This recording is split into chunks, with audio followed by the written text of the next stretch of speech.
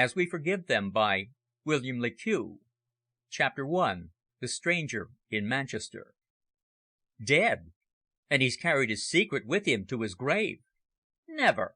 But he has. Look! His jaw has dropped. Can't you see the change, man? Then he's carried out his threat after all.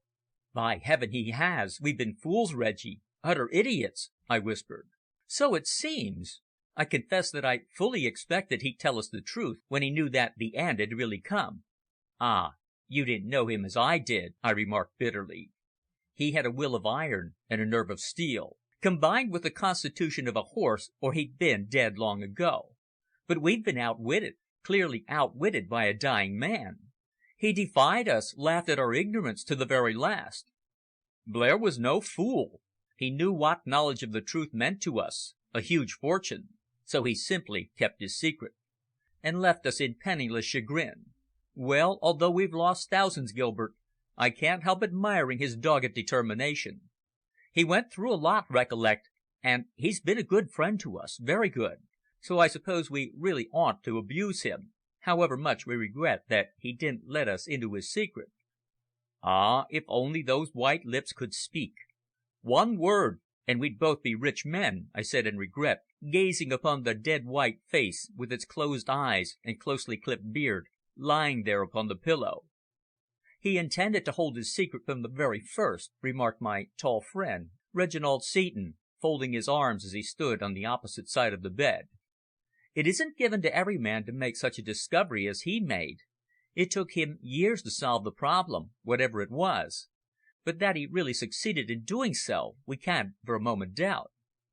And his profit was over £1,000,000 sterling, I remarked. More like 2, at the very lowest estimate. Recollect how, when we first knew him, he was in dire want of a sovereign, and now? Why, only last week he gave me 20,000 to the hospital fund. And all as the result of solving the enigma which for so long we have tried to discover in vain. No, Gilbert, he hasn't played the game square by us. We assisted him, put him on his legs and all that, and instead of revealing to us the key to the secret which he discovered, and which placed him among the wealthiest men of London, he point-blank refused, even though he knew that he must die. We lent him money in the old days, financed him, kept Mab at school when he had no funds, and he repaid us every penny, with interest, I interposed. Come, don't let's discuss him here. The secret is lost forever, that's enough. And I drew the sheet over the poor dead face, the countenance of Burton Blair, the man who, during the past 5 years, had been one of London's mysteries.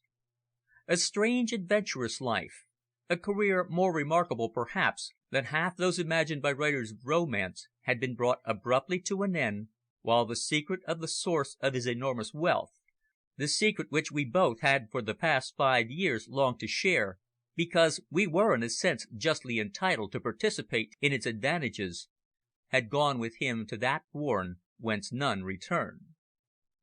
The apartment in which we stood was a small, rather well-furnished bedroom in the Queen's Hotel, Manchester. The window looked out upon the dark facade of the infirmary, while to that chamber of the dead there came the roar and bustle of the traffic and trams in Piccadilly. His story was assuredly one of the strangest that any man has ever told. Its mystery, as will be seen, was absolutely bewildering.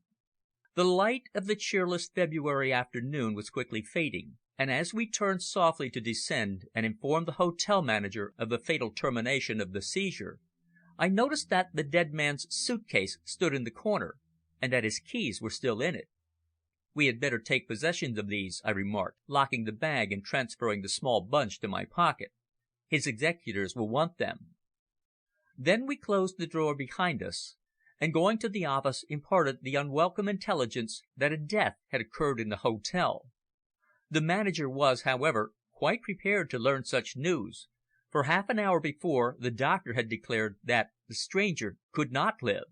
His case had been hopeless from the very first. Briefly, the facts were as follows. Burton Blair had bidden his daughter Mabel farewell, left his house in Grosvenor Square on the previous morning, and had taken the 10:30 express from Euston to Manchester, where he had said he had some private business to transact. Just before the train arrived at Queux, he suddenly became unwell, and was discovered by one of the luncheon car attendants in a state of collapse in one of the first class compartments. Brandy and restoratives being administered, he revived sufficiently to travel on to Manchester, being assisted out of the train at London Road, and two porters had helped him into a cab and accompanied him to the hotel, where, on being put to bed, he again lapsed into unconsciousness. A doctor was called, but he could not diagnose the ailment, except that the patient's heart was seriously affected, and that being so, a fatal termination of the seizure might ensue. Towards 2 o'clock next morning, Blair, who had neither given his name nor told the hotel people who he was, asked that both Seton and I should be telegraphed for, and the result was that, in anxious surprise, we had both travelled up to Manchester, where, on arrival an hour before, we had discovered our friend to be in an utterly hopeless condition. On entering the room we found the doctor, a young and rather pleasant man named Glenn, in attendance. Blair was conscious, and listened to the medical opinion without flinching. Indeed, he seemed rather to welcome death than to dread it, for when he heard that he was in such a very critical condition, a faint smile crossed his pale, drawn features, and he remarked, "Every man must die, so it may as well be to-day as to-morrow." Then turning to me, he added, "Gilbert, you are very good to come just to say good-bye." And he put out his thin cold hand and grasped mine, while his eyes fixed upon me with that strange intent look that only comes into a man's gaze when he is on the brink of the grave. "It is a friend's duty, Burton," I answered, deeply in earnest. "But you must still hope. Doctors are often mistaken. Why, you've a splendid constitution, haven't you?" "Hardly ever had a day's illness since I was a kid," was the millionaire's reply in a low, weak voice. "But this fit has bowled me completely over." We endeavoured to ascertain exactly how he was seized, but neither Reggie nor the doctor could gather anything tangible. "I became faint all of a sudden, and I know nothing more," was all the dying man would reply. "But," he added, turning again to me, "don't tell Mab till it's all over. Poor girl! My only regret is to leave her. You two fellows were so very good to her back in the old days. You won't abandon her now, will you?" he implored, speaking slowly and with very great difficulty, tears standing in his eyes. "Certainly not, old chap," was my answer. "If left alone she'll want someone to advise her and to look after her interests." "The scoundrelly lawyer chaps will do that," he snapped, with a strange hardness in his voice, as though he entertained no love for his solicitors. "No, I want you to see that no man marries her for her money. You understand? Dozens of fellows are after her at this moment, I know, but I'd rather see her dead than she should marry one of them. She must marry for love. Love, you hear? Promise me, Gilbert, that you'll look after her, won't you?" Still holding his hand, I promised. That was the last word he uttered. His pale lips twitched again, but no sound came from them. His glassy eyes were fixed upon me with a stony, terrible stare, as though he were endeavouring to tell me something. Perhaps he was revealing to me the great secret, the secret of how he had solved the mystery of fortune and become worth over £1,000,000. Perhaps he was speaking of Mab. Which we knew not. His tongue refused to articulate. The silence of death was upon him. Thus he passed away. And thus did I find myself bound to a promise which I intended to fulfil, even though he had not revealed to us his secret, as we confidently expected. We believed that, knowing himself to be dying, he had summoned us there to impart that knowledge which would render us both rich beyond the dreams of avarice. But in this we had been most bitterly disappointed. For 5 years, I confess, we had waited, expecting that he would some day share some of his wealth with us in return for those services we had rendered him in the past. Yet now it seemed he had coolly disregarded his indebtedness to us, and at the same time imposed upon me a duty by no means easy, the guardianship of his only daughter, Mabel. End of chapter 1. Chapter 2 contains certain mysterious facts. I ought here to declare that, Having regard to all the curious and mysterious circumstances of the past, the situation was, to me, far from satisfactory. As we strolled together along Market Street that cold night, discussing the affair rather than remain in the public room of the hotel, Reggie suggested that the secret might be written somewhere and sealed up among the dead man's effects. But in that case, unless it were addressed to us, it would be opened by the persons the dying man had designated as those scoundrelly lawyer chaps, and in all probability be turned by them to profitable account. His solicitors were, we knew, Messrs. Leighton, Brown and Leighton, an eminently respectable firm in Bedford Row. Therefore we sent a telegram from the central office informing them of their client's sudden death, and requesting that one of the firm should at once come to Manchester to attend the inquest which Dr. Glenn had declared would be necessary. As the deceased man had expressed a wish that Mabel should, for the present, remain in ignorance, we did not inform her of the tragic occurrence. Curiosity prompted us to ascend again to the dead man's chamber and examine the contents of his kit bag and suit case, but beyond his clothes, a cheque book, and about £10 in gold, we found nothing. I think that we both half expected to discover the key to that remarkable secret which he had somehow obtained, yet it was hardly to be imagined that he would carry such a valuable asset about with him in his luggage. In the pocket of a small writing book which formed part of the fittings of the suit case, I discovered several letters, all of which I examined and found them to be of no importance, save one, a dirty, ill-written little note in uneducated Italian, which contained some passages which struck me as curious. Indeed, so strange was the tenor of the whole communication that, with Reggie's connivance, I resolved to take possession of it and make further inquiry. There were many things about Burton Blair that had puzzled us for years, therefore we were both determined, if possible, to elucidate the curious mystery that had surrounded him, even if he had carried to his grave the secret of his enormous fortune. We alone in all the world knew the existence of the secret, only we were in ignorance of the necessary key by which the source of riches could be opened. The manner in which he had gained his great wealth was a mystery to every one, even to his daughter Mabel. In the city and in society, he was vaguely believed by some to possess large interest in mines, and to be a successful speculator in stocks, while others declared that he was the ground landlord of at least 2 large cities in America, and yet others were positive that certain concessions from the Ottoman government had brought him his gold.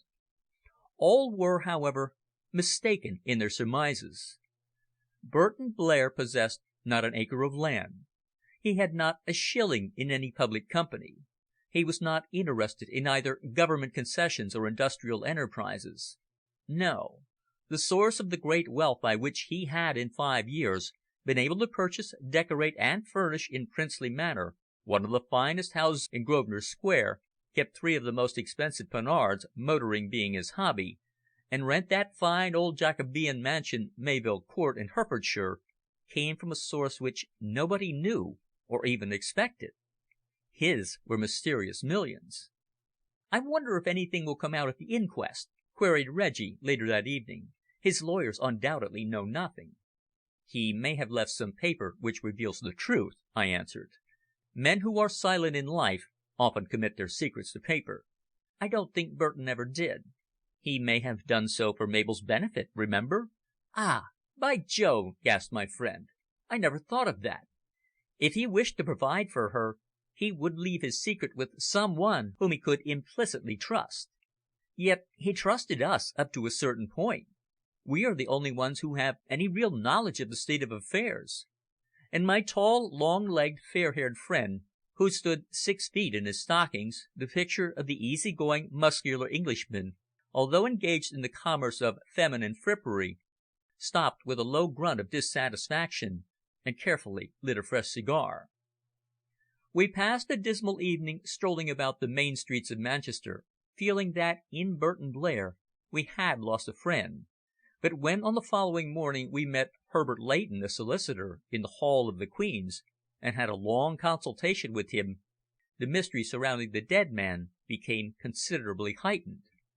"You both knew my late client very well indeed," the solicitor remarked. after some preliminaries. "Now, are you aware of the existence of any one who would profit by his sudden decease?" "That's a curious question," I remarked. "Why?" "Well, the fact is this," explained the dark, sharp-featured man, with some hesitation. "I have every reason to believe that he has been the victim of foul play." "Foul play!" I gasped. "You surely don't think that he was murdered?" "Why, my dear fellow, that couldn't be. He was taken ill in the train and died in bed in our presence." The solicitor, whose face had now become graver, merely shrugged his narrow shoulders and said, "We must, of course, await the result of the inquest.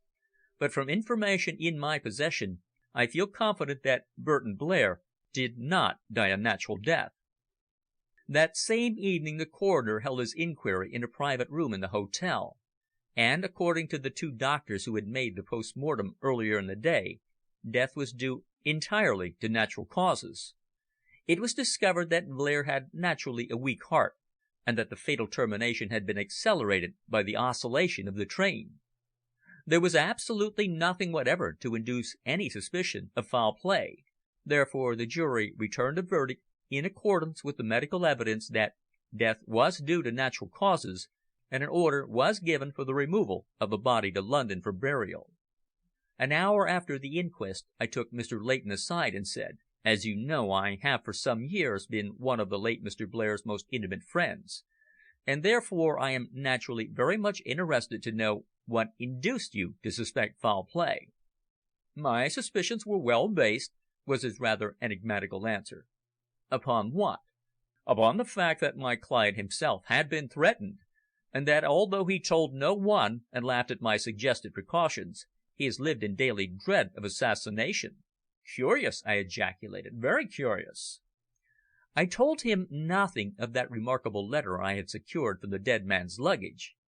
If what he said were really true, then there was a very extraordinary secret in the death of Burton Blair, equally with that of his strange, romantic and mysterious life, a secret that was inscrutable, yet absolutely unique. It will be necessary, I think, to fully explain the curious circumstances which first brought us into contact with Burton Blair, and to describe the mysterious events which followed our acquaintanceship. From beginning to end the whole affair is so remarkable that many who read this record of facts may be inclined to doubt my veracity.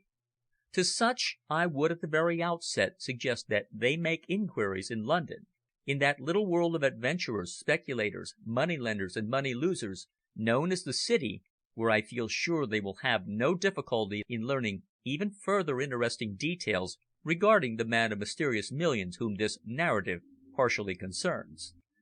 And certainly the true facts concerning him will, I do not hesitate to say, be found to form one of the most remarkable romances in modern life.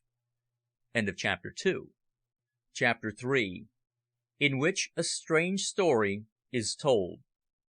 In order to put the plain, unvarnished truth before you, I must in the first place explain that I, Gilbert Greenwood, was a man of small means, having been left an annuity by an ascetic Baptist but somewhat prosperous aunt, while Reginald Seton I had known ever since we had been lads together at Charterhouse. The son of George Seton, a lace warehouseman of Cannon Street and alderman of the City of London, Reggie had been left at 25 with a heavy burden of debt and an old-fashioned, high-class but rapidly declining business. Still, brought up to the lace trade in a factory at Nottingham, Reggie boldly followed in his father's footsteps, and by dint of close attention to business succeeding in rubbing along sufficiently well to avoid the bankruptcy court and to secure an income of a few hundreds a year. Both of us were still bachelors, and we chummed in comfortable quarters in a newly constructed block of flats in Great Russell Street, while being also fond of fox hunting, the only sport we could afford, we also rented a cheap old-fashioned house in a rural village called Helpstone, 80 miles from London in the Fitzwilliam country. Here we spent each winter, usually being out 2 days a week. Neither of us being well off, we had, as may be imagined, to practice a good deal of economy, for fox hunting is an expensive sport to the poor man. Nevertheless, we were both fortunate in possessing a couple of good horses apiece, and by dint of a little squeezing here and there, were able to indulge in those exhilarating runs across the country which cause the blood to tingle with excitement and rejuvenate all who take part in them. Reggie was sometimes kept in town by the exigencies of his deal in Torchon, Maltese, and Honiton. Therefore I frequently lived alone in the old-fashioned ivy-covered house, with Glave my man to look after me. One bitterly cold evening in January Reggie was absent in London, and I, having been hunting all day, was riding home utterly fagged out. The meet that morning had been at Kate's cabin over in Huntingdonshire, and after 2 good runs I had found myself beyond Stilton, 18 miles from home. Still, the scent had been excellent, and we had had good sport. Therefore I took a pull at my flask, and rode forward across country in the gathering gloom. Fortunately I found the river fordable at Water Newton Mill, a fact which saved me the long detour by Wansford, and then, when within a mile of home, I allowed my horse to walk, as I always did, in order that he might cool down before going to his stable. The dusk of the short afternoon was just deepening into night, and the biting wind cut me like a knife as I passed the crossroads about half a mile from Helpstone village, jogging along steadily, when of a sudden a man's burly figure loomed out of the shadow of the high holly hedge, and a deep voice exclaimed, "Pardon me, sir, but I'm a stranger in these parts, and my daughter here has fainted. Is there a house near?" Then, as I drew near, I saw huddled upon a heap of stones at the roadside the slim, fragile form of a young girl of about 16, wrapped in a thick, dark-coloured cloak, while in the glimmer of light that remained I distinguished that the man who was addressing me was a bluff, rather well-spoken, dark-bearded fellow of about 45 or so, in a frayed suit of blue serge and peaked cap that gave him something of the appearance of a seafarer. His face was seamed and weather-beaten, and his broad, powerful jaws betokened a strength of character and dogged determination. "Has your daughter been taken ill?" I inquired, when I had thoroughly examined him. "Well, the fact is we've walked a long way to-day, and I think she's done up. She became dazed-like about half an hour ago, and when she sat down she fell insensible." "She mustn't stay here," I remarked, as the fact became plain that both father and daughter were tramps. "She'll get frozen to death. My house is over yonder. I'll ride on and bring back someone to help carry her." The man commenced to thank me, but I touched my horse with the spur, and was soon in the stable yard, calling for Glave to accompany me back to the spot where I had left the wayfarers. A quarter of an hour later we had arranged the insensible girl on a couch in my warm, snug sitting room, had forced some brandy down her throat, and she had opened her eyes wonderingly, and looked round with childlike temerity upon her unfamiliar surroundings. Her gaze met mine, and I saw that her countenance was undeniably beautiful, of that dark half-tragic type, her eyes rendered the more luminous by the death-like pallor of her countenance. The features were well moulded, refined and handsome in every line, and as she addressed her father, inquiring what had occurred, I detected that she was no mere waif of the highway, but, on the contrary, highly intelligent, well-mannered, and well-educated. Her father, in a few deep words, explained our abrupt meeting and my hospitality, whereupon she smiled upon me sweetly and uttered words of thanks. "It must have been the intense cold, I think," she added. "Somehow I felt benumbed all at once, and my head swam so I couldn't stand. But it is really very kind indeed of you. I'm so sorry that we've disturbed you like this." I assured her that my only wish was for her complete recovery, and as I spoke I could not conceal from myself that her beauty was very remarkable. Although young and her figure as yet not fully developed, her face was nevertheless one of the most perfect I had ever seen. From the first moment my eyes fell upon her I found her indescribably charming. That she was utterly exhausted was rendered plain by the painful uneasy manner in which she moved upon her couch. Her rusty black skirt and thick boots were muddy and travel stained, and by the manner she pushed the tangled mass of dark hair from her brow I knew that her head ached. Glave, in no good mood at the introduction of tramps, entered, announcing that my dinner was ready, but she firmly, yet with sweet grace, declined my invitation to eat, saying that if I would permit her she would rather remain alone on the couch before the fire for half an hour longer. Therefore I sent her some hot soup by old Mrs. Axford, our cook, while her father, having washed his hands, accompanied me to the dining room. He seemed half famished, taciturn, and reserved at first, but presently, when he had judged my character sufficiently, he explained that his name was Burton Blair, that in his absence abroad he had lost his wife 10 years before, and that little Mab was his only child. As his appearance denoted, he had been at sea the greater part of his life, and held a master's certificate, but of late he had been living ashore. "I've been home these 3 years now," he went on, "and I've had a pretty rough time of it, I can tell you. Poor Mab! I wouldn't have minded had it not been for her. She's a brick, she is, just as her poor dear mother was. She's done 3 years of semi-starvation, and yet she's never once complained. She knows my character by now. She knows that when once Burton Blair makes up his mind to do a thing, by gad, he does it. And he set those square jaws of his hard, while a look of determination and dogged persistency came into his eyes, the fiercest I had ever seen in any man." "But, Mr. Blair, why did you leave the sea to starve ashore?" I inquired, my curiosity aroused. "Because I had a reason, a strong reason," was his hesitating reply. "You see me homeless and hungry to night," laughed Burton Blair bitterly, "but to morrow I may be a millionaire." And his face assumed a mysterious, sphinx-like expression which sorely puzzled me. Many and many a time since then have I recollected those strange prophetic words of his as he sat at my table, shabby, unkempt, and ravenously hungry, a worn-out, half-frozen tramp from the high road, who, absurd as it then seemed, held the strong belief that ere long he would be the possessor of millions. I remember well how I smiled at his vague assertion. Every man who falls low in the social scale clings to the will-o'-the-wisp belief that his luck will change, and that by some vagary of fortune he will come up again smiling. Hope is never dead within the ruined man. By dint of some careful questions I tried to obtain further information regarding this confident hope of wealth which he entertained, but he would tell me nothing, absolutely nothing. He accepted a cigar after he had dined well, took brandy with his coffee, and smoked with the air of a contented man who had no single thought or care in the world, a man who knew exactly what the future held for him.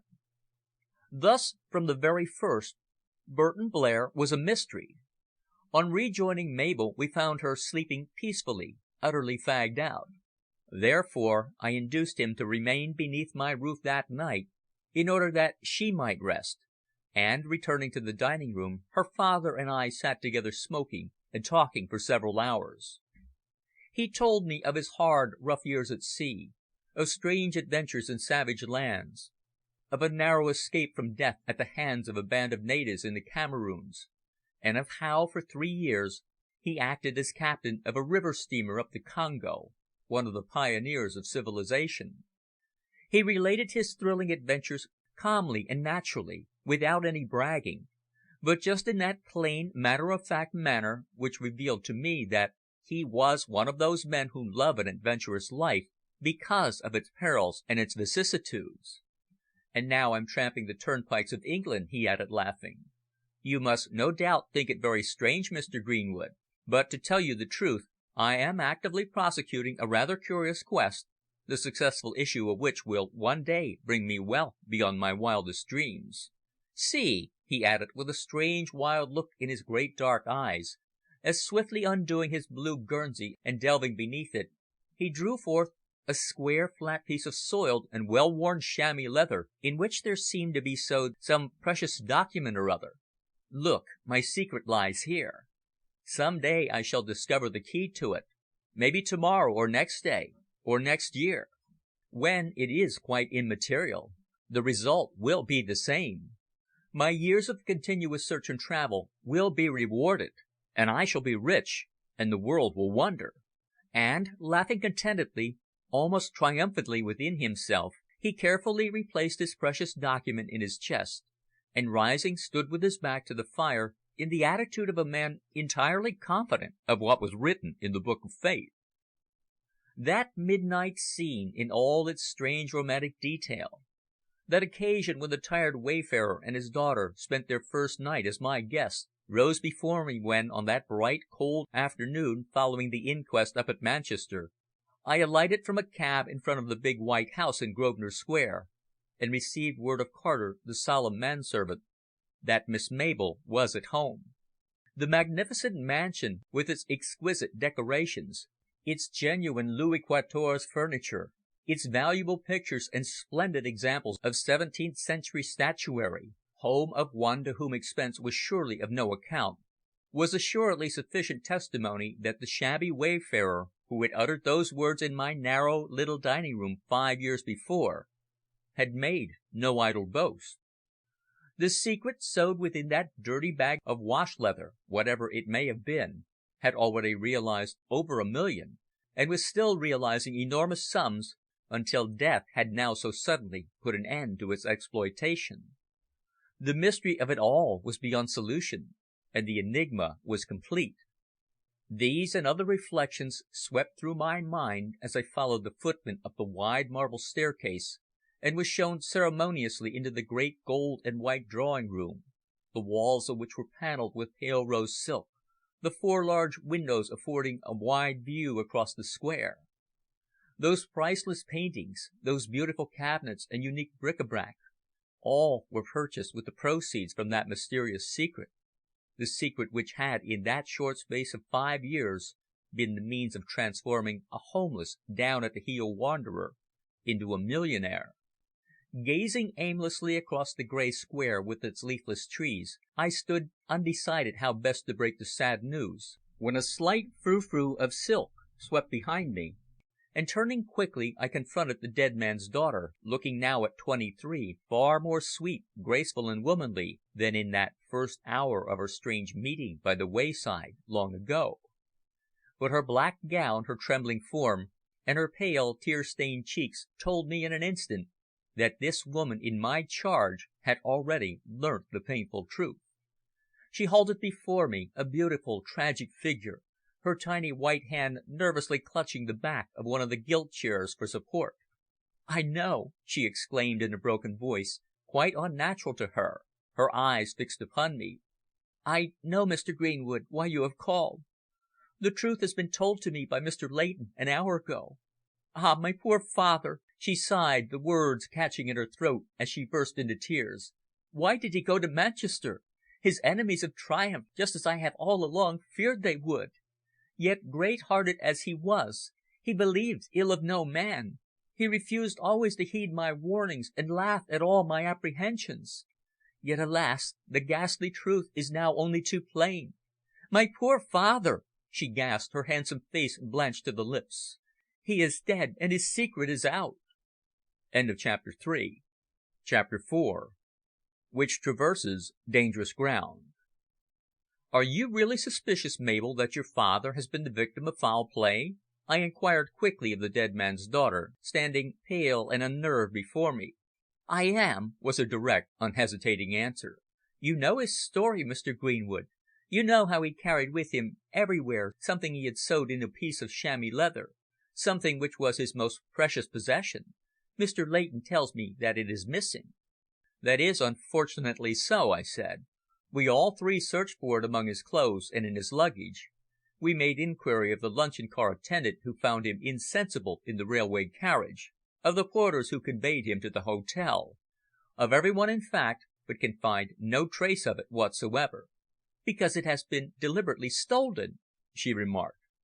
"Then your theory is that he has been assassinated in order to conceal the theft?" She nodded in the affirmative, her face still hard and pale. "But there is no evidence whatever of foul play. Recollect," I exclaimed. "Both medical men, 2 of the best in Manchester, declared that death was entirely due to natural causes." "I care nothing for what they say. The little sachet which my poor father sewed with his own hands and guarded so carefully all these years, and which for some curious reason he would neither trust in any bank nor in a safe deposit vault, is missing. His enemies have gained possession of it, just as I felt confident they would." "I recollect him showing me that little bag of wash leather on the first night of our acquaintance," I said. "He then declared that what was contained therein would bring him wealth. And it certainly has done," I added, glancing round that magnificent apartment. "It brought him wealth, but not happiness, Mr. Greenwood," she responded quickly. "That packet, the contents of which I have never seen, he has carried with him in his pocket or suspended round his neck ever since it first came into his possession years ago. In all his clothes he had a special pocket in which to carry it, while at night he wore it in a specially made belt which was locked around his waist. I think he regarded it as a sort of charm or talisman which, besides bringing him his great fortune, also preserved him from all ills. The reason of this I cannot tell." "Did you never ascertain the nature of the document which he considered so precious?" "I tried to do so many times, but he would never reveal it to me. It was his secret, he would say, and no more." Both Reggie and I had, times without number, endeavoured to learn what the mysterious packet really contained, but had been no more successful than the charming girl now standing before me. Burton Blair was a strange man, both in actions and in words, very reserved regarding his own affairs, and yet, curiously enough, with the advent of prosperity he had become a prince of good fellows. "But who were his enemies?" I inquired. "Ah, of that I am likewise in utter ignorance," was her reply. "As you know, during the past year or two, like all rich men he has been surrounded by adventurers and parasites of all sorts, whom Ford, his secretary, has kept at arm's length. It may be that the existence of the precious packet was known, and that my poor father has fallen a victim to some foul plot. At least, that is my firm idea." "If so, the police should certainly be informed," I said. "It is true that the wash leather sachet which he showed me on the night of our first meeting is now missing, for we have all made the most careful search for it, but in vain. Yet what could its possession possibly profit any one if the key to what was contained there is wanting?" "But was not this key, whatever it was, also in my father's hands?" queried Mabel Blair. "Was it not the discovery of that very key which gave us all these possessions?" she asked, with the sweet womanliness that was her most engaging characteristic. "Exactly. But surely your father, shrewd and cautious as he always was, would never carry upon his person both problem and key together. I can't really believe that he'd do such a foolish thing as that." "Nor do I. Although I was his only child, and his confidant in everything relating to his life, there was one thing he persistently kept from me, and that was the nature of his secret. Sometimes I have found myself suspecting that it was not an altogether creditable one, indeed one that a father dare not reveal to his daughter. And yet no one has ever accused him of dishonesty or of double dealing. At other times I have noticed in his face and manner an air of distinct mystery, which has caused me to believe that the source of our unlimited wealth was some curious and romantic one, which to the world would be regarded as entirely incredible. One night, indeed, as we sat here at table after dinner, and while smoking, he had been telling me about my poor mother who died in lodgings in a back street in Manchester while he was absent on a voyage to the west coast of Africa. He declared that if London knew the source of his income it would be astounded. But, he added, it is a secret I intend to carry with me to the grave. Strangely enough, he had uttered those very same words to me a couple of years before, when one night he had sat before the fire in my rooms in Great Russell Street, and I had referred to his marvellous stroke of good fortune. He had died, and he had either carried out his threat of destroying that evidence of his secret in the shape of the well-worn chamois leather bag, or else it had been ingeniously stolen from him. The curious, ill-written letter I had secured from my friend's luggage, while puzzling me, had aroused certain suspicions that hitherto I had not entertained. Of these I, of course, told Mabel nothing, for I did not wish to cause her any greater pain. In the years we had been acquainted we had always been good friends. Although Reggie was 15 years her senior, and I 13 years older than she, I believe she regarded both of us as big brothers. Our friendship had commenced when, finding Burton Blair, the seafaring tramp, practically starving as he was, we clubbed together from our small means and put her to a finishing school at Bournemouth. To allow so young and delicate a girl to tramp England aimlessly in search of some vague and secret information which seemed to be her erratic father's object, was, we decided, an utter impossibility. Therefore, following that night of our first meeting at Helpstone, Burton and his daughter remained our guests for a week, and, after many consultations and some little economies, we were at last successful in placing Mabel at school, a service for which we later received her heartfelt thanks. She was utterly worn out, poor child. Poverty had already set its indelible stamp upon her sweet face, and her beauty was beginning to fade beneath that burden of disappointment and erratic wandering when we had so fortunately discovered her, and been able to rescue her from the necessity of tramping footsore over those endless, pitiless highways.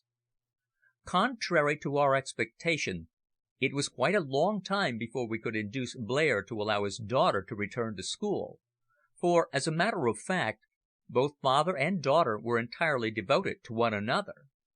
Nevertheless, in the end we triumphed, and later, when the bluff, bearded wayfarer came to his own, he did not forget to return thanks to us in a very substantial manner. Indeed, our present improved circumstances were due to him, for not only had he handed a cheque to Reggie sufficient to pay the whole of the liabilities of the Cannon Street lace business, but to me, on my birthday 3 years ago, he had sent, enclosed in a cheap silver cigarette case, a draft upon his bankers for a sum sufficient to provide me with a very comfortable little annuity. Burton Blair never forgot his friends, neither did he ever forgive an unkind action. Mabel was his idol, his only real confidant, and yet it seemed more than strange that she knew absolutely nothing of the mysterious source of his colossal income. Together we sat for over an hour in that great drawing room, the very splendour of which spoke mystery. Mrs. Percival, the pleasant, middle-aged widow of a naval surgeon, who was Mabel's chaperone and companion, entered but left us quickly, much upset by the tragic news. Presently, when I told Mabel of my promise to her father, a slight blush suffused her pale cheeks. "It is really awfully good of you to trouble over my affairs, Mr. Greenwood," she said, glancing at me, and then dropping her eyes modestly. "I suppose in future I shall have to consider you as my guardian," and she laughed lightly, twisting her ring around her finger. "Not as your legal guardian," I answered. "Your father's lawyers will, no doubt, act in that capacity, but rather as your protector and your friend." "Ah!" she replied sadly. "I suppose I shall require both, now that poor Dad is dead."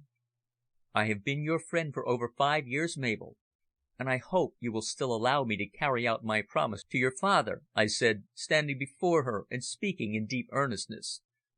"There must, however, at the outset be a clear and distinct understanding between us. Therefore permit me for one moment to speak to you candidly, as a man should to a woman who is like his friend. You, Mabel, are young and, well, you are, as you know, very good looking." "No, really, Mr. Greenwood," she cried, interrupting me and blushing at my compliment. "It is too bad of you, I'm sure." "Hear me out, please," I continued with mock severity. "You are young, you are very good looking, and you are rich.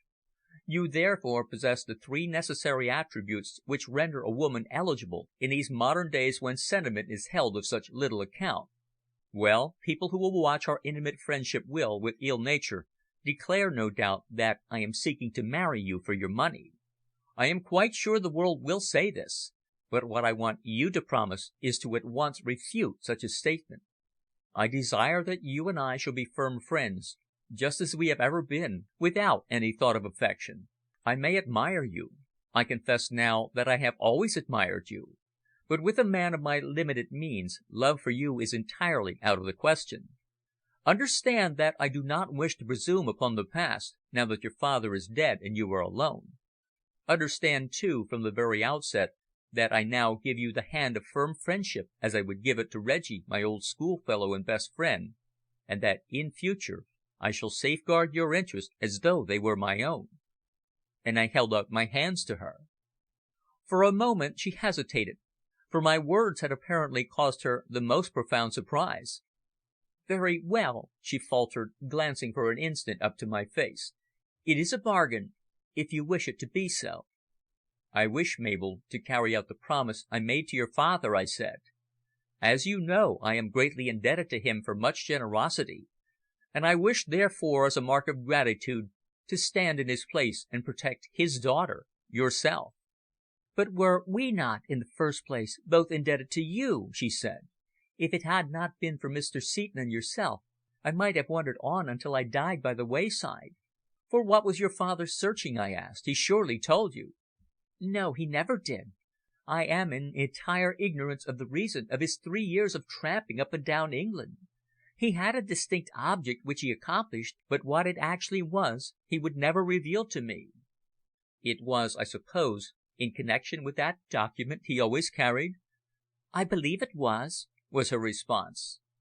Then she added, returning to her previous observations, "Why speak of your indebtedness to him, Mr. Greenwood, when I know full well how you sold your best horse in order to pay my school fees at Bournemouth, and that you could not hunt that season in consequence?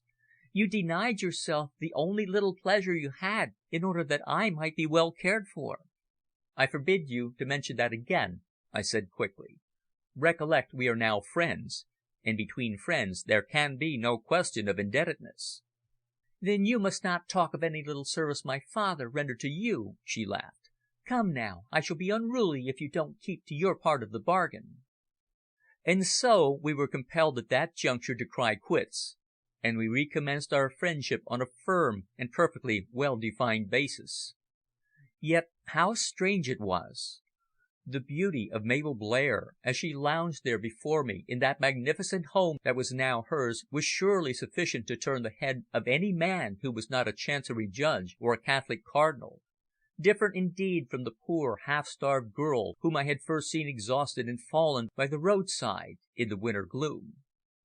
Chapter 5, in which the mystery becomes considerably increased.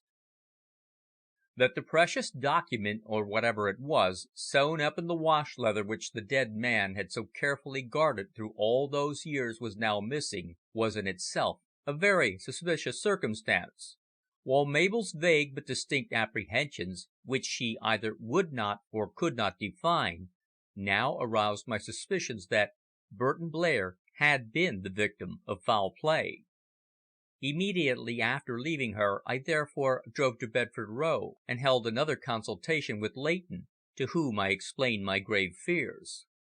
"As I have already explained, Mr. Greenwood," responded the solicitor, leaning back in his padded chair and regarding me gravely through his glasses, "I believe that my client did not die a natural death. There was some mystery in his life, some strange romantic circumstances which, unfortunately, he never thought fit to confide to me. He held a secret, he told me, and by knowledge of that secret he obtained his vast wealth. Only half an hour ago I made a rough calculation of the present value of his estate, and at the lowest I believe it will be found to amount to over 2.5 millions. The whole of this, I may tell you in confidence, goes unreservedly to his daughter, with the exception of several legacies, which include 10,000 each to Mr. Seton and to yourself, 2,000 to Mrs. Percival, and some small sums to the servants. But," he added, "there is a clause in the will which is very puzzling, and which closely affects yourself. As we both suspect foul play, I think I may as well at once show it to you without waiting for my unfortunate client's burial and the formal reading of the will." Then he rose, and from a big black deed box lettered "Burton Blair, Esquire," he took out the dead man's will, and opening it, showed me a passage which read: 10. I give and bequeath to Gilbert Greenwood of the Cedars, Helpstone, the small bag of chamois leather that will be found upon me at the time of my death, in order that he may profit by what is contained therein, and as recompense for certain valuable services rendered to me. Let him recollect always this rhyme: Henry VIII was a knave to his queens, he'd 1 short of 7, and 9 or 10 scenes. And let him well and truly preserve the secret from every man, just as I have done. That was all. A strange clause, surely. Burton Blair had, after all, actually bequeathed his secret to me. the secret that had brought him his colossal wealth. Yet it was already lost, probably stolen by his enemies. "That's a curious doggerel," the solicitor smiled. "But poor Blair possessed but little literary culture, I fear. He knew more about the sea than poetry. Yet, after all, it seems a tantalizing situation that you should be left in the secret of the source of my client's enormous fortune, and that it should be stolen from you in this manner." "We had, I think, better consult the police and explain our positions," I said, in bitter chagrin that the chamois sachet should have fallen into other hands. "I entirely agree with you, Mr. Greenwood. We will go together to Scotland Yard and get them to institute inquiries. If Mr. Blair was actually murdered, then his assassination was accomplished in a most secret and remarkable manner, to say the least. But there is one further clause in the will which is somewhat disturbing, and that is with regard to his daughter Mabel. The testator has appointed some person of whom I have never heard, a man called Paolo Melandrini, an Italian apparently living in Florence, to be her secretary and the manager of her affairs." "What?" I cried, amazed. "An Italian to be her secretary? Who is he?" "A person with whom I am not acquainted, whose name, indeed, has never been mentioned to me by my client.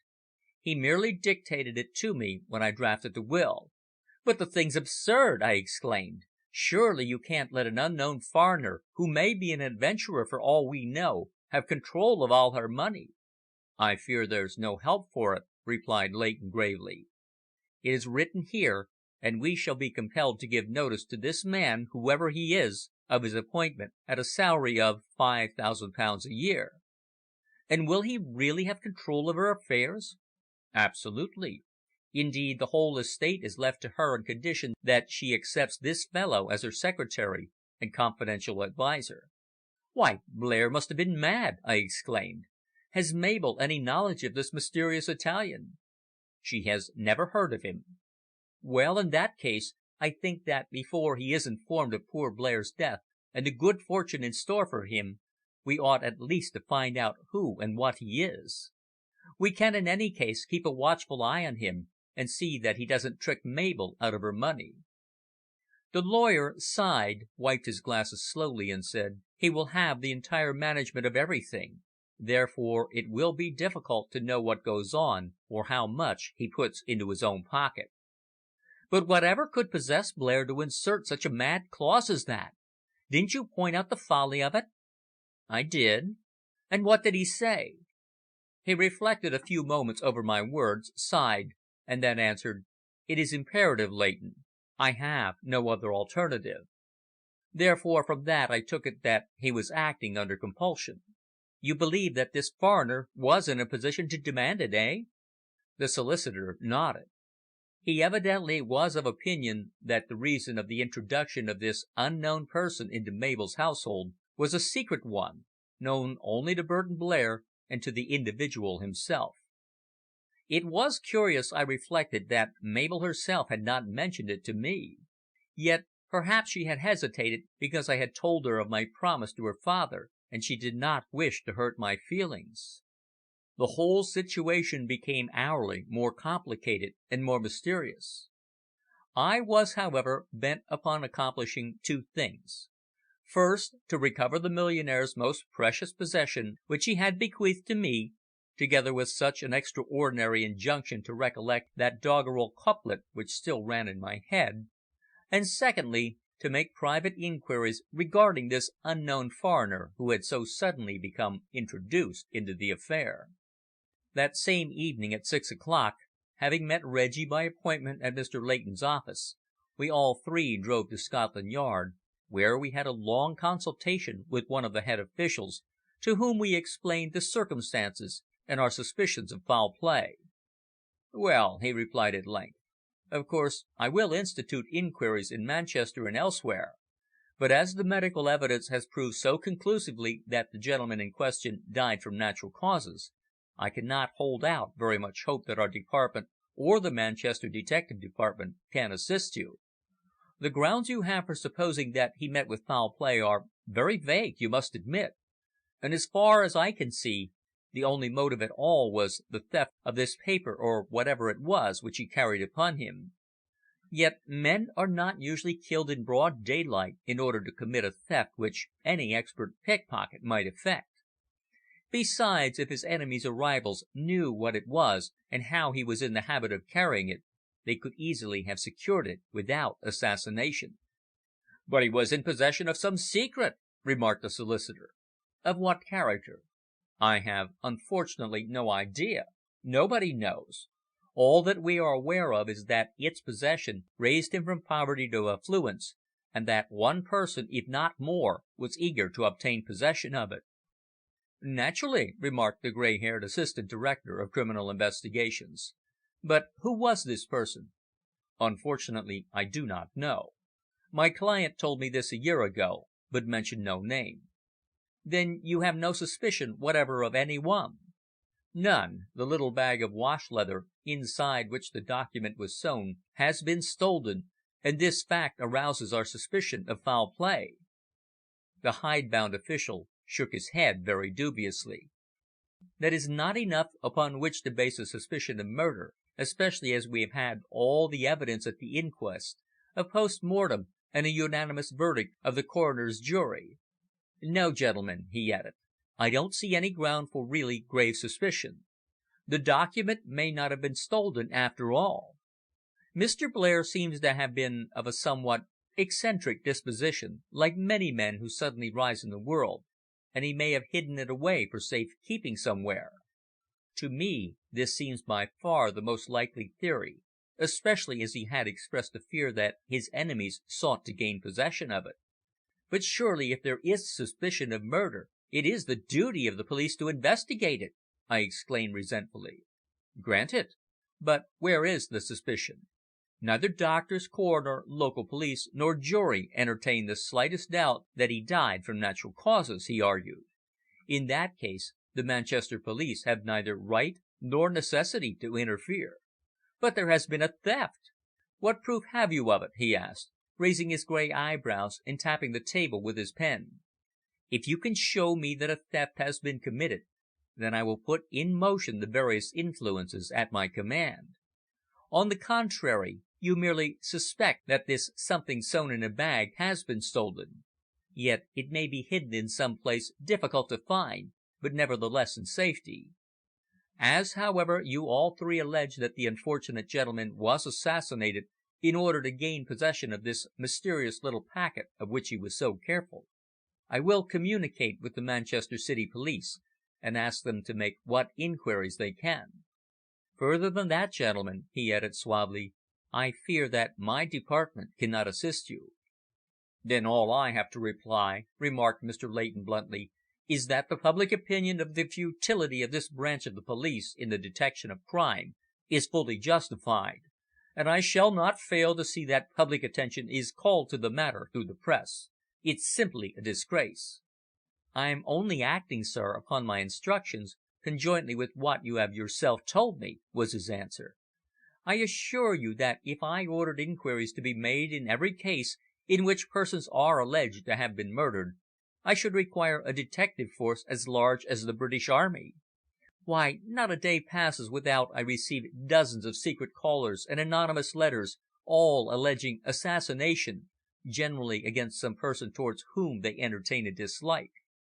18 years of head of this department, however, has, I think, taught me how to distinguish a case for inquiry, which yours is not." Argument proved futile. The official mind was made up that Burton Blair had not fallen a victim to foul play, therefore we could hope for no assistance. So with our dissatisfaction rather plainly marked, we rose and went out again into Whitehall. "It's a scandal," Reggie declared angrily. "Poor Blair has been murdered. Everything points to it, and yet the police won't lift a finger to assist us to reveal the truth, just because a doctor discovered that he had a weak heart. It's placing a premium on crime," he added, his fist clenched savagely. "I'll relate the whole thing to my friend Mills, the member for West Derbyshire, and get him to ask a question in the House. We'll see what this new Home Secretary says to it. It'll be a nasty pill for him, I'll wager." "Oh, he'll have some typewritten official excuse ready, never fear," laughed Leighton. "If they won't help us, we must make inquiries for ourselves." The solicitor parted from us in Trafalgar Square, arranging to meet us at Grosvenor Square after the funeral, when the will would be formally read before the dead man's daughter and her companion, Mrs. Percival. And then he added, "We shall have to take some active steps to discover this mysterious person who is in future to control her fortune." "I'll undertake the inquiries," I said. "Fortunately, I speak Italian. Therefore, before we give him notice of Blair's death, I'll go out to Florence and ascertain who and what he is." Truth to tell, I had a suspicion that the letter which I had secured from the dead man's blotting book, and which I had kept secretly to myself, had been written by this unknown individual, Paolo Melandrini. Although it bore neither address nor signature, and was in a heavy and rather uneducated hand, it was evidently the letter of a Tuscan, for I detected in it certain phonetic spelling which was purely Florentine. Translated, the strange communication read as follows: "Your letter reached me only this morning. The Ceco blind man is in Paris, on his way to London. The girl is with him, and they evidently know something. So be very careful. He and his ingenious friends will probably try and trick you. I am still at my post, but the water has risen 3 meters on account of the heavy rains. Nevertheless, farming has been good, so I shall expect to meet you at vespers in San Frediano on the evening of the 6th of next month. I have something most important to tell you. Recollect that Ceco means mischief, and act accordingly. Addio." Times without number I carefully translated the curious missive word for word. It seemed full of hidden meaning.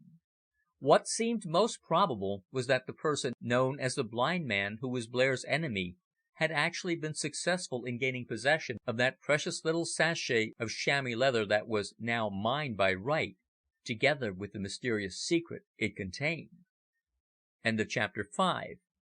French passages read by Libby Gone. Chapter 6. Concerns 3 capital A's. The function in the library at Grosvenor Square on the following afternoon was, as may be supposed, a very sad and painful one. Mabel Blair, dressed in deep mourning, her eyes betraying traces of tears, sat still and silent while the solicitor dryly read over the will, clause by clause. She made no comment, even when he repeated the dead man's appointment of the unknown Italian to be manager of his daughter's fortune. "But who is he, pray?" demanded Mrs. Percival in her quiet, refined voice. "I have never heard Mr. Blair speak of any such person." "Nor have I," admitted Leighton, pausing a moment to readjust his glasses, and then continuing to read the document through to the end. We were all thoroughly glad when the formality was over.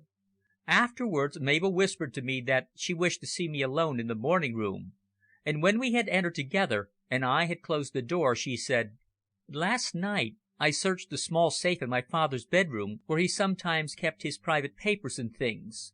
There were a quantity of my poor mother's letters, written to him years ago when he was at sea, but nothing else, only this," and she drew from her pocket a small, soiled and frayed playing card, an ace of hearts, upon which certain cabalistic capitals had been written in 3 columns. In order that you shall properly understand the arrangement and position of the letters, it will perhaps be as well if I reproduce it here.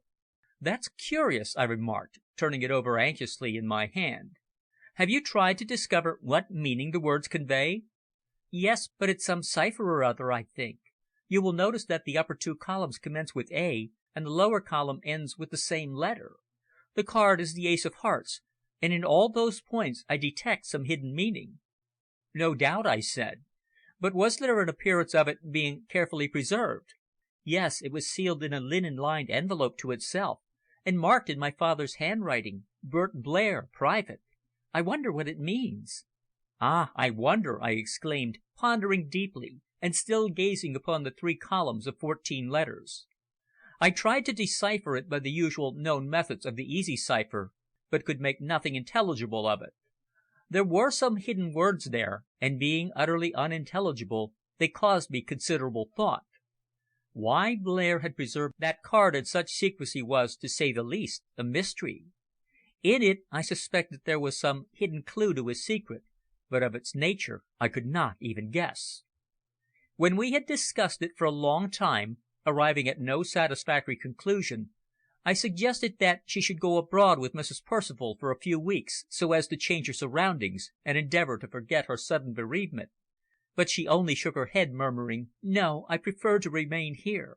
The loss of my poor father would be the same to me, abroad as it is here." "But you must endeavour to forget," I urged with deep sympathy.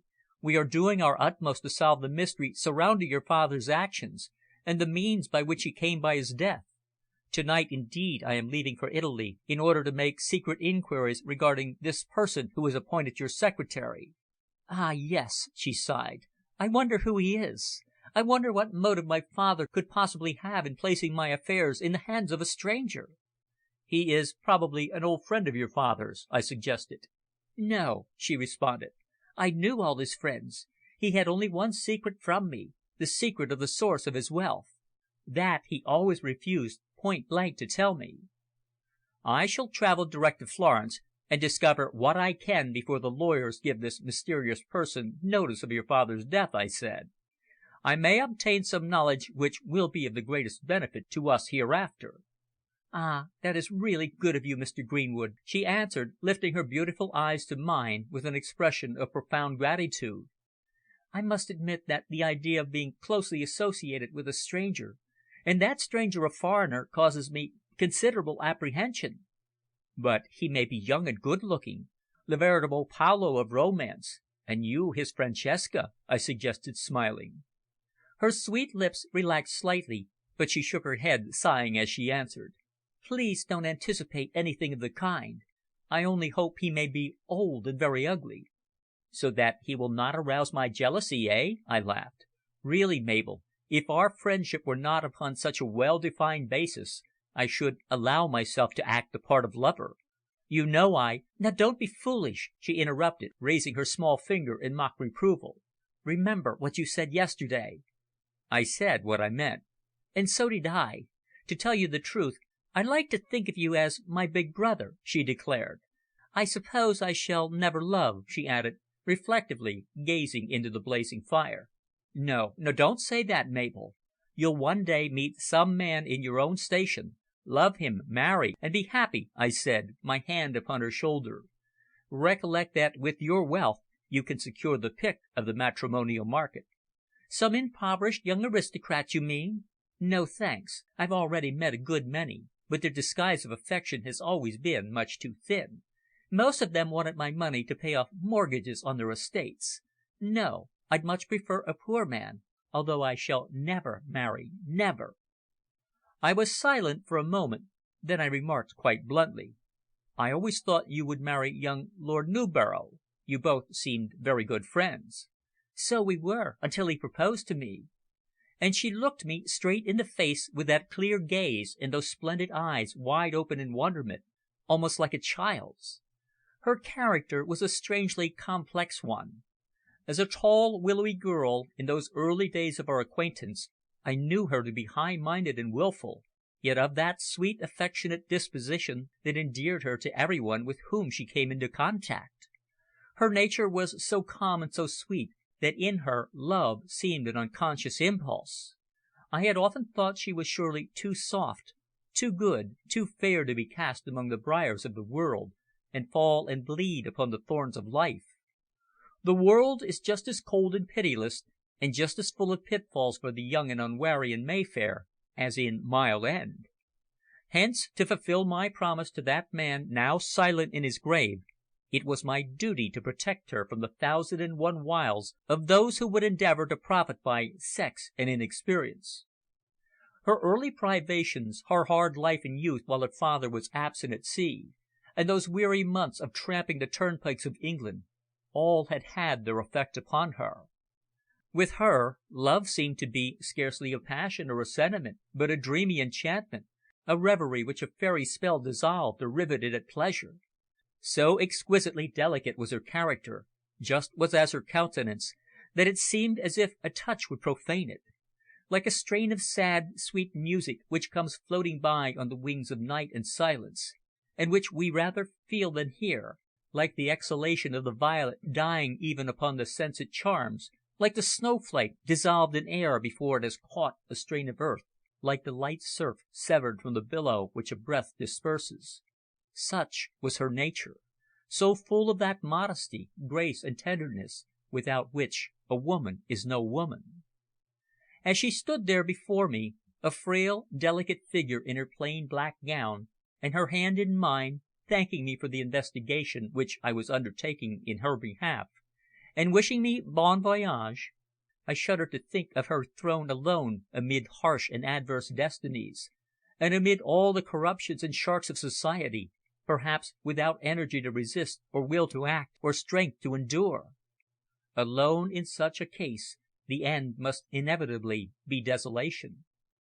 I wished her farewell, turning from her with a feeling that, loving her as I admit I did, I was nevertheless unworthy of her. Yet surely I was playing a dangerous game. I had entertained a strong and increasing affection for her ever since that winter's night down at Helpstone. Still, now that she was possessor of vast wealth, I felt that the difference in our ages, and the fact that I was a poor man, were both barriers to our marriage. Indeed, she had never exerted any of the feminine wiles of flirtation towards me. She had never once allowed me to think that I had captivated her. She had spoken the truth. She regarded me as an elder brother. That was all. That same night, as I passed the deck of the Channel steamer in the teeth of a wintry gale, watching the revolving light of Calais harbour growing more and more distinct, my thoughts were full of her. Love is the teacher, grief the tamer, and time the healer of the human heart. While the engines throbbed, the wind howled, and the dark seas swirled past, I paced up and down, puzzling over the playing card in my pocket, and reflecting upon all that had occurred. The rich fancies of unbowed youth, the visions of long perished hopes, the shadows of unborn joys, the gay colourings of the dawn of existence, whatever my memory had treasured up, came before me in review, but lived no longer within my heart. I recollected that truism of Rochefoucauld's. Il est difficile de définir l'amour. Ce qu'on peut dire est que dans l'âme, c'est une passion de régner, dans les esprits, c'est une sympathie, et dans le corps, ce n'est qu'une envie cachée et délicate de posséder ce qu'on l'aime, après beaucoup de mystère. Yes, I loved her with all my heart, with all my soul, but to me I recognized that it was not permitted. My duty, the duty I had promised to fulfil to that dying man whose life story had been a secret romance, was to act as Mabel's protector, and not to become her lover and thus profit by her wealth. Blair had left his secret to me in order, no doubt, to place me beyond the necessity of fortune hunting, and as it had been lost, it was my duty to him and to myself to spare no effort to recover it. With these sentiments firmly established within my heart, I entered the wagon lit at Calais, and started on the first stage of my journey across Europe from the Channel to the Mediterranean. 3 days later I was strolling up the Via Tornabuoni in Florence, that thoroughfare of medieval palaces, banks, consulates, and chemist shops that had been so familiar to me each winter until I had taken to hunting in England in preference to the sunshine of the Lung' Arno and the Cascine. Indeed, some of my early years had been spent in Italy, and I had grown to love it, as every Englishman does. In that bright February morning, as I passed up the long crooked street, filled by the nonchalant Florentines and the wealthy foreigners out for an airing, I passed many men and women of my acquaintance. Donnes and Giacostas, the favourite lounges of the men, were agog with rich idlers sipping cocktails, or that seductive petit verre known in the Via Tornabuoni as a piccolo. The baskets of the flower sellers gave a welcome touch of colour to the grim grey of the colossal palace of the Strozzi, while from the consulates the flags of various nations, most conspicuous of all being that of the ever popular Major, reminded me that it was the festa of San Margherita. In the old days, when I used to live en pension with a couple of Italian artillery officers and a Dutch art student in the top floor of one of those great old palaces in the Via dei Banchi, the Via Tornabuoni used to be my morning walk, for there one meets everybody, the ladies shopping or going to the libraries, and the men gossiping on the curb, a habit quickly acquired by every Englishman who takes up his abode in Italy. It was astonishing, too, what a crowd of well-known faces I passed that morning, English peers and peeresses, members of Parliament, financial magnates, city sharks, manufacturers, and tourists of every grade and of every nation. His Highness the Count of Turin, returning from drill, rode by laughing with his aide-de-camp and saluting those he knew. The women mostly wore their smartest toilettes with fur, because a cold wind came up from the Arno, the scent of flowers was in the air, bright laughter and incessant chatter sounded everywhere, and the red-roofed old lily city was alive with gaiety. Perhaps no city in all the world is so full of charm nor so full of contrasts as quaint old Florence, with her wonderful cathedral, her antique bridge with rows of jewellers' shops upon it, her magnificent churches, her ponderous palaces, and her dark, silent, medieval streets, little changed some of them since the days when they were trodden by Giotto and Dante.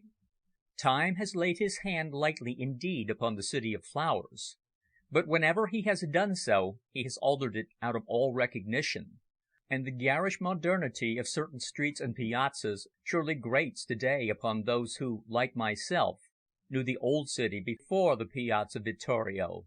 Always the Piazza Vittorio, synonym of vandalism, had been constructed, and the old ghetto, picturesque if unclean, was still in existence.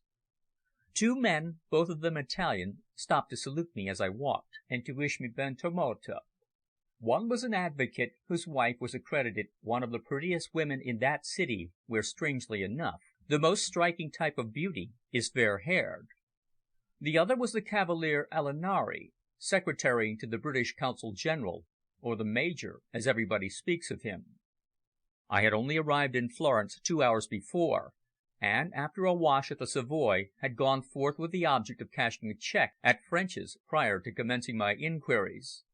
Meeting Alinari, however, caused me to halt for a moment, and after he had expressed pleasure at my return, I asked, "Do you by any chance happen to know anyone by the name of Melandrini? Paolo Melandrini. His address is given me as Via San Cristofano, number 8.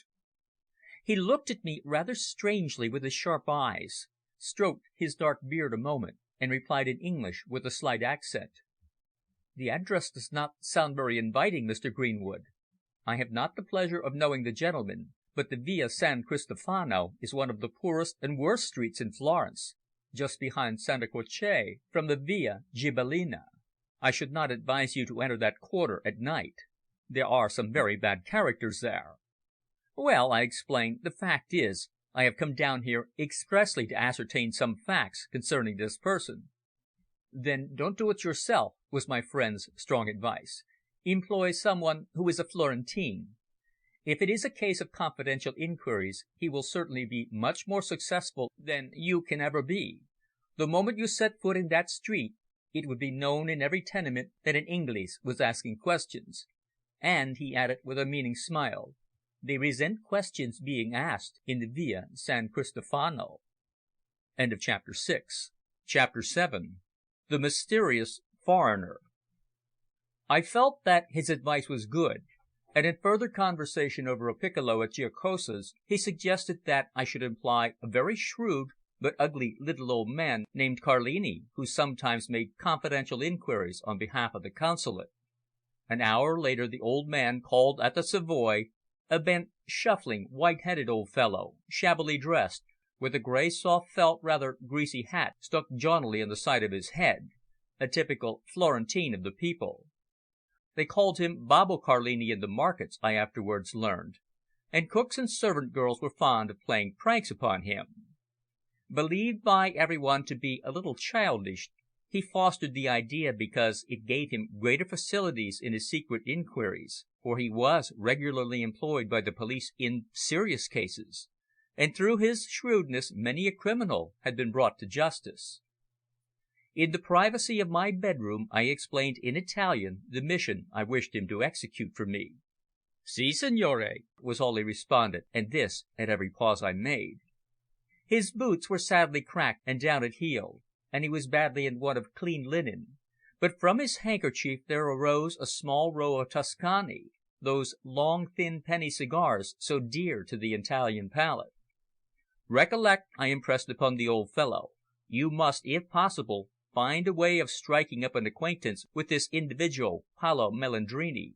Obtain from him all you can about himself, and arrange so that I have, as soon as possible, an opportunity of seeing him without being myself observed.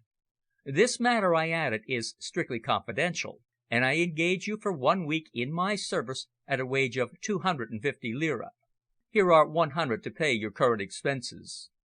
He took the green bank notes in his claw-like hand, and with a muttered "Tante grazie, signore," transferred it to the inner pocket of his shabby jacket.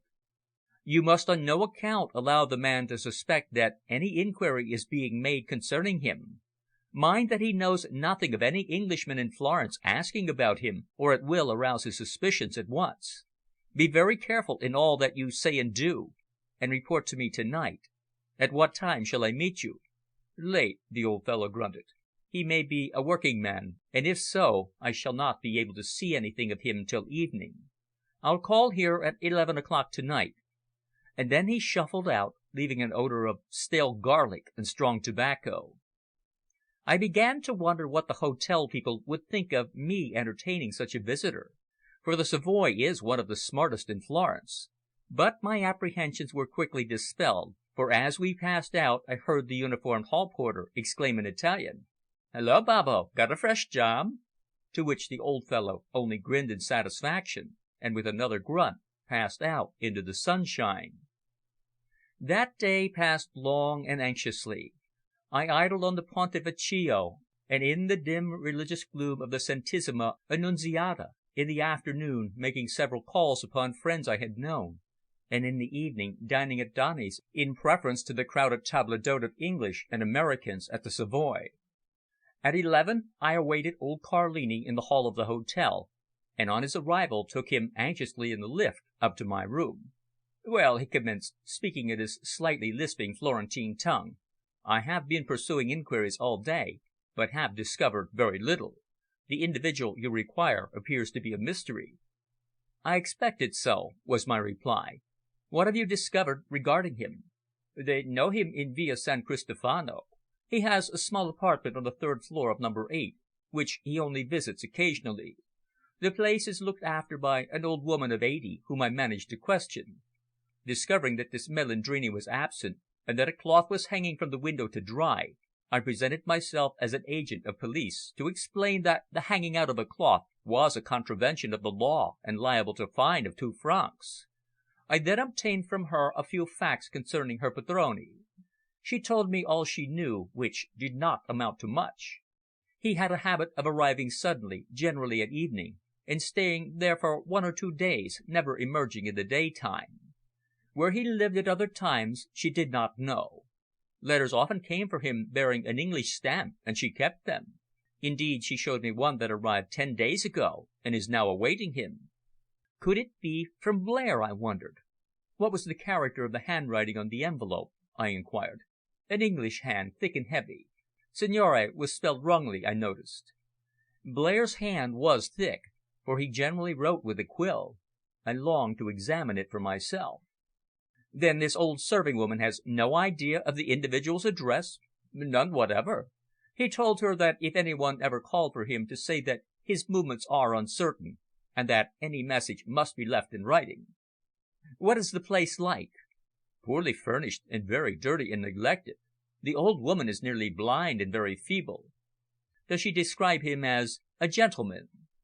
I could not ask her for his description, but from inquiries in other quarters I learned that he was in all probability a person who was in trouble with the police, or something of that sort. A man who kept a wine shop at the end of the street told me in confidence that about 6 months before 2 men, evidently agents of police, had been very active in their inquiries concerning him. They had set a watch upon the house for a month, but he had not returned. He described him as a middle-aged man with a beard, who was very reticent, who wore glasses, spoke with just a slight foreign accent, and who seldom entered any wine shop, and who scarcely ever passed the time of day with his neighbours. Yet he was evidently well off, for on several occasions, on hearing of distress among the families living in that street, he had surreptitiously visited them and dispensed charity to a no mean degree. Apparently it is this which has inspired respect, while, in addition, he seems to have purposely surrounded his identity by mystery." "With some object, no doubt," I remarked. "Certainly," was the queer old man's response. "All my inquiries tend to show he is a man of secrecy, and that he is concealing his real identity." "It may be that he keeps those rooms merely as an address for letters," I suggested. "Do you know, signore, that is my own opinion," he said. "He may live in another part of Florence, for aught we know. We must find him. Before I leave here it is imperative that I should know all about him. Therefore I will assist you to watch for his return." Babbo shook his head and fingered his long cigar, which he was longing to smoke. "No, signore. You must not appear in the Via San Cristofano. They would note your presence instantly. Leave all to me. I will employ an assistant, and we shall, I hope, before long be shadowing this mysterious individual." Recollecting that strange letter in Italian which I had secured from the dead man's effects, I asked the old fellow if he knew any place called San Frediano, the place appointed for the meeting between the man now dead and the writer of the letter. "Certainly," was his reply. "There is the market of San Frediano behind the Carmine, and of course there is the church of San Frediano in Lucca." "In Lucca!" I echoed. "Ah, but it is not Florence." Nevertheless, now I recollected, the letter distinctly appointed the hour of meeting at vespers. The place arranged was therefore most certainly a church. "Do you know of any other church of San Frediano?" I inquired. "Only the one in Lucca." It was evident, then, that the meeting was to take place there on the 6th of March. If I did not ascertain any further facts concerning Paolo Melandrini in the meantime, I resolved to keep the appointment and watch who should be present. I gave Carlini permission to smoke, and seated in a low easy chair, the old fellow soon filled my room with the strong fumes of his cheap cigar, at the same time relating to me in narrow details all that he had gathered in that Florentine slum. The secret connection between Burton Blair and this mysterious Italian was a problem I could not solve. There was evidently some strong motive why he should appoint him controller of Mabel's fortune, yet it was all an utter enigma, just as much as the mysterious source from which the millionaire had obtained his vast wealth. Whatever we discovered, I knew that it must be some strange revelation. From the first moment I had met the wayfarer and his daughter, they had been surrounded by striking romance, which had now deepened and become more inexplicable by the death of that bluff, hearty man with the secret. I could not help strongly suspecting that the man Melandrini, whose movements were so mysterious and suspicious, had had some hand in the filching from Blair that curious little possession of his which he had in his will bequeathed to my keeping. This was a strange fancy of mine, and one which, try how I would, I could not put aside. So erratic seemed the man's movements that, for aught I knew, he might have been in England at the time of Blair's death. If so, then the suspicion against him was gravely increased. I was feverishly anxious to return to London, but unable yet to do so ere my inquiries were completed. A whole week went by, and Carlini, employing his son-in-law, a dark-haired young man of low class, as his assistant, kept vigilant watch upon the house both night and day, but to no avail. Paolo Melandrini did not appear to claim the letter from England that was awaiting him. One evening, by judiciously bribing the old servant with 20 francs, Carlini obtained the letter in question and brought it for me to see. In the privacy of my room we boiled a kettle, steamed the flap of the envelope, and took out the sheet of notepaper it contained. It was from Blair. Dated from Grosvenor Square 18 days before, it was in English, and read as follows: "I will meet you if you really wish it. I will bring out the papers with me and trust in you to employ persons who know how to keep their mouths shut. My address in reply will be Mr. John Marshall, Grand Hotel, Birmingham. B.B. The mystery increased. Why did Blair wish for the employment of persons who would remain silent? What was the nature of the work that was so very confidential? Evidently Blair took every precaution in receiving communications from the Italian, causing him to address his letters in various names to various hotels whither he went to stay at night, and thus claim them. Mabel had often told me of her father's frequent absences from home, he sometimes being away a week or fortnight, or even 3 weeks without leaving his address behind. His erratic movements were now accounted for. Consumed by anxiety, I waited day after day, spending hours on that maddening cipher on the playing card, until, on the morning of the 6th of March, Carlini having been unsuccessful in Florence, I took him with me up to the old city of Lucca, which, travelling by way of Pistoja, we reached about 2 o'clock in the afternoon. At the Universal I was given that enormous bedroom with the wonderful frescoes which was for so long occupied by Ruskin, and just before the Ave Maria clanged away over the hills and plains, I parted from Babbo and strolled tourist-wise into the magnificent old medieval church, the darkness of which was illuminated only by the candles burning at the side altars and the cluster before the statue of Our Lady.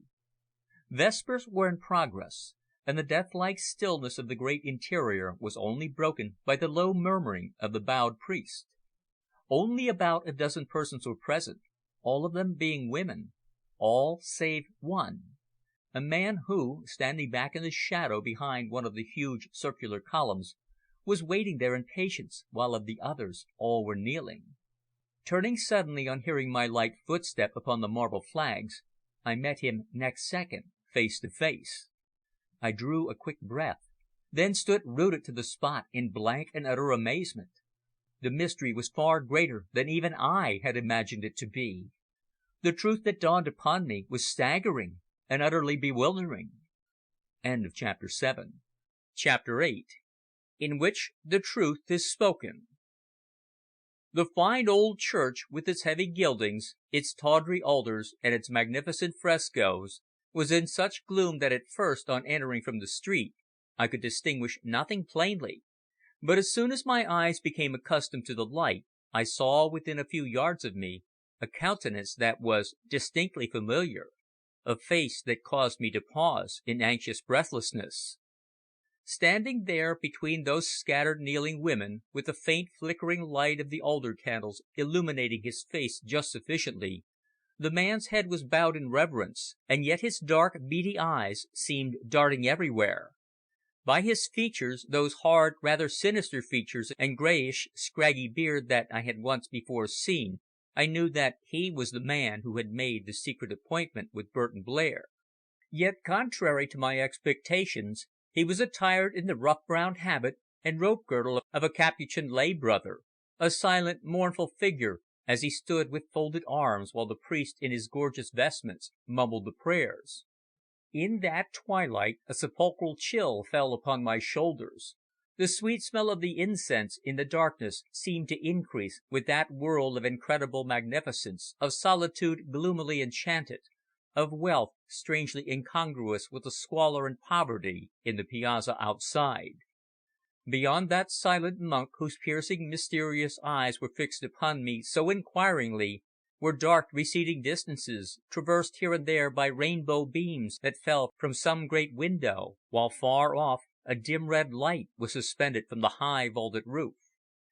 Those columns beside which I was standing rose straight to the roof, close and thick like high forest trees, testifying to the patient work of a whole generation of men, all carved in living stone, all infinitely durable in spite of such rare delicacy, and already transmitted to us from afar through the long past centuries.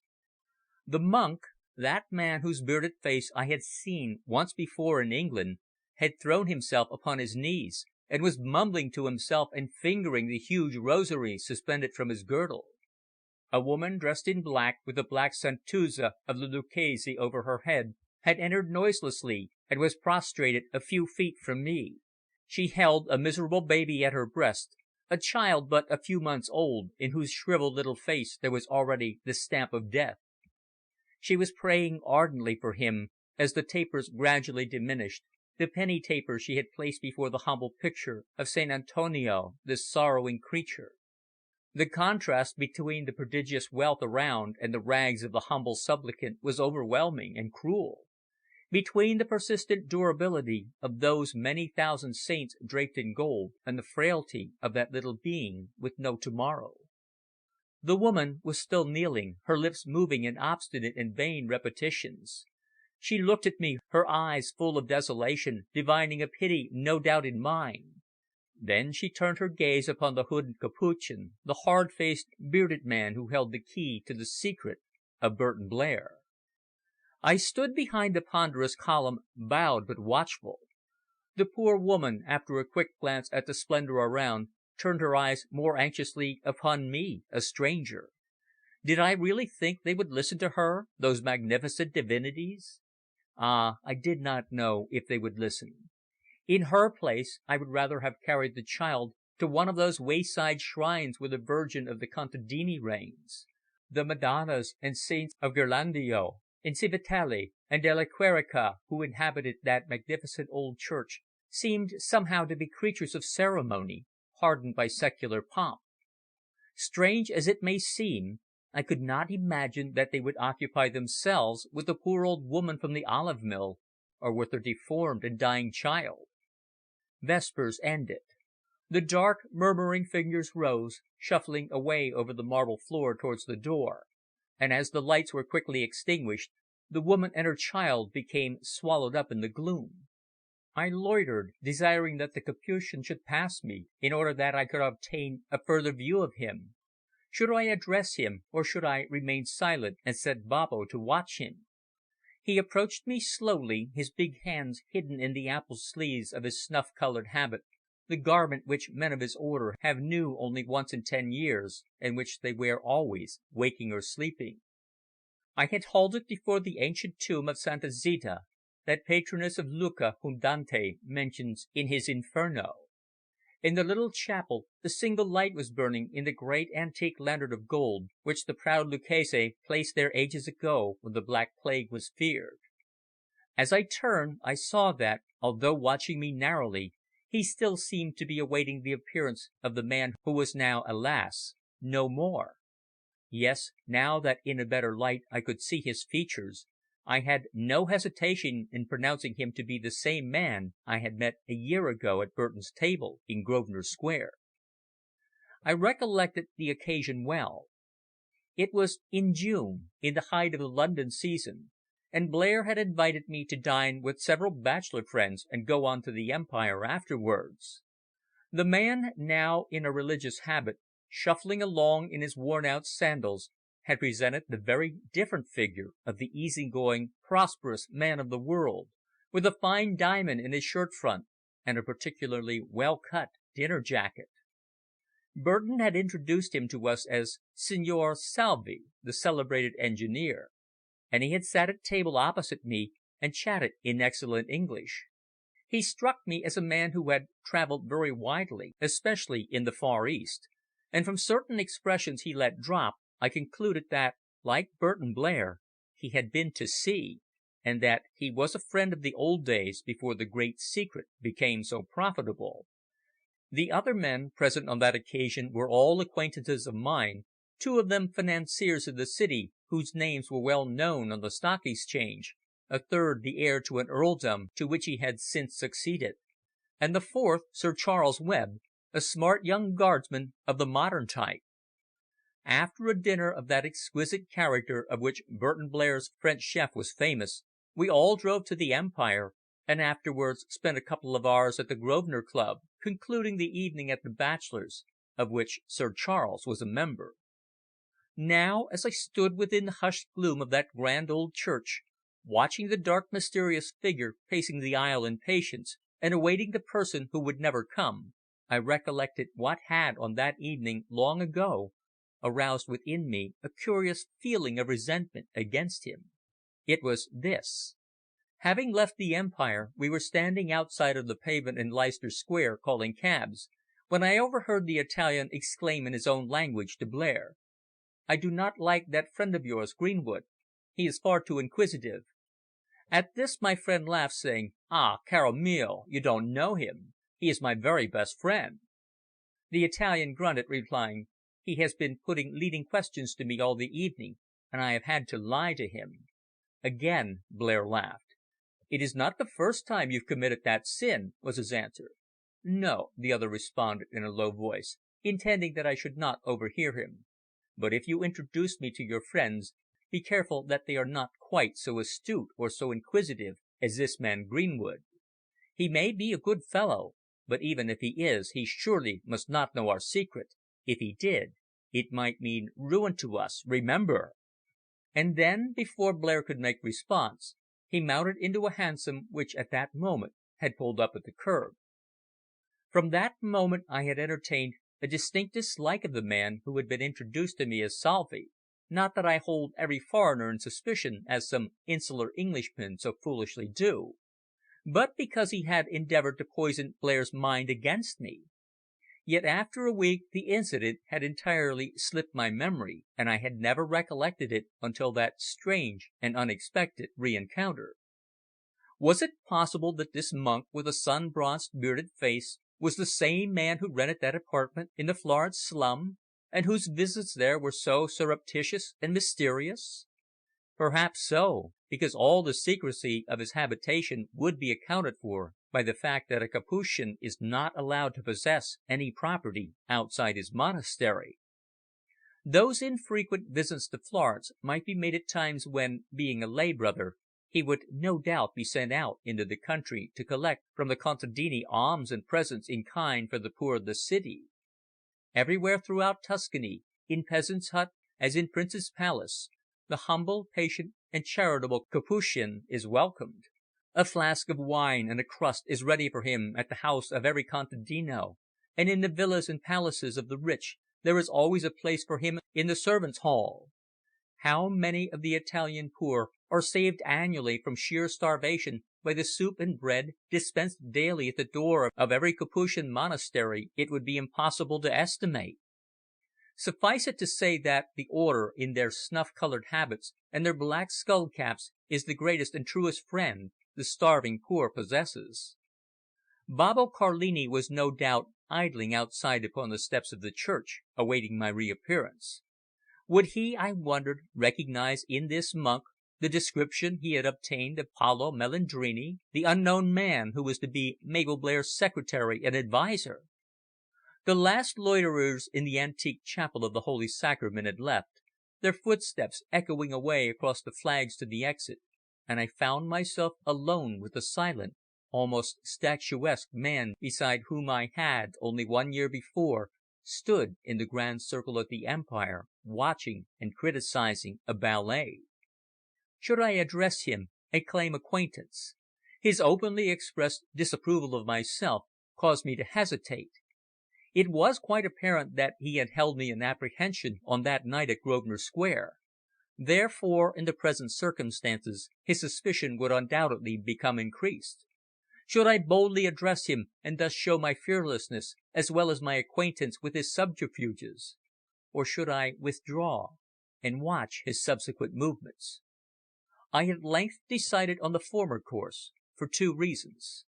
The first was that I felt confident he had recognized me as Burton's friend, and the second because in dealing with such a man the open declaration of knowledge is always the more advantageous in the end than the careful concealment of such facts as I already knew. If I set a watch upon him, his suspicions would become heightened, whereas if I acted openly I might succeed in disarming him. Therefore, turning upon my heel, I strolled straight towards where he had halted, as though he were patiently awaiting Blair's arrival. "Pardon me, signore," I exclaimed in Italian, "but if I mistake not we have met before, in London, a year ago, was it not?" "Ah!" he exclaimed, his face relaxing into a pleasant smile as he extended his big hard hand. "I have been wondering all this time, Signor Greenwood, if you would recognize me in this dress. I am very pleased to resume our acquaintance. Very," and he emphasized his words, meant or feigned, by a strong, close grip. I expressed surprise at finding the erratic traveller and man of the world to be, in reality, an inhabitant of the cloister, to which, in a low voice, in reverence that we were within that sacred place, he responded, "I will tell you all about it later. It is not so remarkable as it no doubt strikes you. As a Capuchin, I assure you my quiet, reflective life is far preferable to that of the man who, like yourself, mixes with the world and is compelled to live the fevered life of to-day, wherein fortunate unscrupulousness is accounted meritorious, and the greatest of sins is that of one's evil living being found out."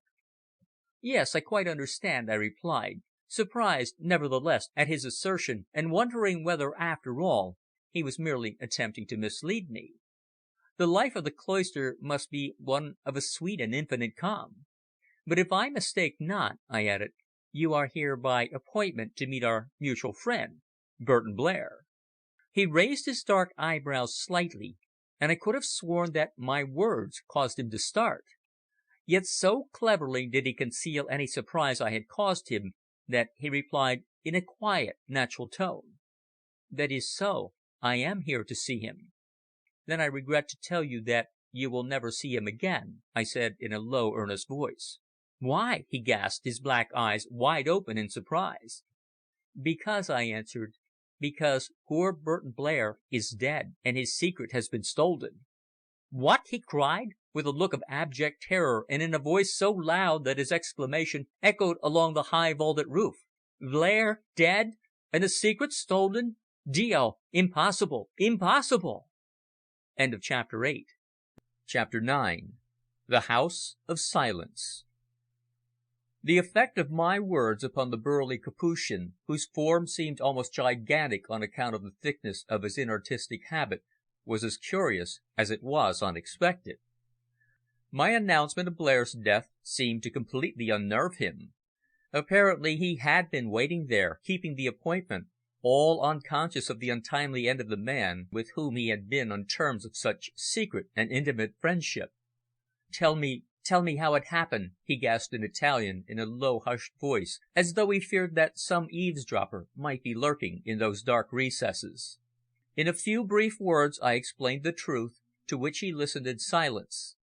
Then, when I had finished, he muttered something, crossed himself, and, as the approaching footsteps of the sacristan aroused us both, we walked forward and out into the dusk of the broad piazza. Old Carlini, who was lounging upon a bench smoking the end of a cigar, noticed us in an instant, and I saw him open his eyes in wonderment, although further than that he betrayed no sign. "Poverino! Poverino!" repeated the monk, as we strolled together slowly beside the old red walls of the once proud city. "To think that our poor friend Burton died so suddenly, and without a word." "Not exactly without a word," I said.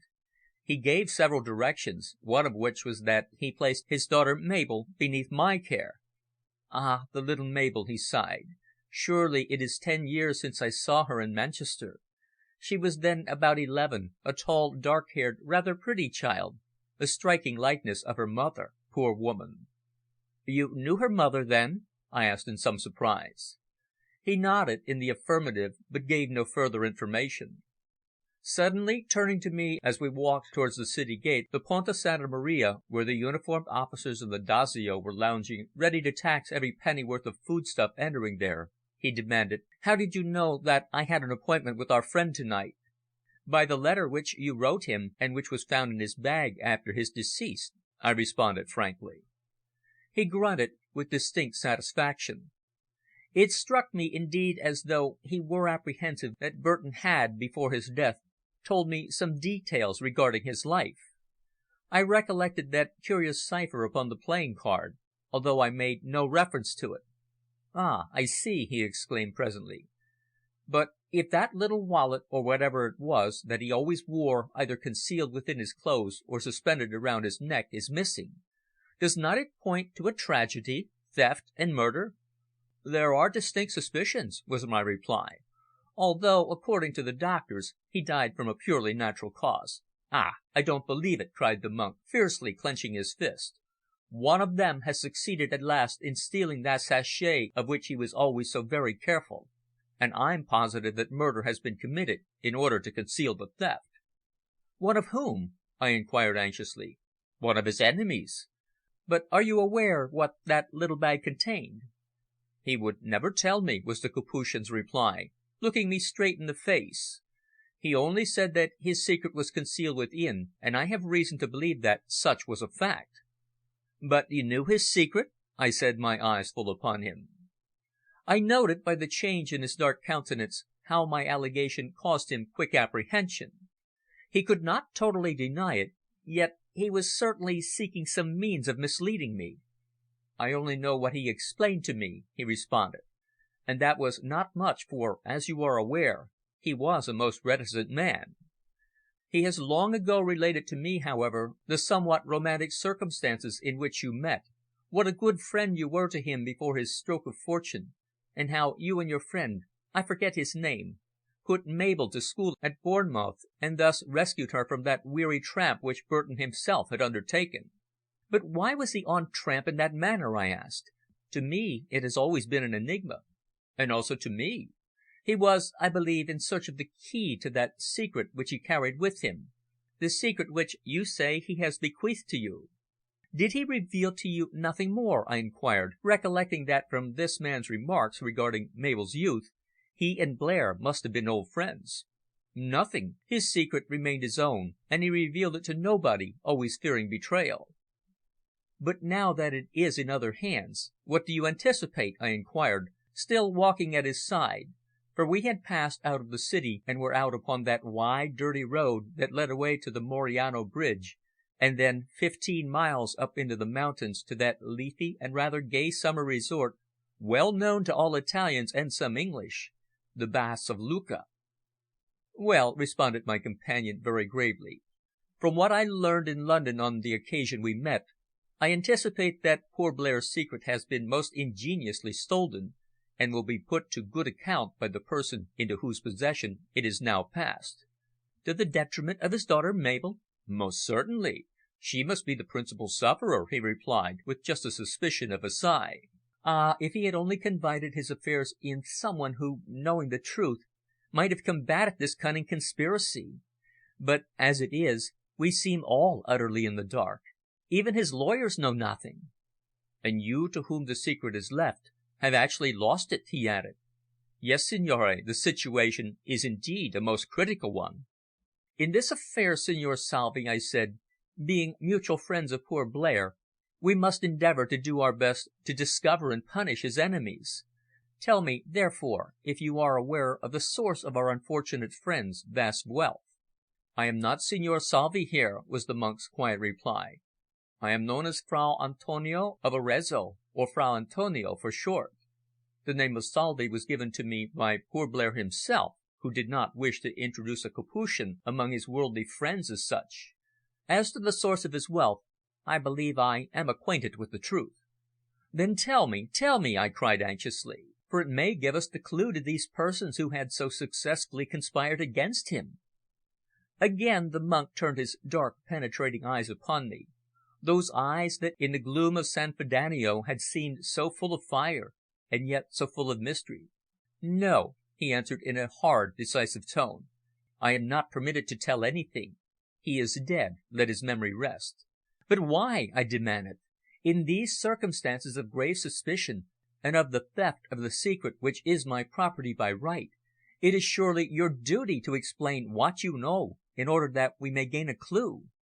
Recollect, too, that the future of his daughter depends upon the truth being revealed." "I can tell you nothing," he repeated. "Much as I regret it, my lips are sealed." "Why?" "By an oath taken years ago, before I entered the Order of the Capuchins," he responded.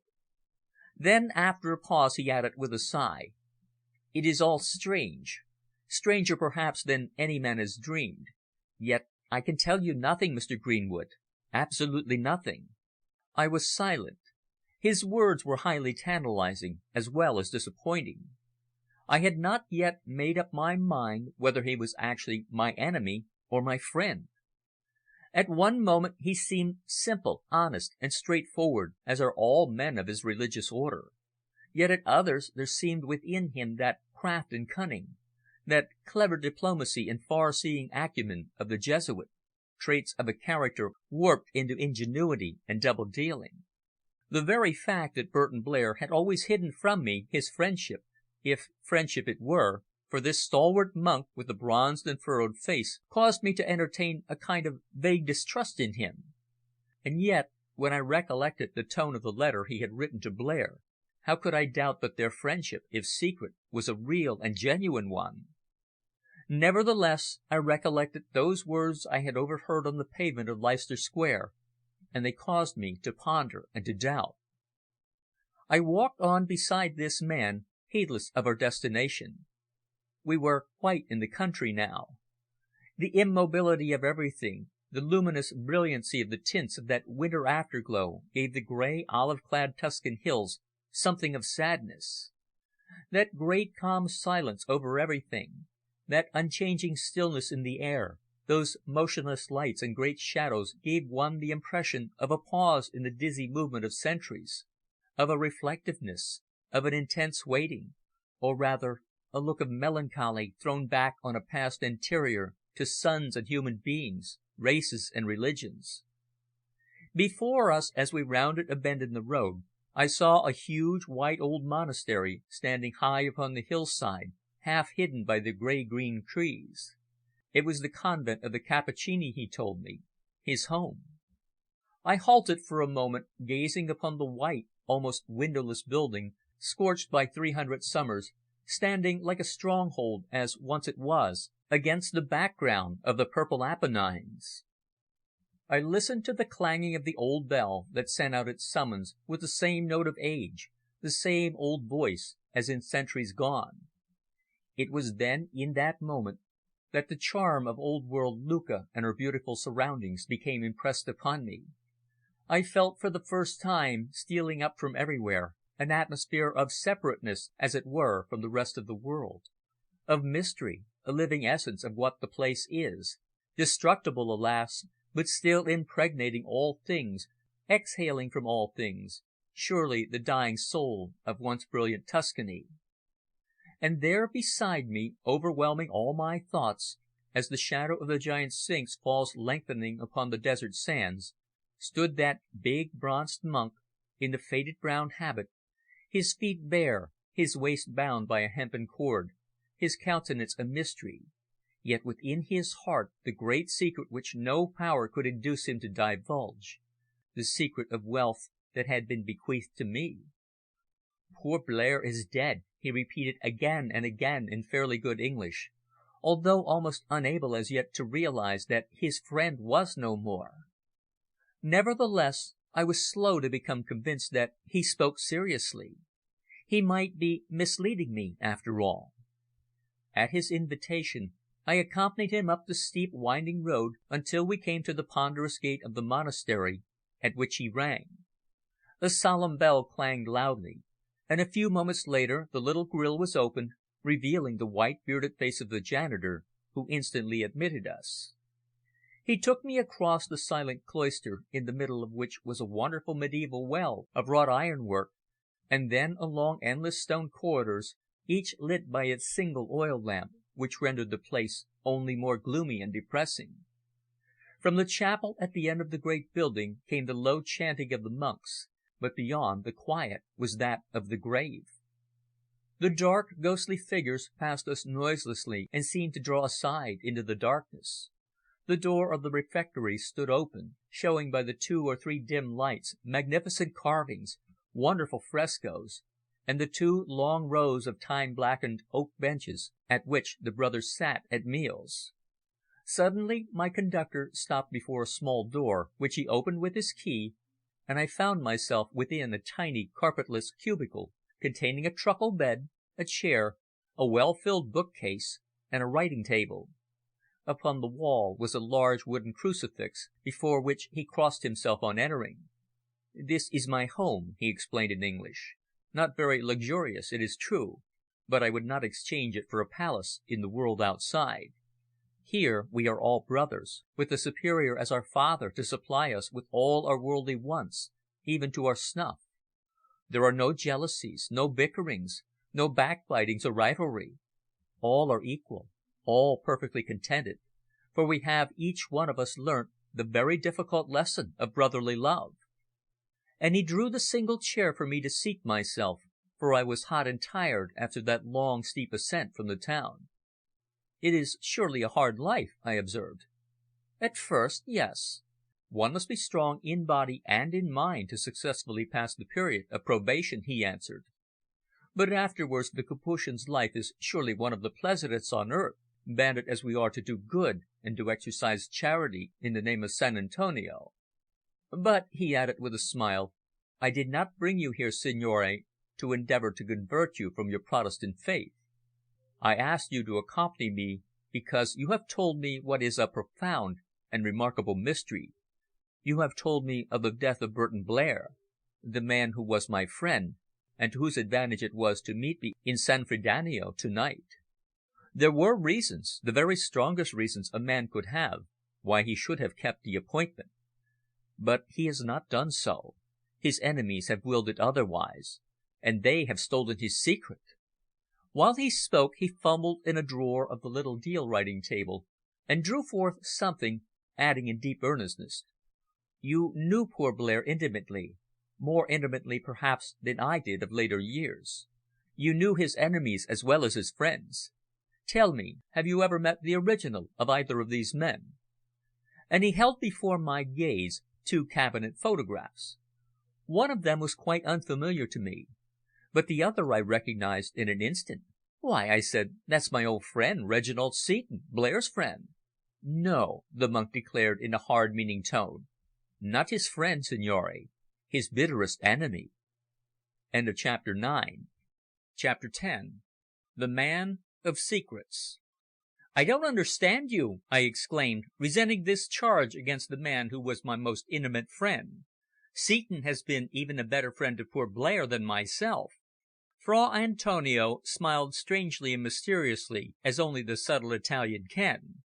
He seemed to pity my ignorance, and inclined to humour me in my belief in Seton's genuineness. "I know," he laughed.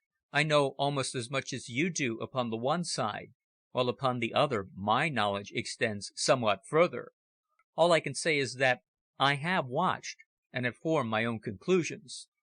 "That Seton was not his friend?" "That Seton was not his friend," he repeated slowly and very distinctly. "But surely you make no direct charge against him?" I cried. "You surely don't think he's responsible for this tragedy, if tragedy it really is?" "I make no direct charge," was his ambiguous reply. "Time will reveal the truth, no doubt." I longed to ask him straight out whether he did not sometimes go under the name of Paolo Melandrini, yet I feared to do so lest I should arouse his suspicion unduly. "Time can only reveal that Reginald Seton has been one of the dead man's best friends," I said reflectively. "Outwardly, yes," was the Capuchin's dubious remark. "An enemy as deadly as the Ceco?" I inquired, watching his face the while. "The Ceco!" he gasped, instantly taken aback by my bold remark. "Who told you of him? What do you know regarding him?" The monk had evidently forgotten what he had written in that letter to Blair. "I know that he is in London," I responded, taking my cue from his own words. "The girl is with him," I added, utterly unaware, however, of the identity of the person referred to. "Well?" he asked. "And if they are in London, it is surely for no good purpose?" "Ah!" he said. "Blair has told you something told you of his suspicions. Of late he has gone about in daily dread of secret assassination," I replied. "He was evidently afraid of the Ceco."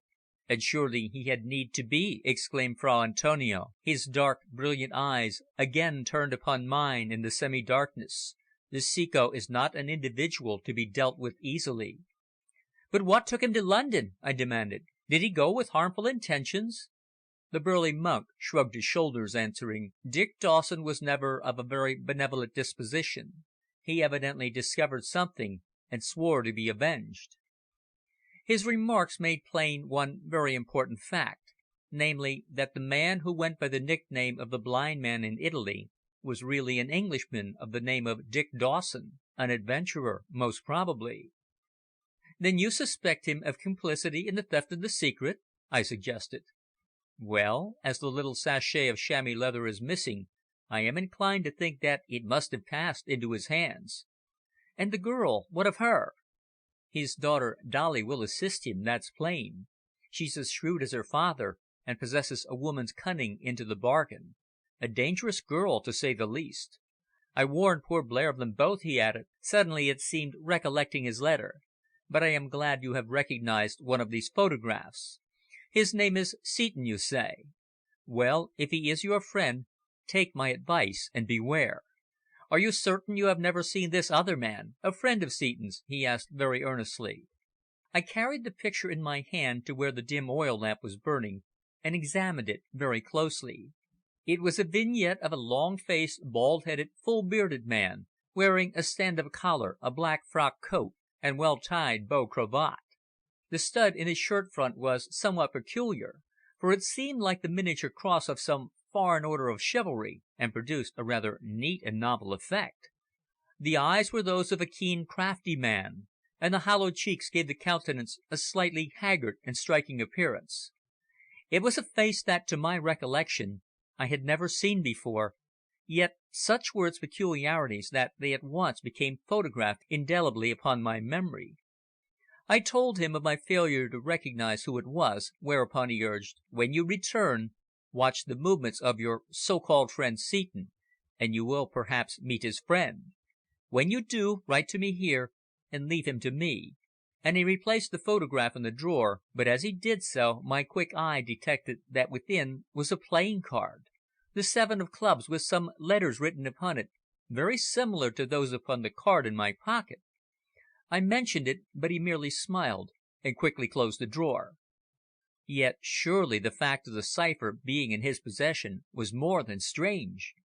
"Do you ever travel away from Lucca?" I inquired at last, recollecting how I had met him at Blair's table in Grosvenor Square, but not at all satisfied regarding the discovery of the inscribed card.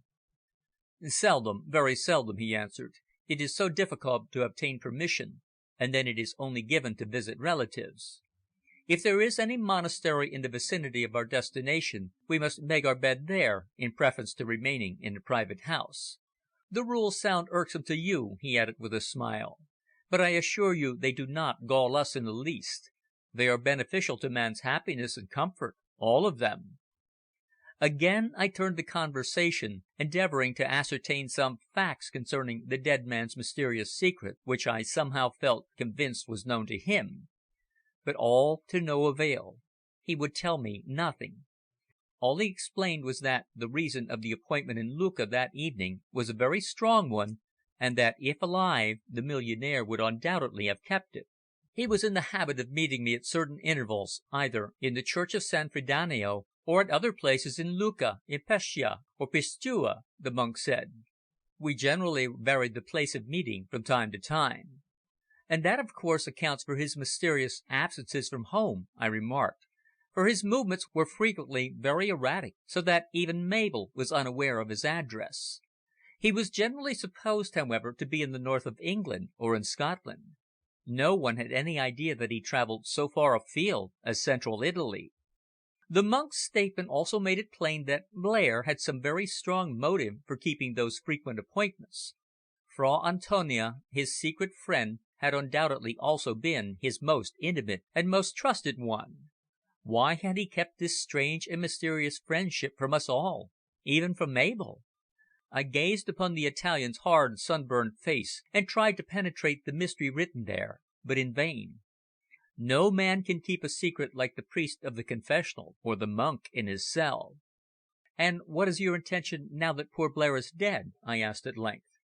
"My intention, like yours, is to discover the truth," he replied. "It will be a difficult matter, no doubt, but I trust that we shall, in the end, succeed, and that you will regain the lost secret." "But may not Blair's enemies make use of it in the meantime?" I queried. "Ah, of course, we cannot prevent that," answered Fra Antonio. "We have to look to the future and allow the present to take care of itself. You, in London, will do your best to discover whether Blair has met with foul play and at whose hands, while I, here in Italy, will try to find out whether there was any further motive than the theft of the secret." "But if the little chamois bag has been stolen, would not Blair himself have missed it?" I suggested. He was quite conscious for several hours before he died. He might have forgotten it. Men's memories often fail them completely in the hours preceding death. Night had fallen before the great wooden clappers, used to arouse the monks to go to prayers at 2 o'clock in the morning, resounded through the cloister as a reminder that I, a stranger, must take my departure. Fra Antonio rose, lit a great old brass lantern, and conducted me along those silent corridors, out across the small piazza and down the hillside to the main road, which lay straight and white in the darkness. Then, having directed me on the road, he grasped my hand in his big palm, rough through hard toil at his patch of garden, and said, "Rely upon me to do my best. I knew poor Blair, yes, knew him better than you did, Signor Greenwood. I knew, too, something of his remarkable secret, and therefore I am aware how strange and how mysterious are all the circumstances. I shall work on here, making inquiries, while you return to London and pursue yours.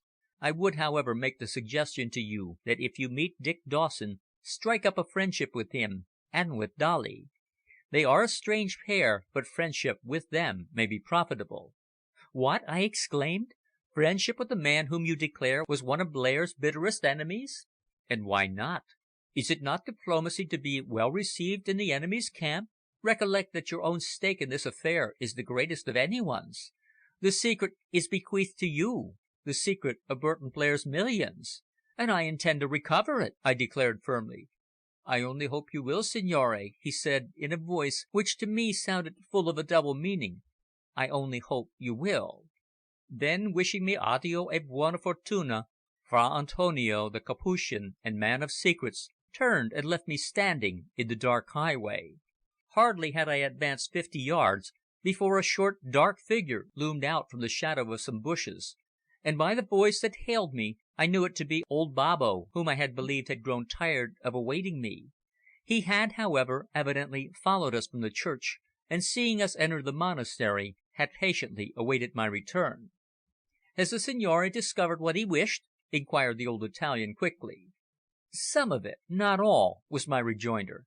"You saw that monk whom I met?" "Yes. Since you have been in the convent I have made some inquiries, and find that the most popular Capuchin in the whole of Lucca is Fra Antonio, and that his charitableness is well known. It is he who begs from door to door through the city for centesimi and lire in order that the poor shall have their daily soup and bread. Report accredits him with great wealth, which on entering the order of Capuchins he made over as a gift to the fraternity.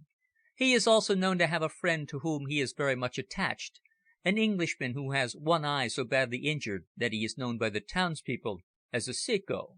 "The Cecco!" I cried. "What have you discovered regarding him?" The keeper of a little cheese shop close to the gate by which we left the city proved very communicative. Like all her class, she seemed to greatly admire our friend in the cappuccino. She told me of the frequent visits of this one-eyed Englishman, who had lived so long in Italy that he was almost an Italian. The Cecco was in the habit, it seemed, of staying at the old albergo, the Croce di Malto, sometimes accompanied by a young and very pretty lady, his daughter." "Where did they come from?" "Oh, I've not yet been able to discover that," was Babbo's reply. "It seems, however, that the constant visits of the Cecco to the monastery have aroused a public interest. The people say that Fra Antonio nowadays is not so active in his searches after money for the poor, now he is too much occupied with his English friend."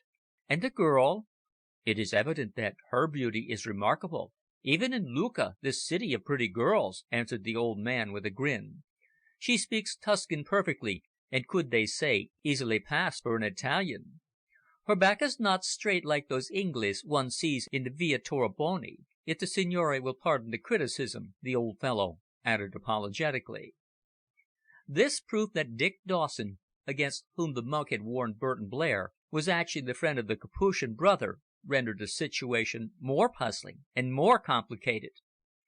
I recognized in these frequent consultations a secret plot against my friend, a conspiracy which had apparently been carried to a successful issue. The girl, Dolly, whoever she was, had of course never been to the monastery, but she had evidently been in Lucca as a participator in the plot to obtain Burton Blair's valuable secret. the secret that was now mine by law.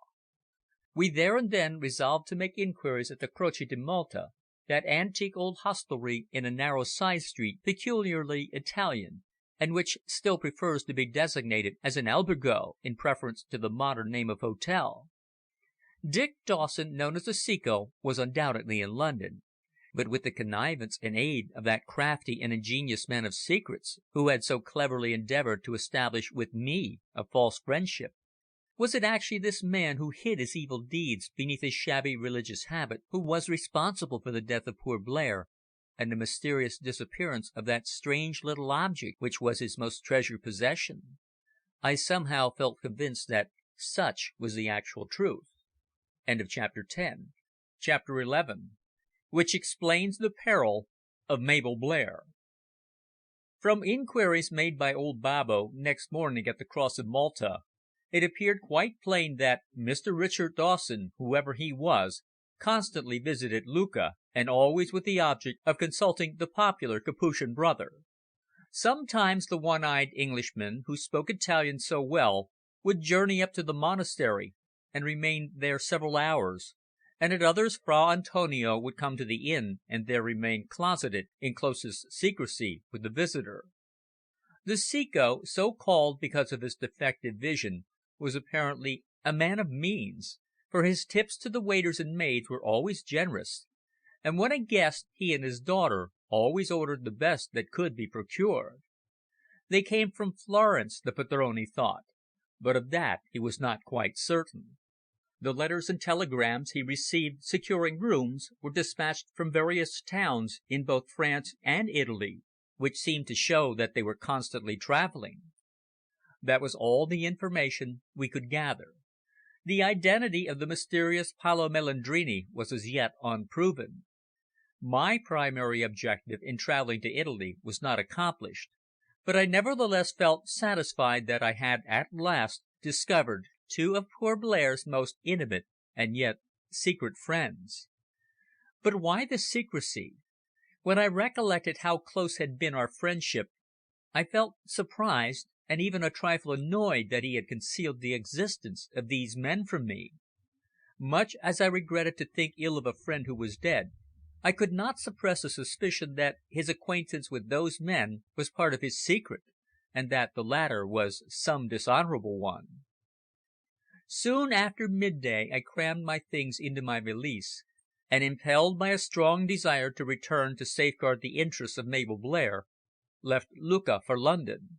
Babbo travelled with me as far as Pisa, where we changed, he journeying back to Florence, and I picking up the sleeping car express on its way through from Rome to Calais. While standing on the platform at Pisa, however, the shabby old man, who had grown thoughtful during the past half hour or so, suddenly said, "A strange idea has occurred to me, signore. You will recollect that I learned in the Via Cristofano that Signor Melandrini wore gold-rimmed glasses. Is it possible that he does so in Florence in order to conceal his defective sight?"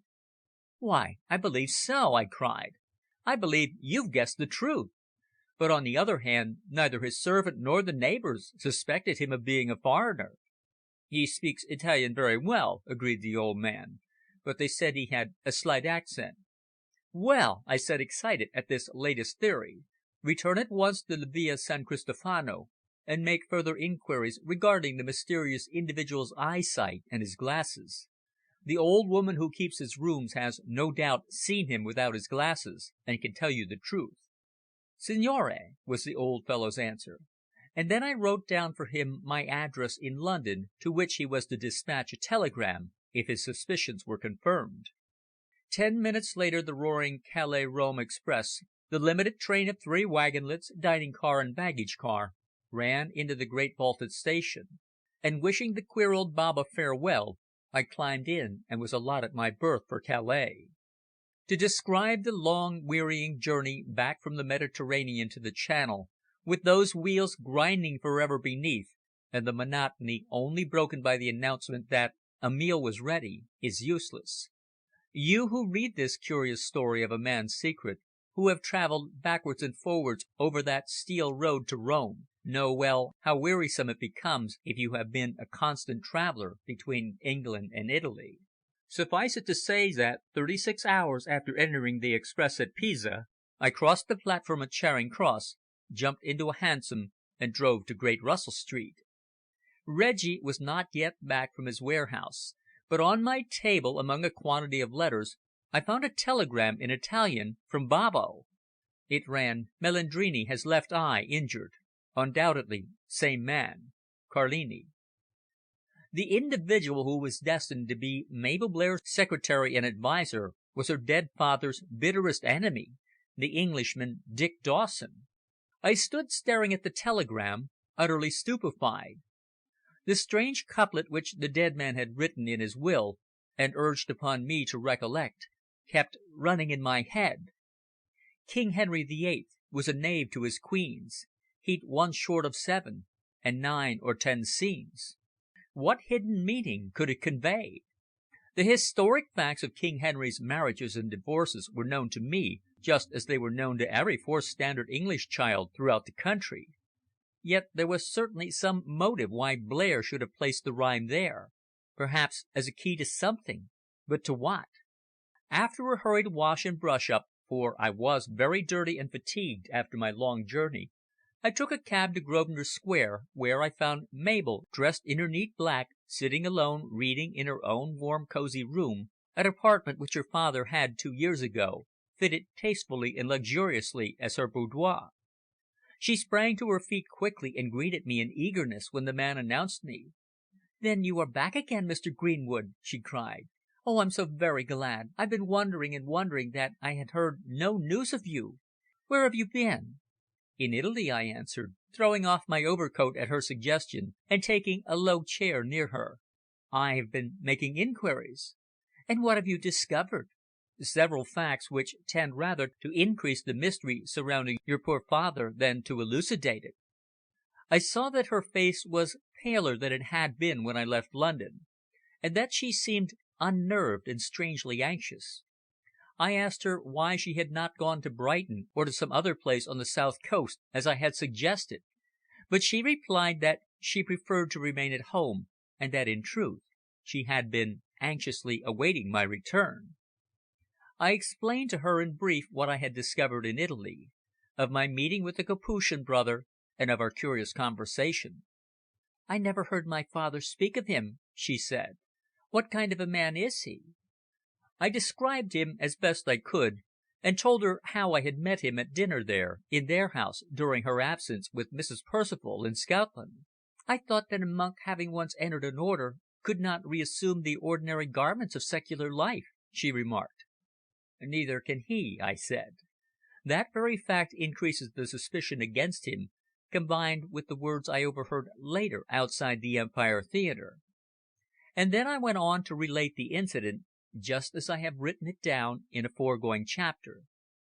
She was silent for some time, her delicate pointed chin resting upon her palm as she gazed thoughtfully into the fire.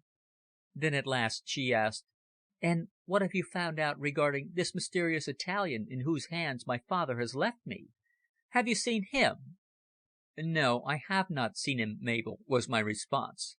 "But I have discovered that he is a middle-aged Englishman and not an Italian at all.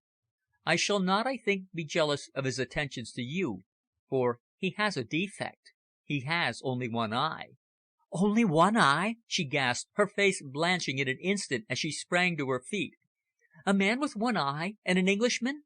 Why," she cried, "you surely don't say that the man in question is named Dawson Dick Dawson?" "Paolo Melandrini and Dick Dawson are one and the same," I said plainly, utterly amazed at the terrifying effect my words had had upon her. "But surely my father has not left me in the hands of that fiend, the man whose very name is synonymous of all that is cunning, evil and brutal. It can't be true. There must be some mistake, Mr. Greenwood. There must be. Ah, you do not know the reputation of that one-eyed Englishman as I do, or you would wish me dead rather than see me in association with him. You must save me!" she cried in terror, bursting into a torrent of tears. "You promised to be my friend. You must save me from that man, the man whose very touch deals death."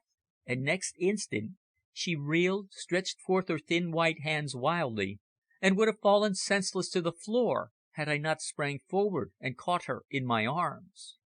Whom, I wondered, was this man Dick Dawson that she held in such terror and loathing, this one-eyed man who was evidently a link with her father's mysterious past? Chapter 12. Mr. Richard Dawson. I confess that I was longing for the appearance of this one-eyed Englishman, of whom Mabel Blair was evidently so terrified, in order to judge him for myself. What I had gathered concerning him was, up to the present, by no means satisfactory.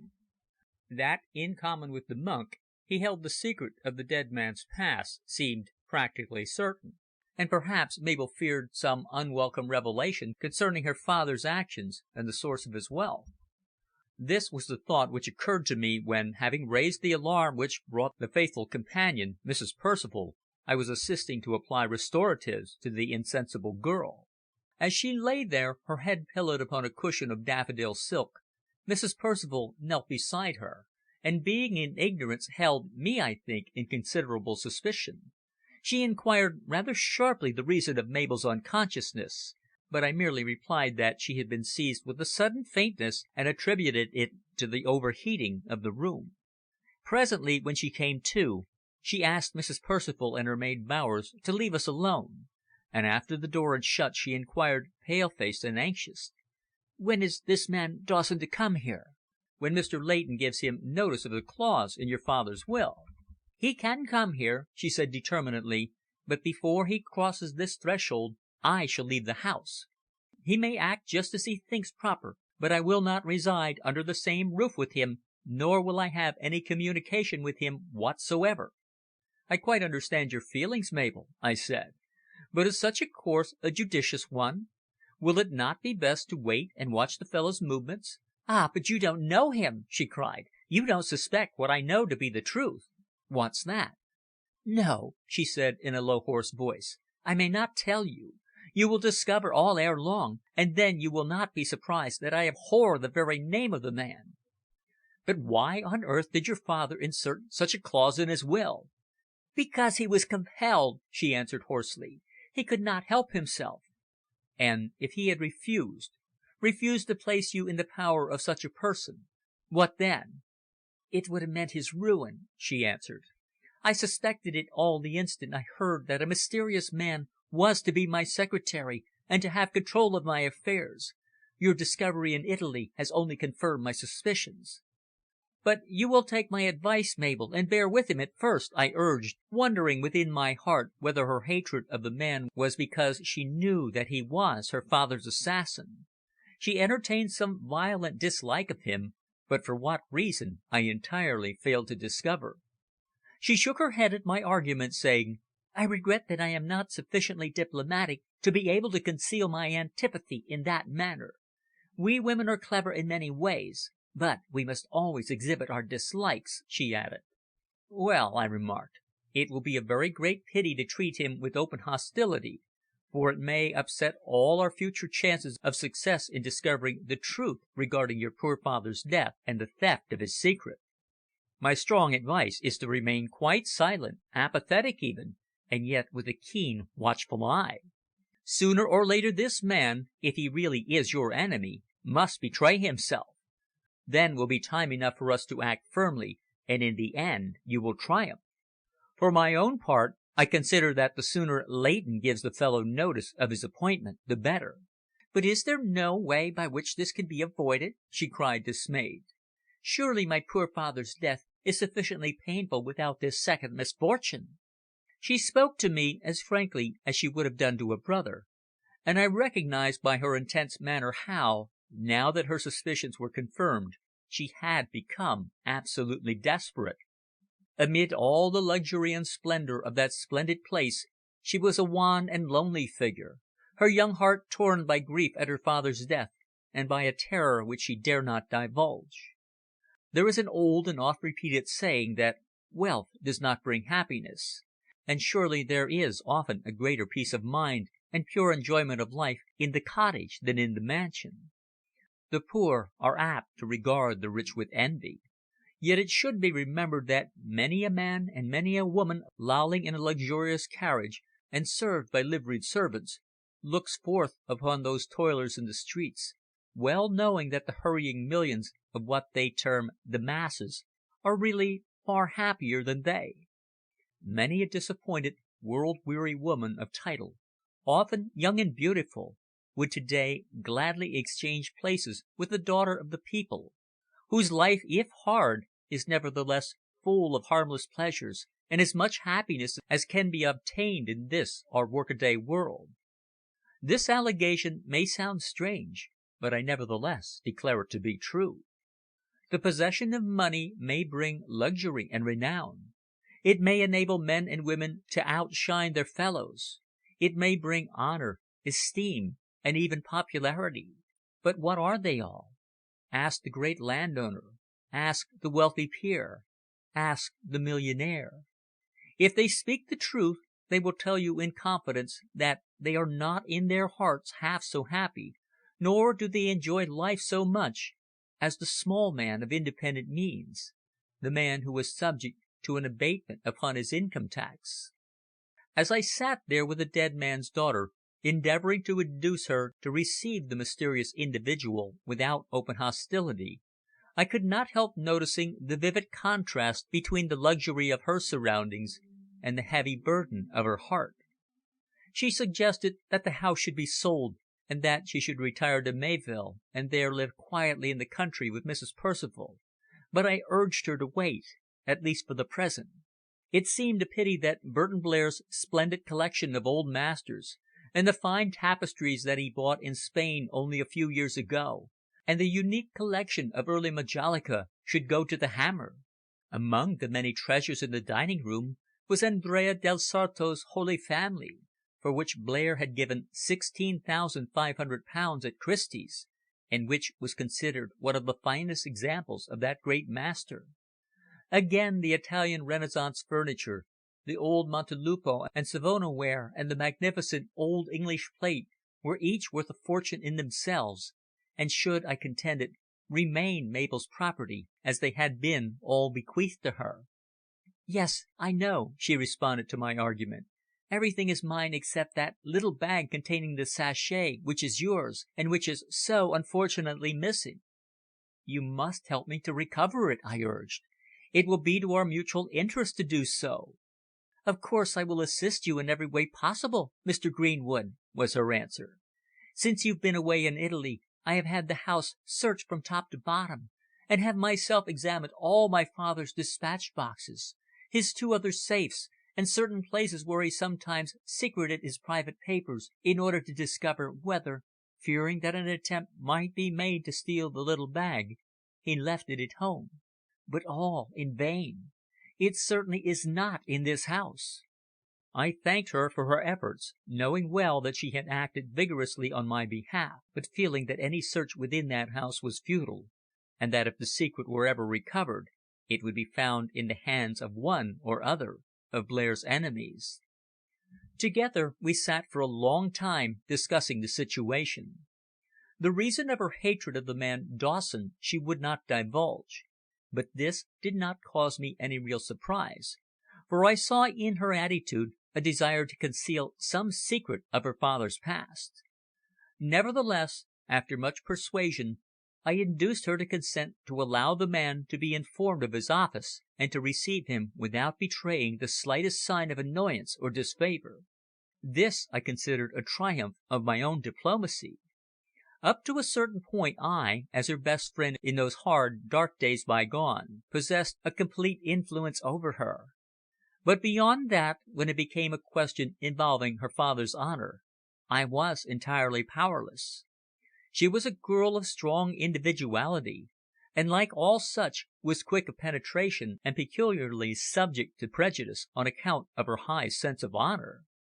She flattered me by declaring that she wished that I had been appointed her secretary, whereupon I thanked her for the compliment, but asserted such a thing could never have been. "Why?" "Because you have told me that this fellow Dawson is coming here as a matter of right. Your father wrote that unfortunate clause in his will under compulsion, which means because he stood in fear of him." "Yes," she sighed in a low voice. "You are right, Mr. Greenwood. Quite right. He held my father's life in his hands." This latter remark struck me as very strange. Could Burton Blair have been guilty of some nameless crime that he should fear this mysterious one-eyed Englishman? Perhaps so. Perhaps the man Dick Dawson, who had for years been passing as an Italian in rural Italy, was the only living witness of an incident which Blair in his prosperous days would have gladly given $1,000,000 to efface. Such indeed was one of the many theories which arose within me. Yet when I recalled the bluff good-natured honesty of Burton Blair, his sterling sincerity, his high-mindedness, and his anonymous charitable works for charity's sake, I crushed down all such suspicions, and determined only to respect the dead man's memory. The next night, just before 9 o'clock, as Reggie and I were chatting over our coffee in our cosy little dining room in Great Russell Street, Glave, our man, tapped, entered, and handed me a card. I sprang from my chair as though I had received an electric shock. "Well, this is funny, old chap," I cried, turning to my friend. "Here's actually the man Dawson himself." "Dawson!" gasped the man against whom the monk had warned me. "Let's have him in. But, by Gad, we must be careful of what we say, for if all is true of him, he has the cuteness of old Nick himself." "Leave him to me," I said. Then turning to Glave, said, "Show the gentleman in." And we both waited in breathless expectancy for the appearance of the man who knew the truth concerning the carefully guarded past of Burton Blair, and who, for some mysterious reason, had concealed himself so long in the guise of an Italian. A moment later he was ushered in, and bowing to us, exclaimed with a smile, "I suppose, gentlemen, I have to introduce myself. My name is Dawson, Richard Dawson." "And mine is Gilbert Greenwood," I said rather distantly, "while my friend here is Reginald Seton." "I have heard of you both from our mutual friend, now unfortunately deceased, Burton Blair," he exclaimed, and sank slowly into the grandfather armchair which I indicated, while I myself stood upon the hearthrug with my back to the fire in order to take a good look at him. He was in well-made evening clothes, over which he wore a black overcoat, yet there was nothing about him suggestive of the man of strong character. He was of middle height, and his age I judged to be nearly 50. He wore gold-framed round eyeglasses with thick pebbles, through which he seemed to blink at us like a German professor, and his general aspect was that of a sedate and studious man. Beneath a patchy mass of grey-brown hair his forehead fell in wrinkled notches over a pair of sunken blue eyes, one of which looked upon the world in speculative wonder, while the other was grey, cloudy, and sightless. Straggling eyebrows wandered in a curiously uncertain manner to their meeting place above a somewhat fleshy nose. Below the cheeks and beard and moustache blended in a colour scheme of grey. From the sleeves of his overcoat, as he sat there before us, his lithe brown fingers shot in and out, twisting and tapping the padded arms of the chair with nervous persistence and in a manner which indicated the high tension of the man. "My reason for intruding upon you at this hour," he said half apologetically, yet with a mysterious smile upon his thick lips, "is because I only arrived back in London this evening and discovered that my friend Blair has, by his will, left in my hands the control of his daughter's affairs." "Oh!" I exclaimed in pretended surprise, as though it were news to me. "And who has said this?" "I have received information privately," was his evasive answer. "But before proceeding further, I thought it best to call upon you, in order that we might, from the outset, thoroughly understand each other. I know that both of you have been Blair's most intimate and kindest friends, while owing to certain somewhat curious circumstances I have been compelled until to day to remain entirely in the background, his friend in secret, as it were. I am also well aware of the circumstances in which you met, of your charity to my dead friend and to his daughter. In fact, he told me everything, for he had no secrets from me. Yet you, on your part," he continued, glancing at us from one to the other with that single blue eye, "you must have regarded his sudden wealth as a complete mystery." "We certainly have done," I remarked. "Ah!" he exclaimed quickly, in a tone of ill-concealed satisfaction. "Then he has revealed to you nothing?" And in an instant I saw that I had inadvertently told the fellow exactly what he most desired to know. End of chapter 12. Chapter 13. Burton Blair's secret is revealed. "Whatever Burton Blair told me was in the strictest confidence," I exclaimed, resenting the fellow's intrusion, yet secretly glad to have that opportunity of meeting him and of endeavouring to ascertain his intentions. "Of course," answered Dawson with a smile, his one shining eye blinking at me from behind his gold-rimmed glasses. "But his friendliness and gratitude never led him sufficiently far to reveal to you his secret. No, I think, if you will pardon me, Mr. Greenwood, it is useless for us to fence in this manner, having regard to the fact that I know rather more of Burton Blair and his past life than you ever have done." "Admitted," I said. "Blair was very reticent. He set himself to solve some mystery and achieved his object." "And by doing so gained over 2 millions sterling, which people still regard as a mystery. There is, however, no mystery about those heaps of securities lying at his banks, nor about the cash with which he purchased them," he laughed. "It was good Bank of England notes and solid gold coin of the realm. But now he's dead, poor fellow, it has all come to an end," he added, with a slightly reflective air. "But his secret still exists," Reggie remarked. "He has bequeathed it to my friend here." "What?" snapped the man with one eye, turning to me in sheer amazement. "He has left his secret with you?" He seemed utterly staggered by Reggie's words, and I noted the evil glitter in his glance. "He has. The secret is now mine," I answered, although I did not tell him that the mysterious little wash leather bag was missing.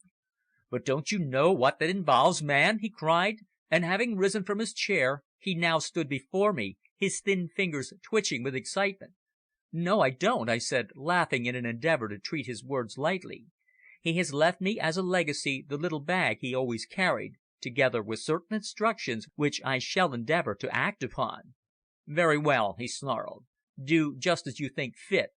Only I would rather you were left possessor of that secret than me, that's all." His dismay and annoyance apparently knew no bounds. He strove hard to conceal it, but without avail. It was therefore at once plain that there was some very strong motive why the secret should not be allowed to fall into my possession.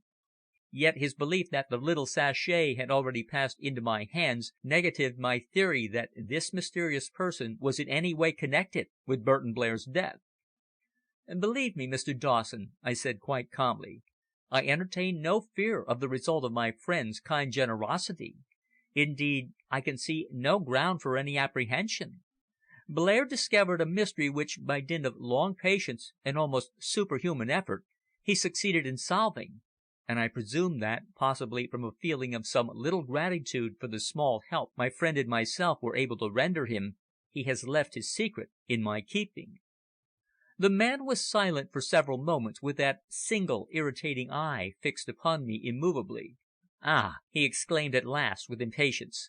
"I see that you are in utter ignorance. Perhaps it is as well that you should remain so." Then he added, "But let us talk of another matter, of the future." "Well," I inquired, "and what of the future?" "I am appointed secretary to Mabel Blair, and the controller of her affairs." "And I promised Burton Blair upon his deathbed to guard and protect the young lady's interests," I said in a cold, calm voice. "Then may I ask, now we are upon the subject, whether you entertain matrimonial intentions towards her?" "No, you shall not ask me anything of the kind," I blazed forth. "Your question is a piece of outrageous impertinence, sir." "Come, come, Gilbert," Reggie exclaimed. "There's surely no need to quarrel." "None whatever," declared Mr. Richard Dawson, with a supercilious air. "The question is quite simple, and one which I, as the future controller of the young lady's fortune, have a perfect right to ask. I understand," he added, "that she has grown to be very attractive and popular." "Your question is one which I refuse to answer," I declared with considerable warmth. "I might just as well demand of you the reason why you have been lying low in Italy all these years, or why you received letters addressed to a back street in Florence."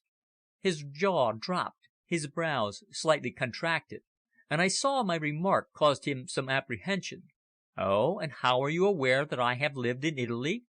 But in order to mislead him I smiled mysteriously and replied, The man who holds Burton Blair's secret also holds certain secrets concerning his friends." Then I added meaningly, "The Ceco is well known in Florence and in Lucca."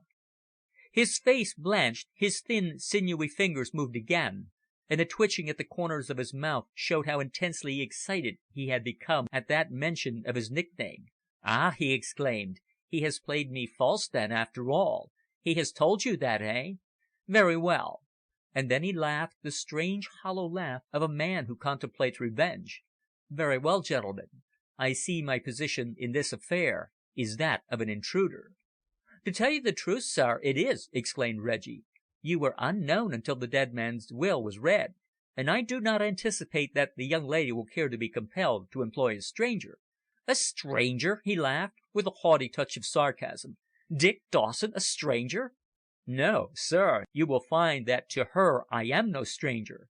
On the other hand, you will, I think, discover that instead of resenting my interference, the young lady will rather welcome it. Wait and see," he added, with a strangely confident air. "To-morrow I intend to call upon Mr. Leighton, and to take up my duties as secretary to the daughter of the late Burton Blair, millionaire," and laying stress on the final word, he laughed again defiantly in our faces. He was not a gentleman. I decided that on the instant he had entered the room. Outwardly his bearing was that of one who had mixed with respectable people, but it was only a veneer of polish, for when he grew excited he was just as uncouth as the bluff seafarer who had so suddenly expired. His twang was pronouncedly Cockney, even though it was said he had lived in Italy so many years that he had almost become an Italian. A man who is a real born Londoner can never disguise his nasal ends, even though he live his life at the uttermost ends of the earth. We had both quickly detected that the stranger, though of rather slim build, was unusually muscular. And this was the man who had had those frequent secret interviews with the grave-eyed Capuchin, Fra Antonio. That he stood in no fear of us had been shown by the bold and open manner in which he had called, and the frankness with which he had spoken. He was entirely confident in his own position, and was inwardly chuckling at our own ignorance. "You speak of me as a stranger, gentlemen," he said, buttoning his overcoat after a short pause, and taking up his stick. "I suppose I am to-night, but I shall not be so to-morrow. Very soon, I hope, we shall learn to know one another better. Then perhaps you will trust me a little further than you do this evening. Recollect that I have for many years been the dead man's most intimate friend." It was on the point of my tongue to remark that the reason of the strange clause in the will was because of poor Burton's fear of him, and that it had been inserted under compulsion, but I fortunately managed to restrain myself, and to wish the fellow good evening with some show of politeness. "Well, I'm hanged, Gilbert," cried Reggie, when the one-eyed man had gone. "The situation grows more interesting and complicated every moment. Leighton has a tough customer to deal with, that's very evident." "Yes," I sighed. "He has the best of us all round, because Blair evidently took him completely into his confidence." "Burton treated us shabbily, that's my opinion, Greenwood," blurted forth my friend, selecting a fresh cigar and biting off the end viciously. "He has left his secret to me, remember." "He may have destroyed it after making the will," my friend suggested. "No. It is either hidden or has been stolen, which is not at all plain. For my own part, I consider that the theory of murder is gradually becoming dispelled. If he had any suspicion that he had been the victim of foul play, he surely would have made some remark to us before he died. Of that I feel absolutely convinced." "Very probably," he remarked, rather dubiously, however. "But what we have now to discover is whether that little bag he wore is still in existence. The man Dawson was evidently in England before poor Blair's death. It may have passed into his own possession," I suggested. "He would, in all probability, endeavour to get hold of it," Reggie agreed. "We must establish where he was and what he was doing on that day when Blair was so mysteriously seized in the train. I don't like the fellow, apart from his alias and the secrecy of his friendship with Blair. He means mischief, old chap, distinct mischief. I saw it in that one eye of his. Remember what he said about Blair giving him away? It struck me that he contemplates revenge upon poor Mabel." "He'd better not try to injure her," I exclaimed fiercely. "I've my promise to keep to poor Burton, and I'll keep it, by heaven, I will, to the very letter. She shan't fall into the hands of that adventurer. I'll take good care." "She's in fear of him already. I wonder why?" "Unfortunately, she won't tell me. He probably holds some guilty secret of the dead man's, the truth of which, if exposed, might, for all we know, have the effect of placing Mabel herself outside the pale of good society." Seton grunted, lolled back in his chair, and gazed thoughtfully into the fire. "By Jove!" he exclaimed, after a brief silence. "I wonder whether that is so." On the following morning, as we were seated at breakfast, a note from Mabel was brought by a boy messenger asking me to come round to Grosvenor Square at once. Therefore, without delay, I swallowed my coffee, struggled into my overcoat, and a quarter of an hour later entered the bright morning room where the dead man's daughter, her face rather flushed by excitement, stood awaiting me. "What's the matter?" I inquired quickly as I took her hand, fearing that the man she loathed had already called upon her. "Nothing serious," she laughed. "I have only a piece of very good news for you." "For me? What?" Without answering, she placed on the table a small plain silver cigarette box, upon one corner of the lid of which was engraved the cipher double B, that monogram that was upon all Blair's plate, carriages, harness, and other possessions. "See what is inside that!" she exclaimed, pointing to the box before her, and smiling sweetly with profound satisfaction. I eagerly took it in my hands, and raising the lid, peered within. "What?" I cried aloud, almost beside myself with joy. "It can't really be!" "Yes," she laughed, "it is." And then, with trembling fingers, I drew forth from the box the actual object that had been bequeathed to me, the little well-worn bag of chamois leather, the small sachet about the size of a man's palm, attached to which was a thin but very strong golden chain for suspending it around the neck. "I found it this morning quite accidentally, just as it is, in a secret drawer in the old bureau in my father's dressing room," she explained. "He must have placed it there for security before leaving for Scotland." I held it in my hand, utterly stupefied, yet with the most profound gratification. Did not the very fact that Blair had taken it off and placed it in that box rather than risk wearing it during that journey to the north prove that he had gone in fear of an attempt being made to obtain its possession? Nevertheless, the curious little object bequeathed to me under such strange conditions was now actually in my hand, a flat, neatly sewn bag of wash leather that was black with age and wear, about half an inch thick, and containing something flat and hard. Within was concealed the great secret, the knowledge of which had raised Burton Blair from a homeless seafarer into affluence. What it could be, neither Mabel nor I could for a moment imagine. Both of us were breathless, equally eager to ascertain the truth. Surely never in the life of any man was there presented a more interesting or a more tantalizing problem. In silence she took up a pair of small buttonhole scissors from the little writing table in the window and handed them to me. Then, my hand trembling with excitement, I inserted the point into the end of the leather packet and made a long sharp cut the whole of its length. But what fell out upon the carpet next instant caused us both to utter loud exclamations of surprise. Burton Blair's most treasured possession, the great secret which he had carried on his person all those years and through all those wanderings, now at last revealed, proved utterly astounding. End of chapter 13. Chapter 14. Gives an expert opinion. Upon the carpet at our feet lay scattered a pack of very small, rather dirty cards which had fallen from the little sachet, and which both of us stood regarding with surprise and disappointment. For my own part, I expected to find within that treasured bag of wash leather something of more value than those thumbed and half worn out pieces of pasteboard. But our curiosity was instantly aroused when, on stooping, I picked up one of them and discovered certain letters written in brown faded ink upon it, similar to those upon the card already in my possession.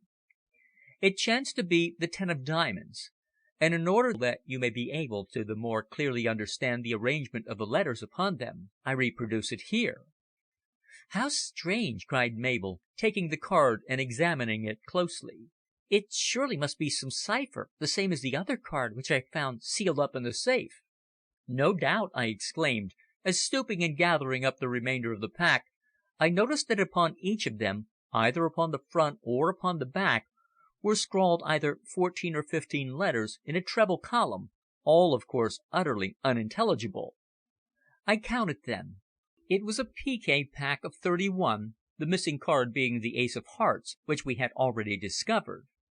By the friction of having been carried on the person for so long, the corners and edges were worn, while the gloss of the surface had long ago disappeared. Aided by Mabel, I spread them all upon the table, utterly bewildered by the columns of letters which showed that some deep secret was written upon them, yet what it was we were utterly unable to decipher. Upon the front of the ace of clubs was scrawled in 3 parallel columns of 5 letters each, thus: EHN, WED, TOL, IEH, WHR. Again I turned up the king of spades, and found on the reverse only 14 letters: QWF, TSW, THU, OFE, YE. "I wonder what it all means," I exclaimed, carefully examining the written letters in the light. The letters were in capitals, just as rudely and unevenly drawn as those upon the ace of hearts, evidently by an uneducated hand. Indeed, the A's betrayed a foreign form rather than English, and the fact that some of the cards were inscribed on the obverse and others on the reverse seemed to convey some hidden meaning. What it was, however, was both tantalizing and puzzling. "It certainly is very curious," Mabel remarked, after she had vainly striven to construct intelligible words from the columns of letters by the easy methods of calculation. "I had no idea that my father carried his secret concealed in this manner." "Yes," I said, "it really is amazing. No doubt his secret is really written here, if we only knew the key. But in all probability his enemies are aware of its existence, or he would not have left it secreted here when he set forth on his journey to Manchester. That man Dawson may know it." "Most probably," was her reply. "He was my father's intimate acquaintance." "His friend, he says he was." "Friend?" she cried resentfully. "No, his enemy." "And therefore your father held him in fear? It was that reason which induced him to insert that very injudicious clause in his will." And then I described to her the visit of the man Dawson on the previous night, telling her what he had said, and his impudent, defiant attitude towards us. She sighed, but uttered no reply. I noticed that as I spoke her countenance went a trifle paler, but she remained silent, as though she feared to speak lest she should inadvertently expose what she intended should remain a secret. My chief thought at that moment, however, was the elucidation of the problem presented by those 32 well-thumbed cards. The secret of Burton Blair, the knowledge of which had brought him his millions, was hidden there, and as it had been bequeathed to me, it was surely to my interest to exert every effort to gain exact knowledge of it. I recollected how very careful he had been over that little bag which now lay empty upon the table, and with what careless confidence he had shown it to me on that night when he was but a homeless wanderer tramping through the muddy turnpike roads. As he had held it in his hand, his eyes had brightened with keen anticipation. He would be a rich man some day, he had prophesied, and I, in my ignorance, had then believed him to be romancing. But when I looked around that room in which I now stood, and saw that Murillo and that Tintoretto, each of them worth a small fortune in themselves, I was bound to confess that I had wrongly mistrusted him. And the secret written upon that insignificant looking little pack of cards was mine, if only I could decipher it. Surely no situation could be more tantalizing to a poor man like myself. The man whom I had been able to befriend had left me, in gracious recognition, the secret of the source of his enormous income, yet so well concealed was it that neither Mabel nor myself could decipher it. "What shall you do?" she inquired presently, after poring over the cards in silence for quite 10 minutes. "Is there no expert in London who might find out the key? Surely those people who do cryptograms and things could help us?" "Certainly," was my answer. But in that case, if they were successful, they would discover the secret for themselves."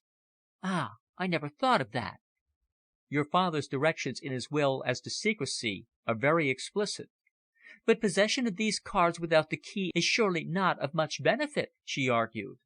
"Could you not consult somebody and ascertain by what means such records are deciphered?" "I might make inquiries in a general way," I answered. "But to place the pack of cards blindly in the hands of an expert would, I fear, simply be giving away your father's most confidential possession. There may be written here some fact which is not desirable that the world shall know."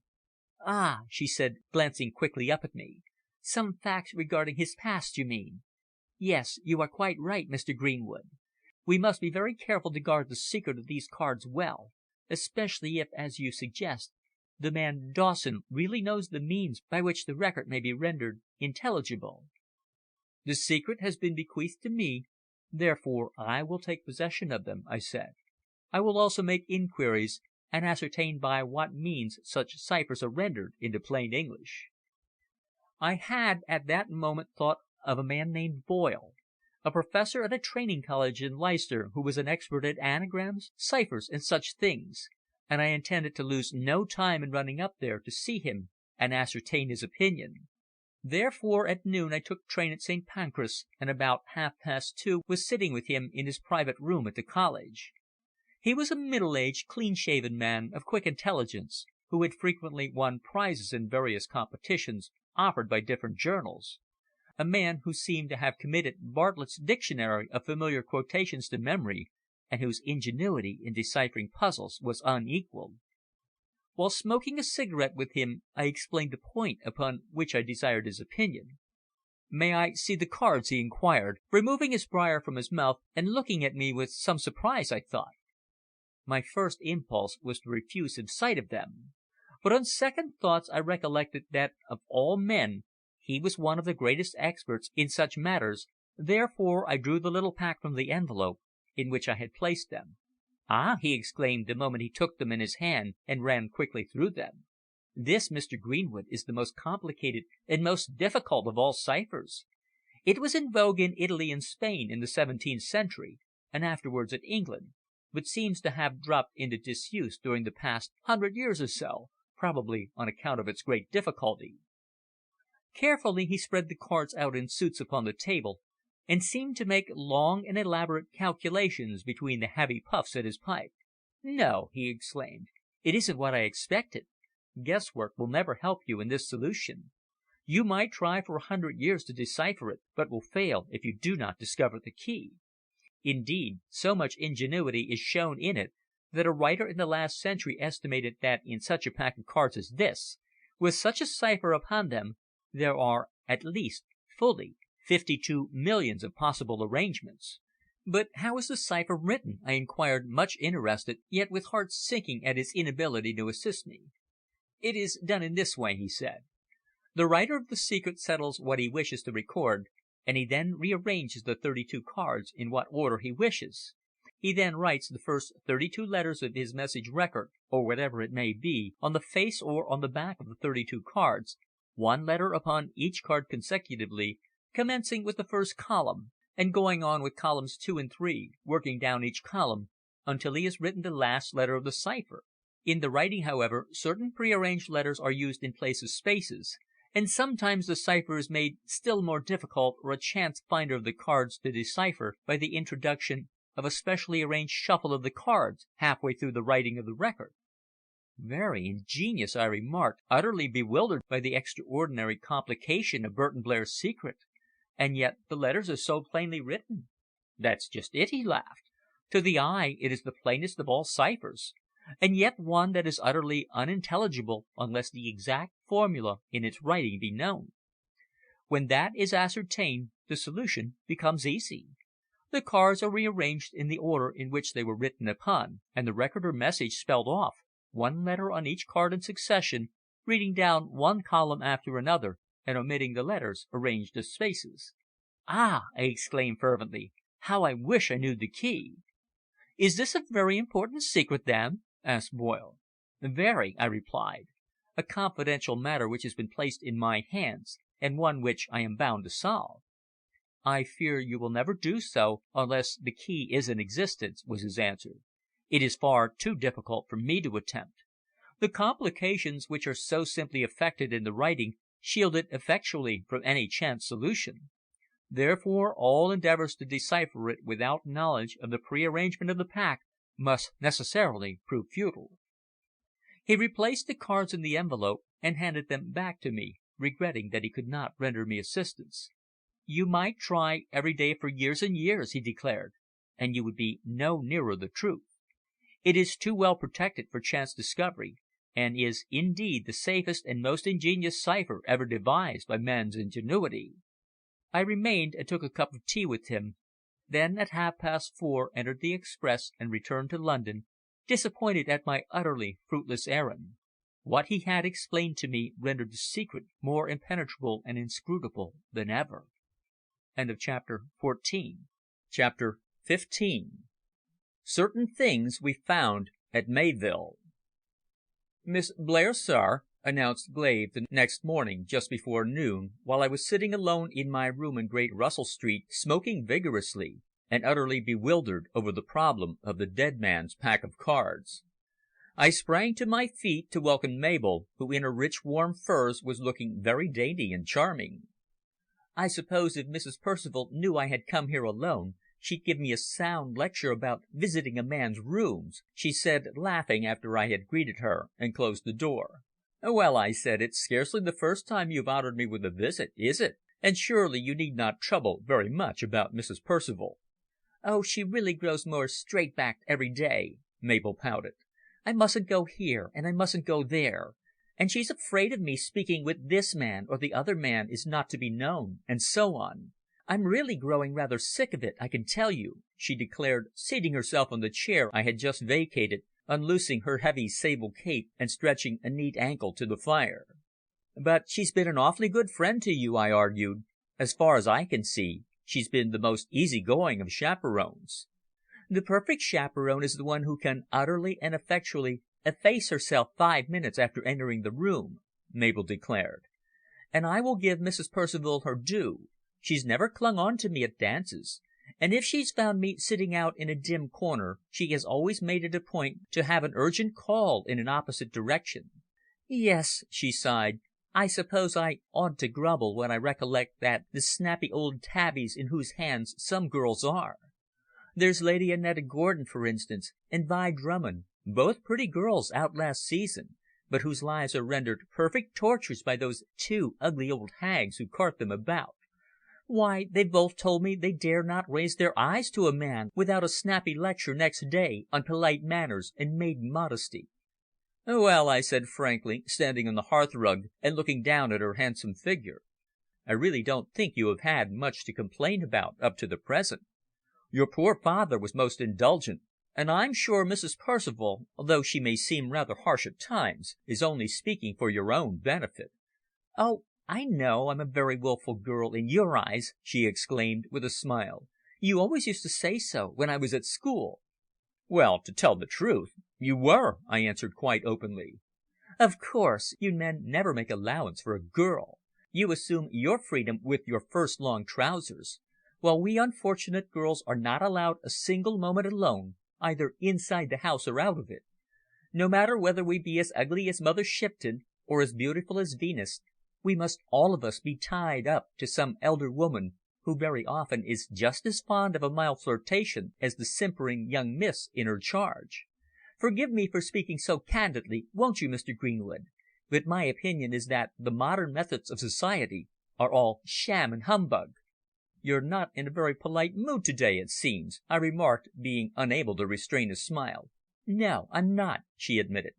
"Mrs. Percival is so very aggravating.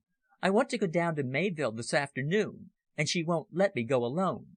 "Why do you so particularly wish to go there alone?" She flushed slightly and appeared for a moment to be confused. "Oh, well, I don't want to go alone very particularly, you know," she tried to assure me. "It is the foolishness of not allowing me to travel down there like any other girl that I object to. If a maid can take a railway journey alone, why can't I?" "Because you have the convenances of society to respect. The domestic servant need not." "Then I prefer the lot of the domestic," she declared in a manner which told me that something had annoyed her. For my own part, I should have regretted very much if Mrs. Percival had consented to her going down to Herefordshire alone, while it also seemed apparent that she had some secret reason of her own for not taking her elder companion with her. What, I wondered, could it be? I inquired the reason why she wished to go to Mayvill without even a maid, but she made an excuse that she wanted to see the other 4 hunters were being properly treated by the studsman, and also to make a search through her father's study to ascertain whether any important or confidential papers remained there. She had the keys, and intended to do this before that odious person, Dawson, assumed his office. This suggestion, evidently made as an excuse, struck me as one that really should be acted upon without delay, yet it was so very plain that she desired to go alone that at first I hesitated to offer to accompany her. Our friendship was of such a close and intimate character that I could, of course, offer to do so without overstepping the bounds of propriety. Nevertheless, I resolved to first endeavour to learn the reason of her strong desire to travel alone. She was a clever woman, however, and had no intention of telling me. She had a strong and secret desire to go down alone to that fine old country house that was now her own, and did not desire that Mrs. Percival should accompany her. "If you are really going to search the library, Mabel, had I not better accompany and help you?" I suggested presently. "That is, of course, if you will permit me," I added apologetically. For a moment she was silent, as though devising some means out of a dilemma.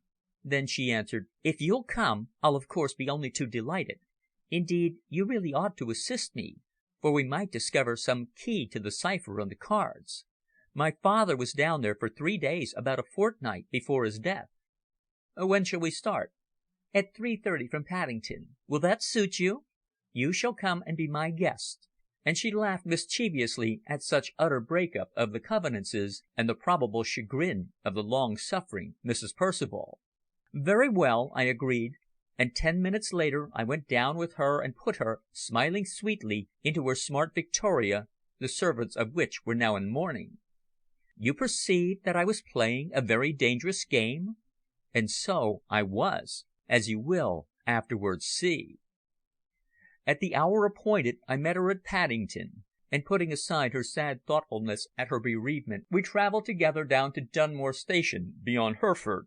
Here we entered the brougham awaiting us, and after a drive of nearly 3 miles, descended before the splendid old mansion which Burton Blair had bought 2 years before, for the sake of the shooting and fishing surrounding it. Standing in its fine park halfway between King's Pyon and Dilwyn, Mayvill Court was, and is still, one of the show places of the county. It was an ideal ancestral hall. The grand old gabled house, with its lofty square towers, its Jacobean entrance, gateway and dovecote, and the fantastically clipped box trees and sundial of its quaint old-fashioned garden, possessed a delightful charm which few other ancient mansions could boast, and a still further interesting feature lay in its perfectly unaltered state throughout, even to the minutest detail. For close on 300 years it had been held by its original owners, the Baddesleys, until Blair had purchased it, furniture, pictures, armour, everything just as it stood. It was nearly 9 o'clock when Mrs. Gibbons, the elderly housekeeper, welcomed us, in tears at the death of her master, and we passed into the great oak-panelled hall in which hung the sword and portrait of the gallant cavalier, Captain Harry Baddesley, of whom there still was told a romantic story. Narrowly escaping from the battlefield, the captain spurred homewards, with some of Cromwell's soldiers close at his heels, and his wife, a lady of great courage, had scarcely concealed him in the secret chamber when the enemy arrived to search the house. Little daunted, the lady assisted them, and personally conducted them over the mansion. As in so many instances, the secret room was entered from the principal bedroom, and in inspecting the latter the Roundheads had their suspicions aroused. So they decided to stay the night. The hunted man's wife sent them an ample supper, and some wine which had been carefully drugged, with the result that the unwelcome visitors were very soon soundly asleep, and the gallant captain, before the effects of the wine had worn off, were far beyond their reach. Since that day the old place had remained absolutely unchanged, with its rows of dark, time-mellowed family portraits in the big hall, its Jacobean furniture and its old helmets and pikes that had borne the brunt of Naseby. The night was bitterly cold. In the great open hearth huge logs were blazing, and as we stood there to warm ourselves after our journey, Mrs. Gibbons, who had been apprised of our advent by telegraph, announced that she had prepared supper for us, as she knew we could not arrive in time for dinner. Both she and her husband expressed the deepest sympathy with Mabel in her bereavement, and then, having removed our coats, we went on into the small dining room, where supper was served by Gibbons and the footman with that old-fashioned stateliness characteristic of all in that fine old-world mansion. Gibbons and his wife, old retainers of the former owners, were, I think, somewhat surprised that I had accompanied their young mistress alone. Nevertheless, Mabel had explained to them how she wished to make a search of her father's effects in the library, and that for that reason she had invited me to accompany her. Yet I must confess that I, on my part, had not yet formed any conclusion as to the real reason of her visit. That there was some ulterior motive in it I felt certain, but what it was I could not even guess. After supper Mrs. Gibbons took my pretty companion to her room, while Gibbons showed me the one prepared for me, a long big chamber on the first floor, from the windows of which I had a wide view over the undulating lawns to Wormsley Hill and Sarnesfield. I had occupied the room on several occasions and knew it well, with its great old carved four-poster bed, antique hangings, Jacobean chests, and polished oaken ceiling.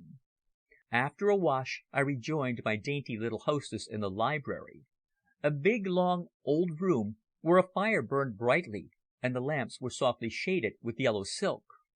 Over the fireplace were carved in stone the 3 water bouquets of the Baddesleys, with the date 1601, while the whole room from end to end was lined with brown-backed books that had probably not been disturbed for half a century. After Mabel had allowed me a cigarette and told Gibbons that she did not wish to be disturbed for an hour or so, she rose and turned the key behind the servants, so that we might carry out the work of investigation without interruption. "Now," she said, turning her fine eyes upon me with an excitement she could not suppress as she walked to the big writing table and took her father's keys from her pocket, "I wonder whether we shall discover anything of interest. I suppose," she added, "it is really Mr. Leighton's duty to do this, but I prefer that you and I should look into my father's affairs prior to the inquisitive lawyer's arrival." It almost seemed as if she half expected to discover something which she desired to conceal from the solicitor. The dead man's writing table was a ponderous old-fashioned one of carved oak, and as she unlocked the first drawer and turned out its contents, I drew up chairs and settled with her in order to make a most methodical and thorough examination. The papers we found were mostly letters from friends, and correspondence from solicitors and brokers regarding his investments in various quarters. From some which I read I gathered what enormous profits he had made over certain deals in Kaffirs, while in certain other correspondence were allusions to matters which to me were very puzzling. Mabel's eager attitude was that of one in search of some document or other which she believed to be there. She scarcely troubled to read any of the letters, merely scanning them swiftly and casting them aside. Thus we examined the contents of one drawer after another, until I saw beneath her hand a blue foolscap envelope sealed with black wax and bearing the superscription in her father's handwriting: "To be opened by Mabel after my death. Burton Blair." "Ah!" she gasped in breathless state. "I wonder what this contains." And she eagerly broke the seals, and drew forth a sheet of foolscap, closely written, to which some other papers were attached by means of a brass fastener. From the envelope, too, something fell, and I picked it up, finding to my surprise that it was a snapshot photograph, much worn and tattered, but preserved by being mounted upon a piece of linen. It was a half-faded view of a country crossroads in a flat and rather dismal country, with a small lonely house, probably once an old toll house, with high chimneys standing on the edge of the highway, a small strip of flower garden railed off at the side. Before the door was a rustic porch covered by climbing roses, and out on the roadside an old Windsor armchair that had, apparently, just been vacated. While I was examining the view beneath the lamplight, the dead man's daughter was reading swiftly through those close lines her father had penned. Suddenly she uttered a loud cry, as though horrified by some discovery, and startled, I turned to glance at her. Her countenance had changed. She was blanched to the lips. "No," she gasped hoarsely. I can't believe it. I won't." Again she glanced at the paper to reread those fateful lines. "What is it?" I inquired anxiously. "May I not know?" And I crossed to where she stood. "No," she answered firmly, placing the paper behind her. "No, not even you may know this." And with a sudden movement she tore the paper to pieces in her hands, and ere I could rescue it, she had cast the fragments into the fire. The flames leapt up, and next instant the dead man's confession, if such it were, was consumed and lost for ever, while his daughter stood haggard, rigid, and white as death. Chapter 16, in which two curious facts are established. Mabel's sudden action both annoyed and surprised me, for I had believed that our friendship was of such a close and intimate character that she would at least have allowed me sight of what her father had written. Yet when, next second, I reflected that the envelope had been specially addressed to her, I saw that whatever was contained therein had been intended for her eye alone. "You have discovered something which has upset you," I said, looking straight into her white, hard-drawn face. "I hope it is really nothing very disconcerting." She held her breath for a moment, her hand instinctively upon her breast as though to still the wild beating of her heart. "Ah, unfortunately it is," was her answer. "I know the truth now, the awful, terrible truth." And without a word of warning she covered her face with her hands and burst into a torrent of tears. At her side in an instant I was striving to console her, but I quickly realized what a deep impression of dismay and horror those written words of her dead father had produced upon her. She was filled with grief and utterly inconsolable. The quiet of that long, old-fashioned room was unbroken save for her bitter sobs and the solemn tick-tock of the antique grandfather clock at the further end of the apartment. My hand was placed tenderly upon the poor girl's shoulder, but it was a long time ere I could induce her to dry her tears. When she did so, I saw by her face that she had become a changed woman. Walking back to the writing table, she took up the envelope and re-read the superscription which Blair had written upon it, and then for the first time her eyes fell upon the photograph of that lonely house by the crossways. "Why," she cried, startled, "where did you find this?" I explained that it had dropped from the envelope, whereupon she took it up and gazed for a long time upon it. Then, turning it over, she discovered what I had not noticed, namely, written faintly in pencil and half effaced were the words "Owston Cross Roads, 9 miles beyond Doncaster on the Selby Road. B.B." "Do you know what this is?" "No, I haven't the least idea," I answered. "It must be something of which your father was very careful. It seems to be well worn, too, as though carried in somebody's pocket." "Well," she said, "I will tell you. I had no idea that he still preserved it, but I suppose he kept it as a souvenir of those weary journeys of long ago. This photograph," she added, holding it still in her hand, "is the picture of the spot for which he searched every turnpike in England. He had the photograph, but nothing else to guide him to the spot, and we were therefore compelled to tramp all the main roads up and down the country in an attempt to identify it. Not until nearly a year after you and Mr. Seton had so kindly placed me at school at Bournemouth did my father, still on his lonely tramp, succeed in discovering it after a search lasting over 3 years. He identified it one summer evening as the Crossways at Owston, and he found living in that house the person of whom he had been all those weary months in search." "Curious," I said. "Tell me more about it." "There is nothing else to tell, except that by identifying the house he obtained the key to the secret, At least, that is what I always understood from him," she said. "Ah, I recollect all those long, wearying walks when I was a girl, how we trudged on over those long, white, endless roads, in sunshine and in rain, envying people in carriages and carts, and men and women on bicycles, and yet my courage always supported by my father's declaration that great fortune must be ours some day. He carried this photograph with him always, and almost at each crossroad he would take it out, examine the landscape and compare it, not knowing, of course, but that the old toll house might have been pulled down since the taking of the picture." "Did he never tell you the reason why he wished to visit the house?" "He used to say that the man who lived there, the man who used to sit on summer evenings in that chair outside, was his friend, his good friend. Only they had been parted for a long time, and he did not know that my father was still alive. They had been friends abroad, I fancy, in the days when my father was at sea."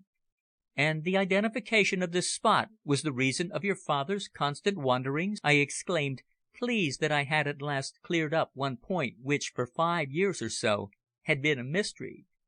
"Yes. A month after he had made the discovery, he came to Bournemouth and told me in confidence that his dream of great wealth was about to be realized. He had solved the problem, and within a week or two would be in possession of ample funds. He disappeared, you will remember, almost immediately, and was away for a month. Then he returned a rich man, so rich that you and Mr. Seton were utterly dumbfounded.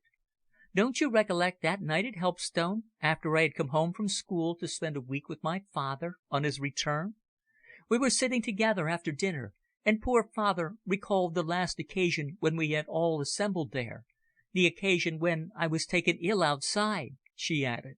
"And don't you recollect Mr. Seton appearing to doubt my father's statement that he was already worth £50,000?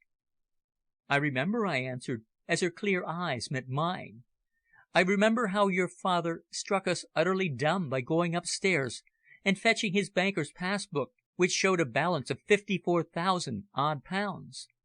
After that he became more than ever a mystery to us. But tell me," I added in a low, earnest voice, "what have you discovered to night that has so upset you?" "I have nearly found proof of a fact that I have dreaded for years, a fact that affects not only my poor father's memory, but also myself. I am in peril, personal danger." "How?" I asked quickly, failing to understand her meaning. "Recollect that I promised your father to act as your protector." I know. It is awfully good of you," she said, looking at me gratefully, with those wonderful eyes that had always held me fascinated beneath the spell of her beauty. "But," she added, shaking her head sorrowfully, "I fear that in this you will be powerless. If the blow falls, as it must sooner or later, then I shall be crushed and helpless. No power, not even your devoted friendship, can then save me." "You certainly speak very strangely, Mabel. I don't follow you at all." "I expect not," was her mechanical answer. "You do not know all. If you did, you would understand the peril of my position and of the great danger now threatening me." And she stood motionless as a statue, her hand upon the corner of the writing table, her eyes fixed straight into the blazing fire. "If the danger is a real one, I consider I ought to be aware of it. To be forewarned is to be forearmed," I remarked decisively. "It is a real one, but as my father has confessed the truth to me alone, I am unable to reveal it to you. His secret is mine." "Certainly," I answered, accepting her decision, which of course was but natural in the circumstances. She could not betray her dead father's confidence. Yet if she had done, how altered would have been the course of events. Surely the story of Burton Blair was one of the strangest and most romantic ever given to man to relate, and as assuredly the strange circumstances which occurred after his decease were even more remarkable and puzzling. The whole affair from beginning to end was a complete enigma. Later, when Mabel grew slightly calmer, we concluded our work of investigation, but discovered little else of interest, save several letters in Italian, undated and unsigned, but evidently written by Dick Dawson, the millionaire's mysterious friend or enemy. On reading them they were, I found, evidently the correspondence of an intimate acquaintance who was sharing Blair's fortune and secretly assisting him in the acquisition of his wealth. There was much mention of the secret, and repeated cautions against revealing anything to Reggie or to myself. In one letter I found the sentences in Italian: "My girl is growing into quite a fine lady. I expect she will become a countess, or perhaps a duchess one day. I hear from your side that Mabel is becoming a very pretty woman. You ought, with your position and reputation, to make a good match for her. But I know what old-fashioned ideas you hold that a woman must marry only for love." On reading this, one fact was vividly impressed upon me, namely, that if this man Dawson shared secretly in Blair's wealth, he surely had no necessity to obtain his secret by foul means when he already knew it. The clock on the stables chimed midnight before Mabel rang for Mrs. Gibbons, and the latter's husband followed, bringing me a nightcap of whisky and some hot water. My little companion merrily pressed my hand, wishing me good night, and then retired, accompanied by the housekeeper, while Gibbons himself remained to mix my drink. "Sad thing, sir, about our poor master," hazarded the well-trained servant, who had been all his life in the service of the previous owners. "I fear the poor young mistress feels it very much." "Very much indeed, Gibbons," I answered, taking a cigarette and standing with my back to the fire. "She was such a devoted daughter." "She is now mistress of everything, Mr. Ford told us when he was down 3 days ago." "Yes," I said, "everything. And I hope that you and your wife will serve her as well and as faithfully as you have done her father." "We'll try, sir," was the grave, grey-haired man's response. "Everyone's very fond of the young mistress. She's so very good to all the servants." Then, as I remained silent, he placed my candle in readiness on the table, and bowing, wished me good night. He closed the door, and I was alone in that great silent old room, where the darting flames cast weird lights across into the dark recesses, and the long old Chippendale clock ticked on solemnly as it had done for a century past. Having swallowed my hot drink, I returned again to my dead friend's writing table, carefully examining it to see whether it contained any secret drawers. A methodical investigation of every portion failed to reveal any spring or unsuspected cavity. Therefore, after glancing at that photograph which had taken Blair those many months of weary tramping to identify, I extinguished the lamps, and passing through the great old hall with the stands of armour which conjured up visions of ghostly cavaliers, ascended to my room. The bright fire gave the antique place with those rather funereal hangings a warm and cosy appearance in contrast to the hard frost outside, and feeling no inclination to sleep just then, I flung myself into an armchair and sat with arms folded, pondering deeply. Again the stable clock chimed, the half hour, and then I think I must have dozed, for I was awakened suddenly by a light, stealthy footstep on the polished oaken floor outside my door. I listened and distinctly heard someone creeping lightly down the big old Jacobean staircase, which creaked slightly somewhere below. The weird ghostliness of the old place and its many historic traditions caused me, I suppose, some misgivings, for I found myself thinking of burglars and of midnight visitants. Again I strained my ears. Perhaps, after all, it was only a servant. Yet when I glanced at my watch and found it to be 1:45, the suggestion that the servants had not retired was at once negatived. Suddenly, in the room below me, I distinctly heard a slow, harsh, grating noise. Then all was still again. About 3 minutes later, however, I fancied I heard low whispering, and having quickly extinguished my light, I drew aside one of my heavy curtains, and peering forth saw, to my surprise, 2 figures crossing the lawn towards the shrubbery. The moon was somewhat overcast, yet by the grey, clouded light I distinguished that the pair were a man and a woman. From the man's back I could not recognize him, but his companion gait was familiar to me as she hurried on towards the dark belt of bare black trees. It was Mabel Blair. The secret was out. Her sudden desire to visit Mayvill was in order to keep a midnight tryst. End of chapter 16. Chapter 17. Merely concerns a stranger. Without a moment's hesitation, I struggled into an overcoat, slipped on a golf cap, and sped downstairs to the room below my own, where I found one of the long windows open, and through it stepped quickly out upon the gravel. I intended to discover the motive of this meeting and the true identity of her companion, evidently some secret lover whose existence she had concealed from us all. Yet to follow her straight across the lawn in the open light was to at once court detection. Therefore I was compelled to take a circuitous course, hugging the shadows always, until I at length reached the shrubbery, where I halted, listening eagerly.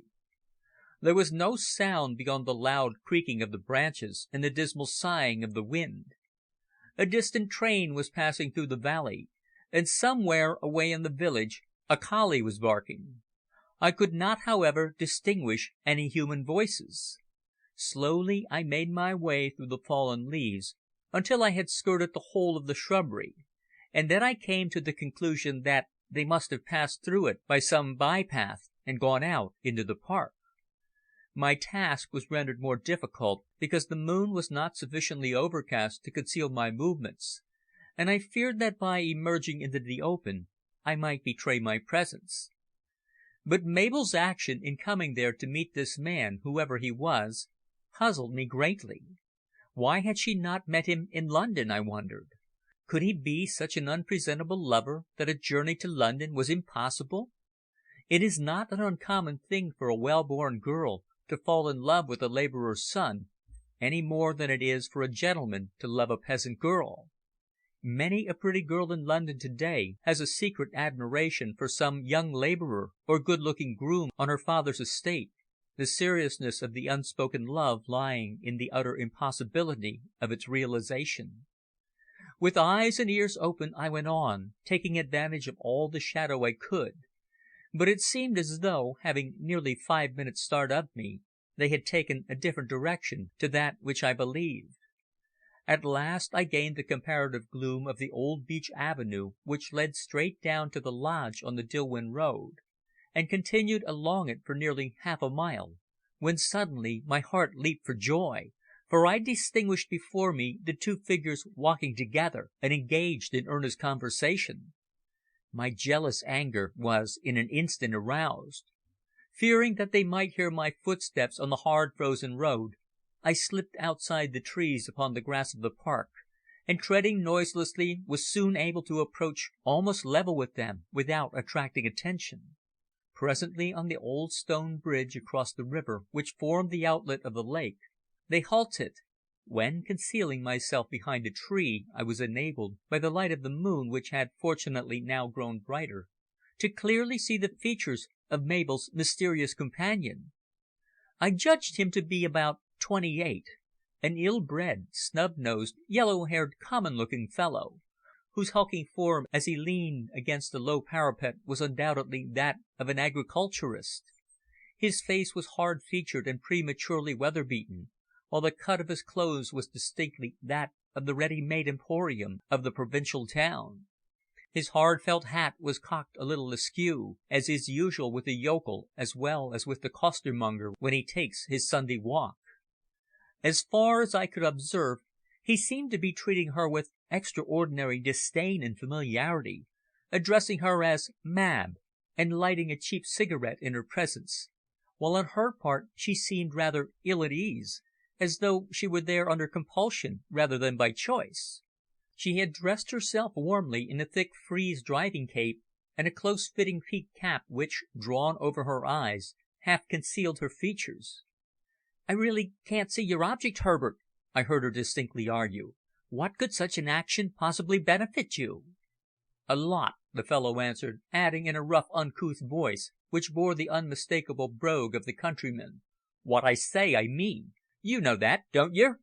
"Of course," she answered. "But why do you treat me in this manner? Think of the risk I run in meeting you here to-night. What will people think if it were known?" "What do I care what people think?" he exclaimed carelessly. "Of course you've got to keep up appearances. Fortunately, I ain't." "But you surely won't do what you threaten!" she exclaimed in a voice of blank dismay. "Remember that our secrets have been mutual. I have never betrayed you, never in any single thing." No, because you knew what would be the result if you did." He laughed with a sneer.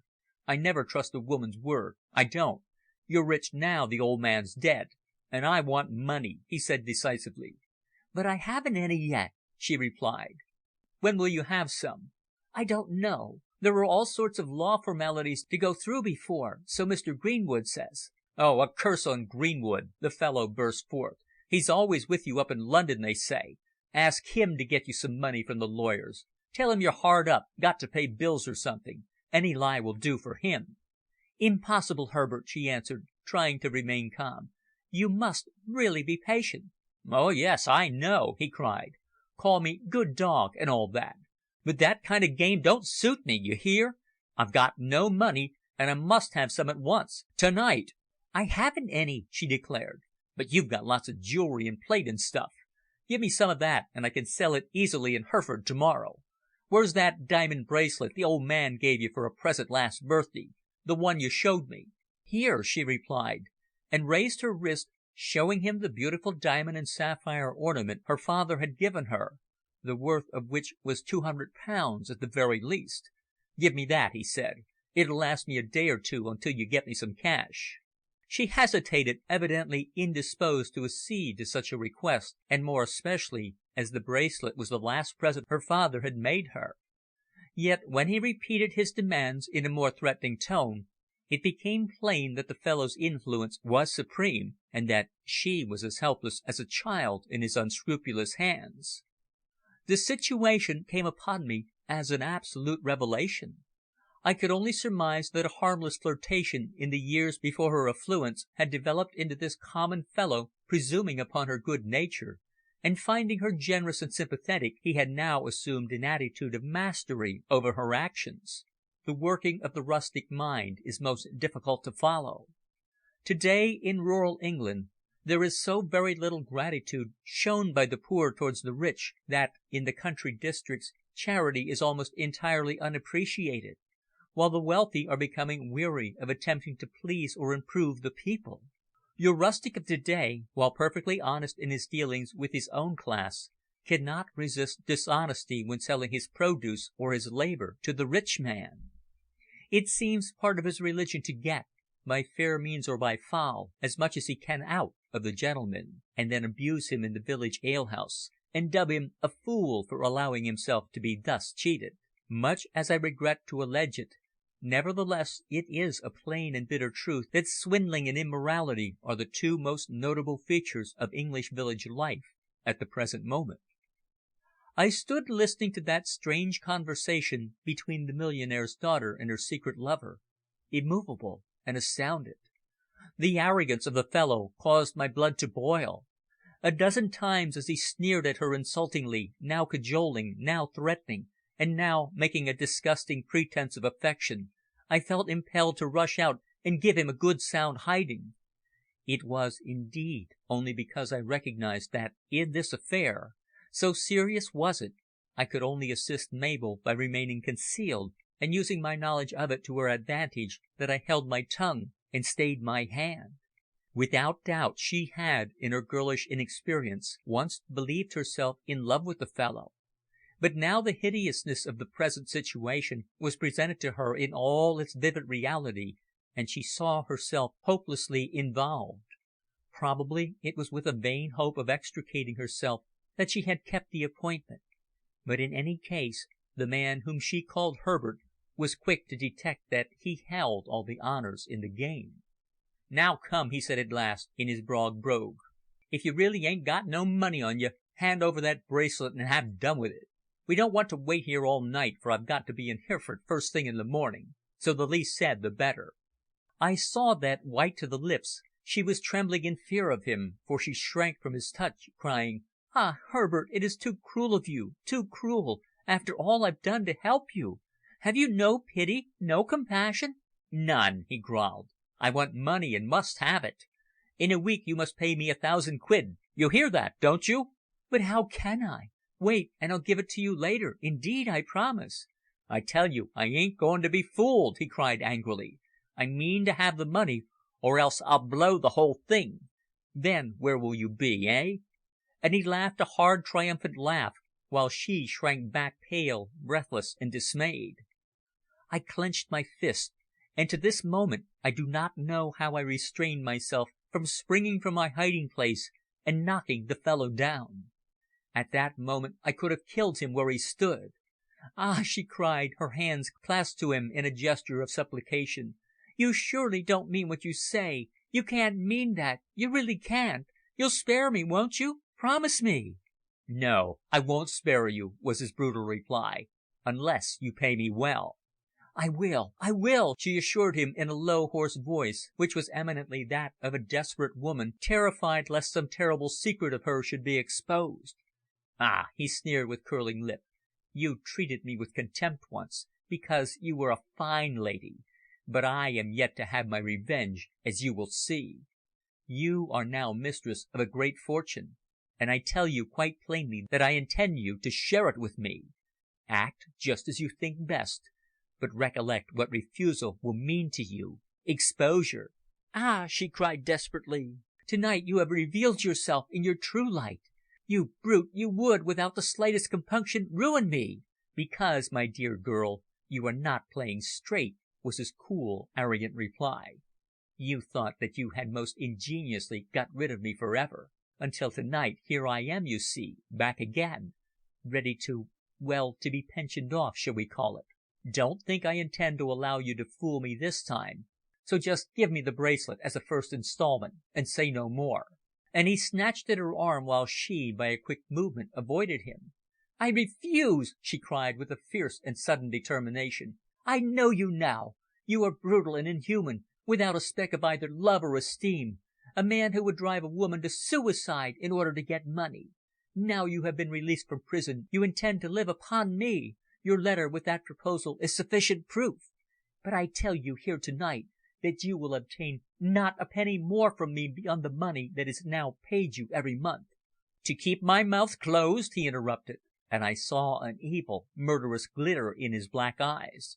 "You need not keep it closed any longer," she said in open defiance. "Indeed, I shall tell the truth myself, and thus put an end to this brilliant blackmailing scheme of yours.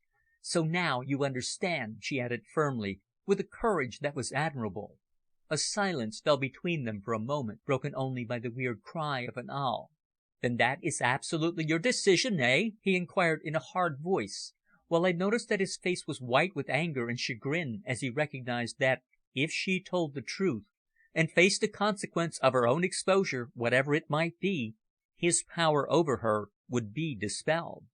"My mind is made up. I have no fear of any exposure you may make concerning me."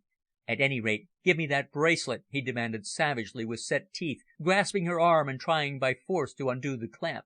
"Let me go!" she cried. "You brute, let me go! Would you rob me as well as insult me?" "Rob you!" he muttered, his coarse white face wearing a dangerous expression of unbridled hatred. "Rob you!" he hissed with a forward oath. "I'll do more. I'll put you where your cursed tongue won't wag again, and where you won't be able to tell the truth." And unfortunately, before I was aware of his intentions, he had seized her by the wrists, and with a quick movement forced her backward so violently against the low parapet of the bridge that for a moment they stood locked in a deadly embrace. Mabel screamed on realizing his intentions, but next second, with a vile imprecation, he had forced her backwards over the low wall, and with a loud splash she fell helplessly into the deep, dark waters. In an instant, while the fellow took to his heels, I dashed forward to her rescue, but alas, too late, for as I peered eagerly down into the darkness, I saw to my dismay that the swirling icy flood had closed over her, that she had disappeared. End of chapter 17. Chapter 18. The Crossways at Owston. The sound of the assassin's fast receding footsteps as he escaped away down the dark avenue towards the road awakened me to a keen sense of my responsibility, and in an instant I had divested myself of my overcoat and coat, and stood peering anxiously into the darkness beneath the bridge. Those seconds seemed hours, until of a sudden I caught sight of a flash of white in mid-stream, and without a moment's hesitation I dived in after it. The shock of the icy water was a severe one, but fortunately I am a strong swimmer, and neither the intense coldness nor the strength of the current interfered much with my progress as I struck out towards the unconscious girl. Having seized her, however, I had to battle severely to prevent being swept out around the bend, where I knew that the river, joined by another stream, broadened out, and where any chances of effecting a rescue would be very small. For some minutes I struggled with all my might to hold the unconscious girl's head above the surface, yet so strong was the swirling flood, with its lumps of floating ice, that all resistance seemed impossible, and we were both swept down for some distance, until at last, summoning my last effort, I managed to strike out with my senseless burden and reach a shallow, where I managed by dint of fierce struggling to land and to drag the unfortunate girl up the frozen bank. I had once, long ago, attended an ambulance class, and now, acting upon the instructions I had there received, I set at once to produce artificial respiration. It was heavy work alone, with my wet clothes freezing stiff upon me, but still I persevered, determined, if possible, to restore her to consciousness, and this I was fortunately able to do within half an hour. At first she could utter no word, and I did not question her. Sufficient was it for me to know that she was still alive, for when first I had brought her to land I believed that she was beyond human aid, and that the dastardly attempt of her low-born lover had been successful. She shivered from head to foot, for the night wind cut like a knife, and presently, at my suggestion, she rose and, leaning heavily upon my arm, tried to walk. The attempt was at first only a feeble one, but presently she quickened her pace slightly, and without either of us mentioning what had occurred, I conducted her up the long avenue back to the house. Once within, she declared that it was unnecessary to call Mrs. Gibbons. In low whispers she implored me to remain silent upon what had occurred. She took my hand in hers and held it. "I want you, if you will, to forget all that has transpired," she said, deeply in earnest. "If you followed me and overheard what passed between us, I want you to consider that those words have never been uttered. I want you to..." She faltered, and then paused without concluding her sentence. "What do you wish me to do?" I inquired, after a brief and painful silence. "I want you to still regard me with some esteem, as you always have done," she said, bursting into tears. "I don't like to think that I've fallen in your estimation. Remember, I am a woman, and may be forgiven a woman's impulses and follies." "You have not fallen in my estimation at all, Mabel," I assured her. "My only regret is that the scoundrel made such an outrageous attempt upon you. But it was fortunate that I followed you, although I suppose I ought to apologize to you for acting the eavesdropper." "You saved my life," was her whispered answer, as she pressed my hand in thanks. Then she crept swiftly and silently up the big staircase and was lost to view. Next morning she appeared at the breakfast table, looking apparently little the worse for her narrow escape, save perhaps that around her eyes were dark rings that told of sleeplessness and terrible anxiety. But she nevertheless chatted merrily, as though no care weighed upon her mind. While Gibbons was in the room serving us, she could not speak confidentially, but as she looked across at me, her glance was full of meaning. At last, when we had finished and had walked together across the great hall back to the library, I said to her, "Shall you allow the regrettable incident of last night to pass unnoticed? If you do, I fear that man may make another attempt upon you.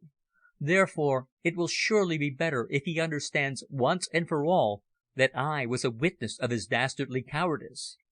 "No," she replied in a low, pained voice. "Please don't let's discuss it. It must pass." "Why?"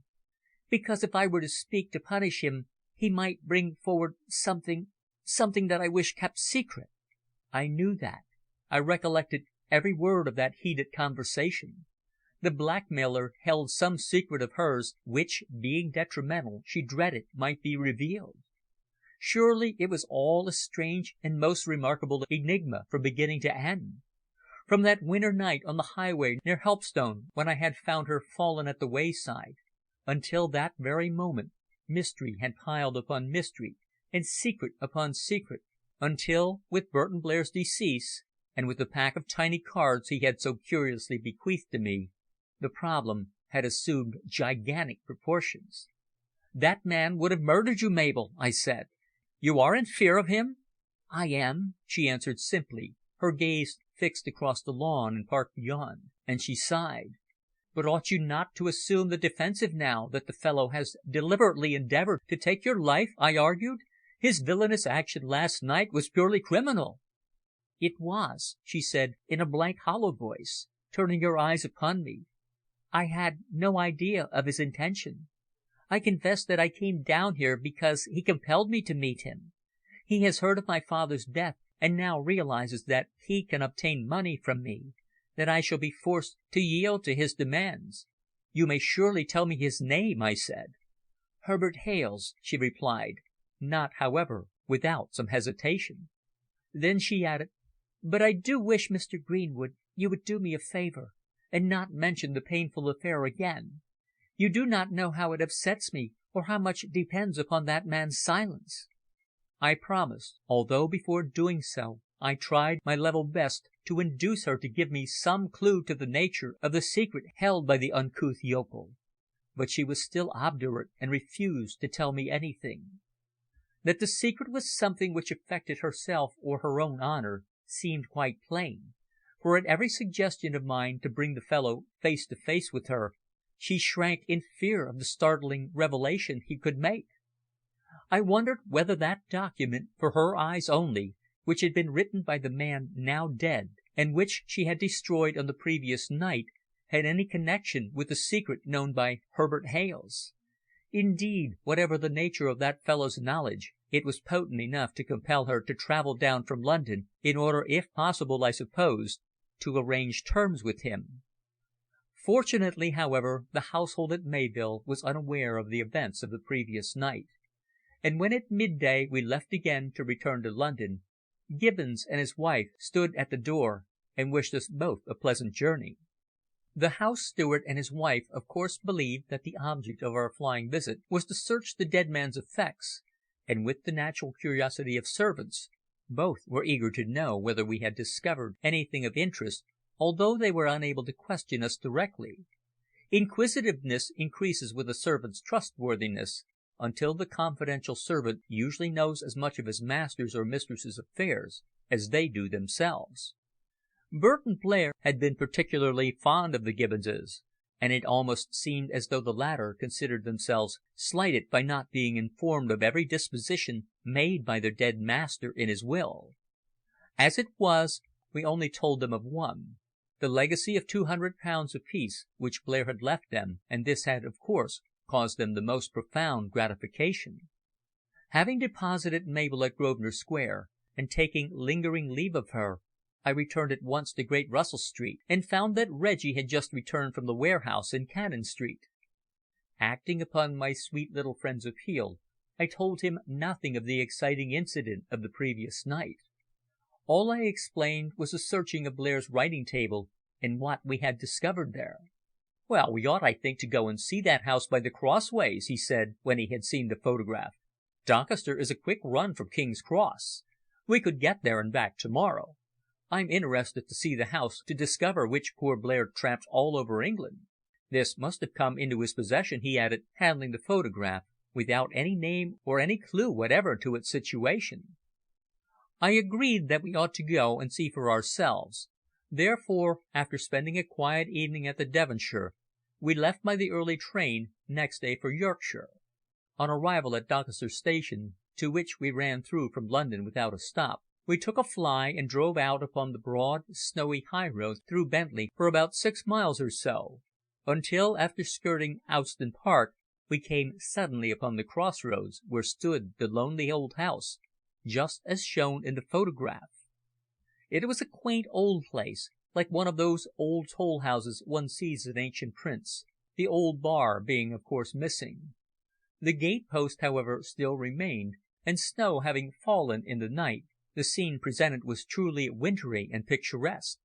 The antique house, with its broad smoking chimney at the end, had apparently been added to since the photograph had been taken, for at right angles was a new wing of red brick, converting it into quite a comfortable abode. Yet As we approached, the old place rising out of the white, snow-covered plain breathed mutely of those forgotten days when the York and London coaches passed it, when masked gentlemen of the road lurked in these dark fir plantations which stood out beyond the open common at Kirkhouse Green, and when the postboys were never tired of singing the praises of those wonderful cheeses at the old Bell and Stilton. Our driver passed the place, and about a quarter of a mile further on we stopped him, alighted, and walked back together, ordering the man to await us. On knocking at the door, an aged old woman in cap and ribbons opened it, whereupon Reggie, who assumed the position of spokesman, made excuse that we were passing, and noticing by its exterior that the place was evidently an old toll house, could not resist the inducement to call and request to be allowed to look within. "I'm sure you're very welcome, gentlemen," answered the woman in her broad Yorkshire dialect. "It's an old place, and lots of folks have been here and looked over it in my time." Across the room were the black old beams of 2 centuries before. The old chimney corner looked warm and cosy with its oaken, well-polished settle, and the big pot simmering upon the fire. The furniture, too, was little changed since the old coaching days, while about the place was a general air of affluence and comfort.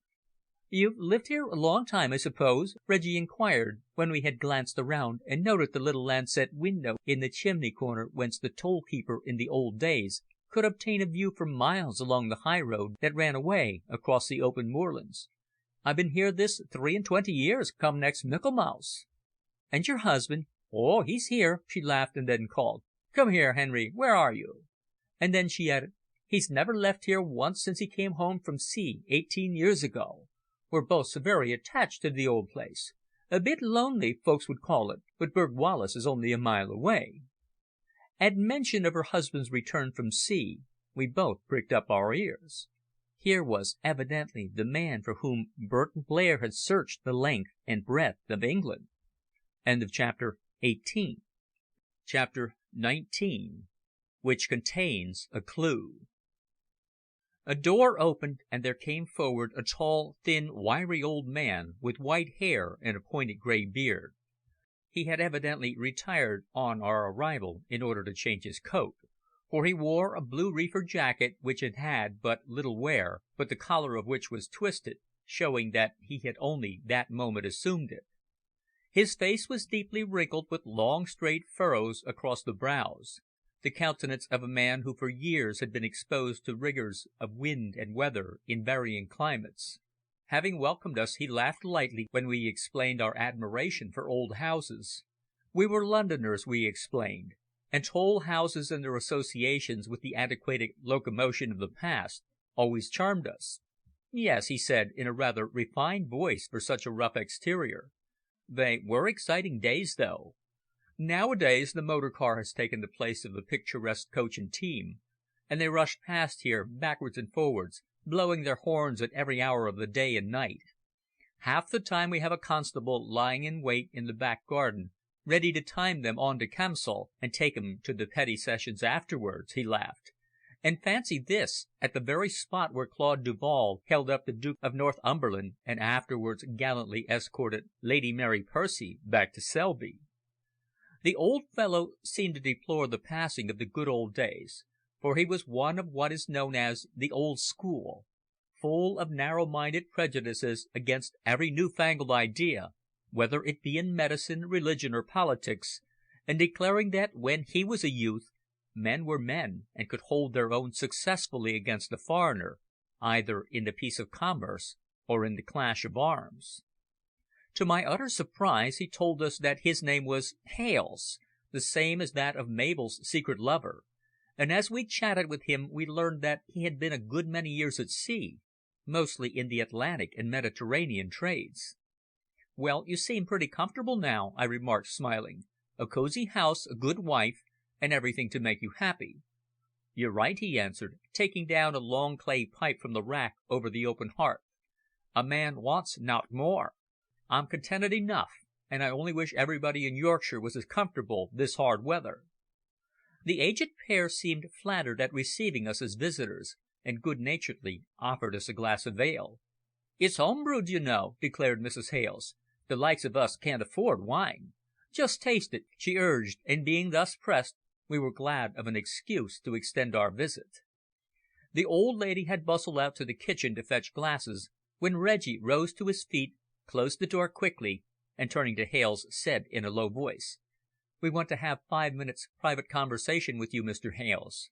Do you recognize this?" And he drew forth the photograph and held it before the old man's eyes. "Why, it's a picture of my house!" he exclaimed in surprise. "But what's the matter?" "Nothing, only just answer my questions. They are most important, and our real object in coming here is to put them to you. First, have you ever known a man named Blair? Burton Blair?" "Burton Blair?" echoed the old fellow, his hands on the arms of his chair as he leaned forward intently. "Yes, why?" "He discovered a secret, didn't he?" "Yes, through me. Made millions out of it, they say." "When did you last see him?" "About 5 or 6 years ago." "When he discovered you living here?" "That's it. He searched every road in England to find me." "You gave him this photograph?" "No, I think he stole it." "Where did you first meet him?" "On board the Mary Crowle in the port of Antwerp. He was at sea like myself. But why do you wish to know all this?" "Because," answered Reggie, "Burton Blair is dead, and his secret has been bequeathed to my friend here, Mr. Gilbert Greenwood." "Burton Blair dead!" cried the old man, jumping to his feet as though he had received a shock. "Burton dead! Does Dicky Dawson know this?" "Yes, and he is in London," I replied. "Ah!" he ejaculated with impatience, as though the premature knowledge held by the man Dawson had upset all his plans. "Who told him? How the devil did he know?" I had to confess ignorance, but in reply to his demand I deplored the tragic suddenness of our friend's decease, and how I had been left in possession of the pack of cards upon which the cipher had been written. "Have you any idea what his secret really was?" asked the wiry old fellow. "I mean, of where his great wealth came from?" "None whatever," was my reply. "Perhaps you can tell us something." "No," he snapped, "I can't. He became suddenly rich, although only a month or so before he was on tramp and starving. He found me, and I gave him certain information, for which I was afterwards well repaid.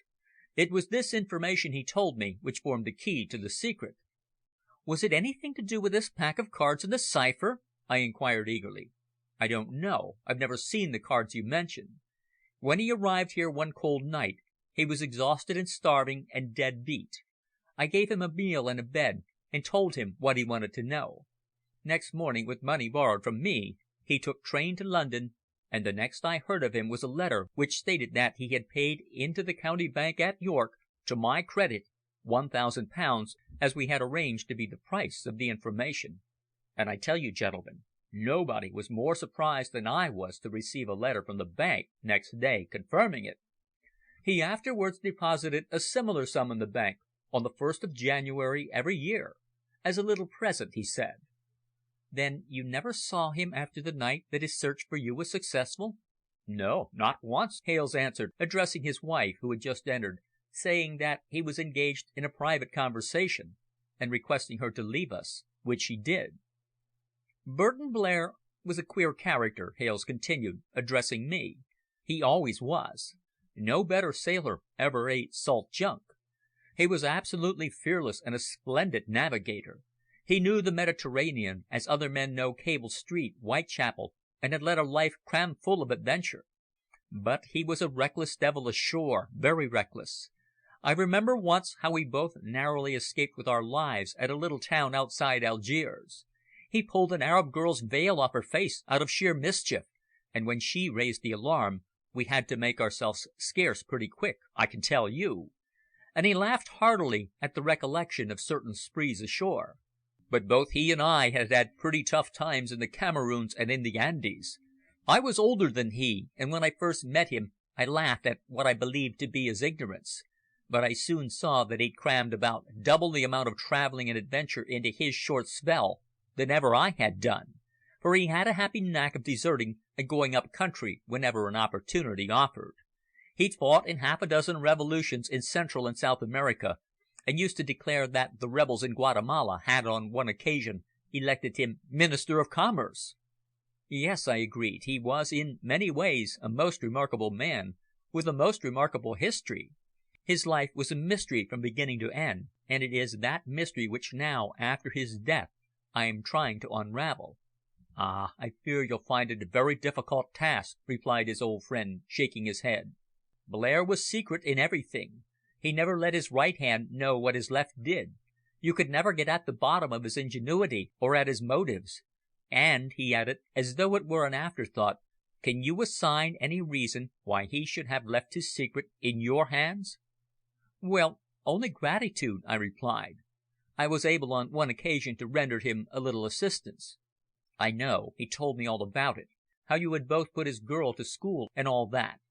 But," he went on, "Blair had some motive when he left you that unintelligible cipher, depend upon it. He knew well enough that you would never obtain its solution alone." "Why?" "Because others had tried before you and failed." "Who are they?" I inquired, much surprised. "Dick Dawson is one. If he had succeeded he might have stood in Blair's shoes, a millionaire. Only he wasn't quite cute enough, and the secret passed on to your friend." "Then you don't anticipate that I shall ever discover the solution of the cipher?" "No," answered the old man very frankly, "I don't. But what of his girl Mabel, I think she was called?" "She's in London, and has inherited everything," I replied. Whereat the old fellow's furrowed face broadened into a grim smile, and he remarked, "A fine catch for some young fellow she'd make. Ah, if you could induce her to tell all she knows, she could place you in possession of her father's secret." "Does she actually know it?" I cried quickly. "Are you certain of this?" "I am. She knows the truth. Ask her." "I will," I declared. "But cannot you tell us the nature of the information you gave to Blair on that night when he rediscovered you?" I asked persuasively. "No," he replied in a decisive tone. "It was a confidential matter and must remain as such. I was paid for my services, and as far as I am concerned, I have wiped my hands of the affair." "But you could tell me something concerning this strange quest of Blair's something, I mean, that might put me on the track of the solution of the secret." "The secret of how he gained his wealth, you mean, eh?" "Of course." "Ah, my dear sir, you'll never discover that, mark me, if you live to be 100. Burton Blair took jolly good care to hide that from everybody." "And he was well assisted by such men as yourself," I said, rather impertinently, I fear. "Perhaps so," he said quickly, his face flushing. "I promised him secrecy, and I've kept my promise, for I owe my present comfortable circumstances solely to his generosity." "A millionaire can do anything, of course. His money secures him his friends." "Friends, yes," replied the old man gravely, "but not happiness. Poor Burton Blair was one of the unhappiest of men. That I am quite certain of." He spoke the truth, I knew. The millionaire had himself many times declared to me in confidence that he had been far happier in his days of penury and careless adventure beyond the seas than as possessor of that great West End mansion and the first estate in Herefordshire. "Look here," exclaimed Hales suddenly, glancing keenly from Reggie to myself, "I give you warning," and he dropped his voice to almost a whisper. "You say that Dick Dawson has returned. Beware of him. He means mischief, you may bet your hat on that. Be very careful of his girl, too. She knows more than you think." "We have a faint suspicion that Blair did not die a natural death," I remarked. "You have?" he exclaimed, starting. "What causes you to anticipate that?" "The circumstances were so remarkable," I replied, and continuing, I explained the tragic affair just as I have written it here. "You don't suspect Dickie Dawson, I suppose?" the old fellow asked anxiously. "Why? Had he any motive for getting rid of our friend?" "Ah, I don't know. Dickie is a very funny customer. He always held Blair beneath his thumb. They were a truly remarkable pair, the one blossoming forth into a millionaire, and the other living strictly in secret somewhere abroad, in Italy, I think." "Dawson must have had some very strong motive for remaining so quiet," I observed. "Because he was compelled," answered Hales, with a mysterious shake of the head. "There were reasons why he shouldn't show his face. Myself, I wonder why he has dared to do so now." "What?" I cried eagerly. "Is he wanted by the police or something?" "Well," answered the old man, after some hesitation, "I don't think he'd welcome a visit from any of those inquisitive gentlemen from Scotland Yard. Only remember I make no charges, none at all. If, however, he attempts any sharp practice, you may just casually mention that Harry Hales is still alive and is thinking of coming up to London to pay him a morning call." Just watch what effect those words will have upon him."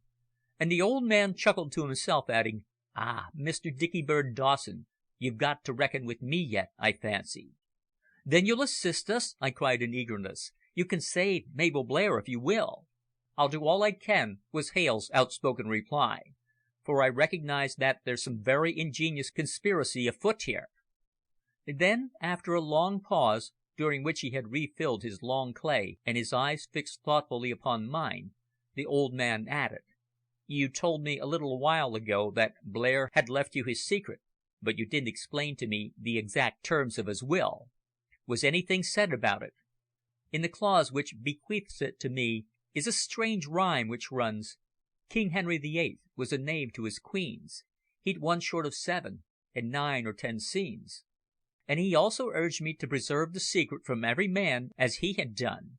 But," I added bitterly, "the secret being in cipher, I cannot obtain knowledge of it." "And have you no key?" smiled the hard-faced old seafarer in the thick reefer.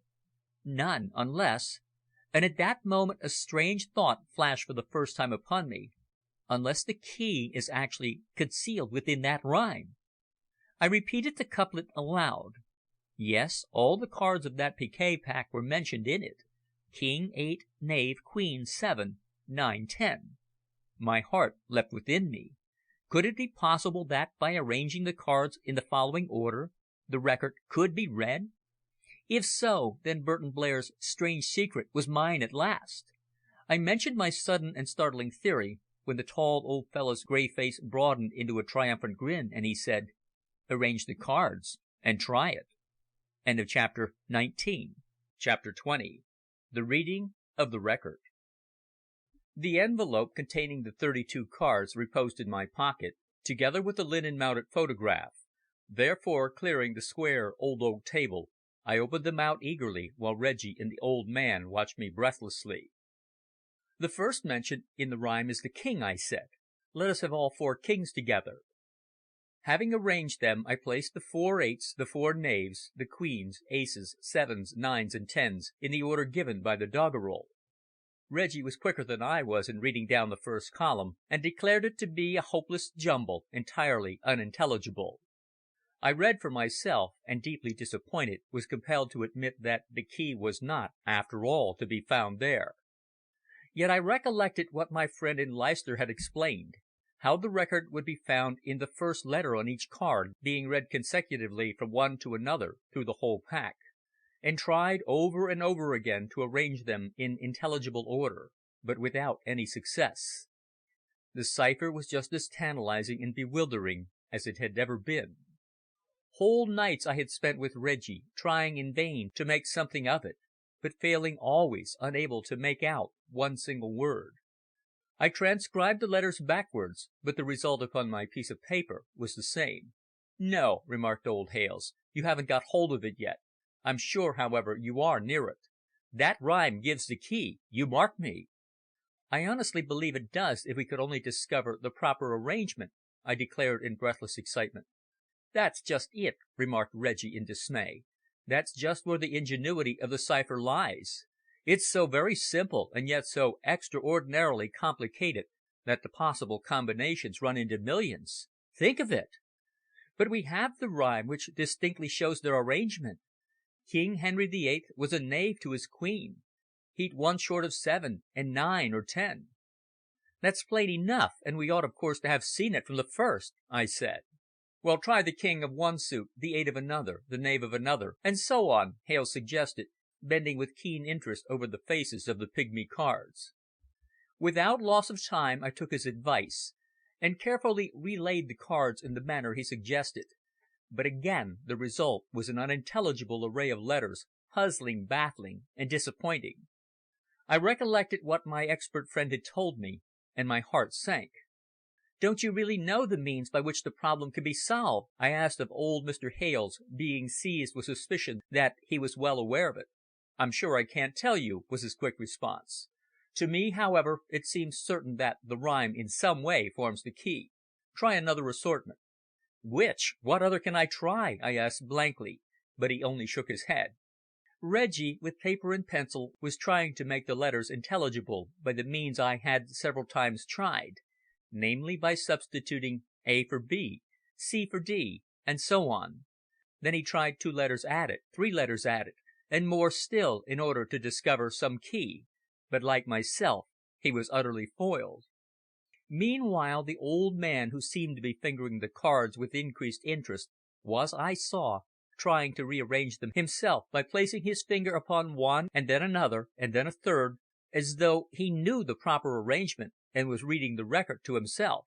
Was it possible that he actually held the key to what we had displayed, and was learning Burton Blair's secret while we remained in ignorance of it? Of a sudden the wiry old seafarer straightened his back, and looking at me exclaimed with a triumphant smile, "Now look here, Mr. Greenwood. There are 4 suits, aren't there? Try them in alphabetical order. That would be clubs, diamonds, hearts, and spades. First take all the clubs and arrange them king, 8, knave, queen, ace, 7, 9, 10, then the diamonds, and afterwards the other 2 suits. Then see what you make of it." Assisted by Reggie, I proceeded to again resort the cards into suits, and to arrange them according to the rhyme in 4 columns of 8 each upon the table, the suits, as he suggested, in alphabetical order. "At last!" shouted Reggie, almost beside himself with joy. "At last! Why, we've got it, old chap. Look! Read the first letter on each card straight down, one after the other. What do you make it spell?" All 3 of us were breathless. Old Hales apparently the most excited of all, or perhaps he had been misleading us and pretending ignorance. I had as yet only placed the first suit, the clubs, but they read as follows: Row 1. Kings.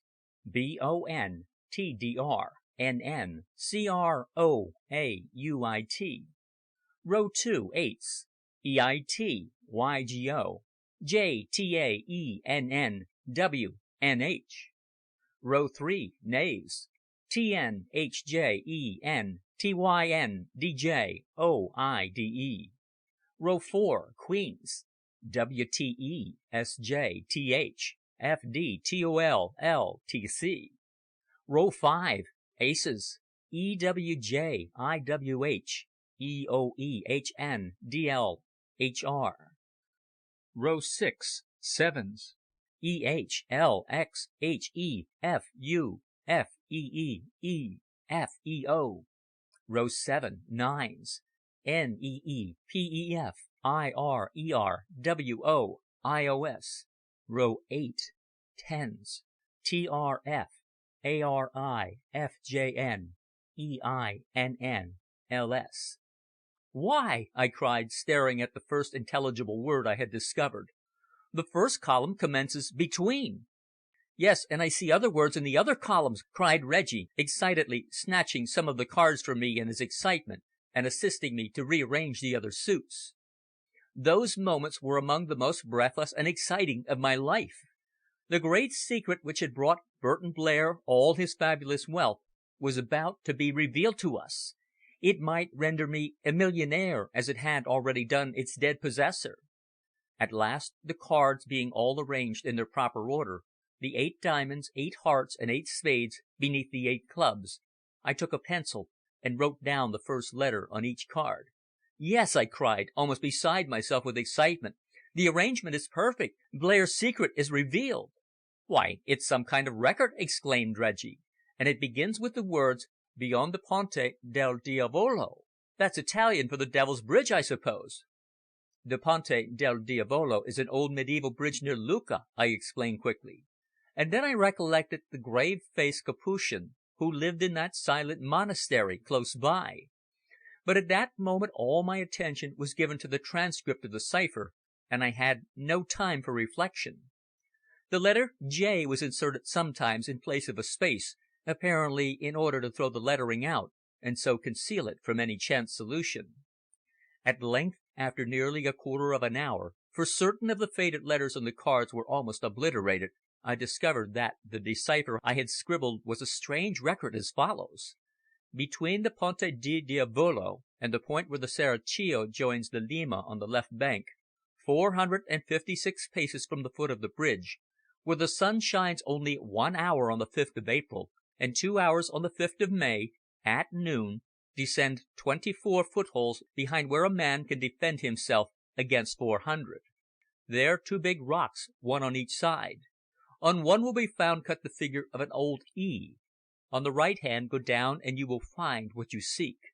But first find the old man who lives at the crossways." "I wonder what it all means," remarked Reggie, who, turning to old Mr. Hales, added, "The latter indicates you," whereat the old fellow laughed knowingly, and we saw that he knew more of Blair's affairs than he would admit. "It means," I said, "that some secret is concealed in that narrow, romantic valley of the Serchio, and these are the directions for its discovery. I know the winding river where through ages the water has cut deeply down into a rocky bed full of giant boulders and wild leaping torrents and deep pools. Of the pointed Ponte del Diavolo are told many quaint stories of the devil building the bridge and taking for his own the first living thing to pass over it, which proved to be a dog. Indeed," I added, "the spot is one of the wildest and most romantic in all rural Tuscany. Strange, too, the Fra Antonio should live in the monastery, only 3 miles from the spot indicated." "Who is Fra Antonio?" asked Hales, still gazing upon the cards thoughtfully. I explained, whereupon the old fellow smiled, and I felt certain that he recognized in the monk's description one of Blair's friends of days gone by. "Who actually wrote this record?" I inquired of him. "It was not Blair, that's plain." "No," was his reply. "Now that it has been legally left to you by our friend, and that you have succeeded in deciphering it, I may as well tell you something more concerning it." "Yes, do!" we both cried eagerly with one breath. "Well, it happened in this way," explained the thin old fellow, pressing down the tobacco hard into his long clay.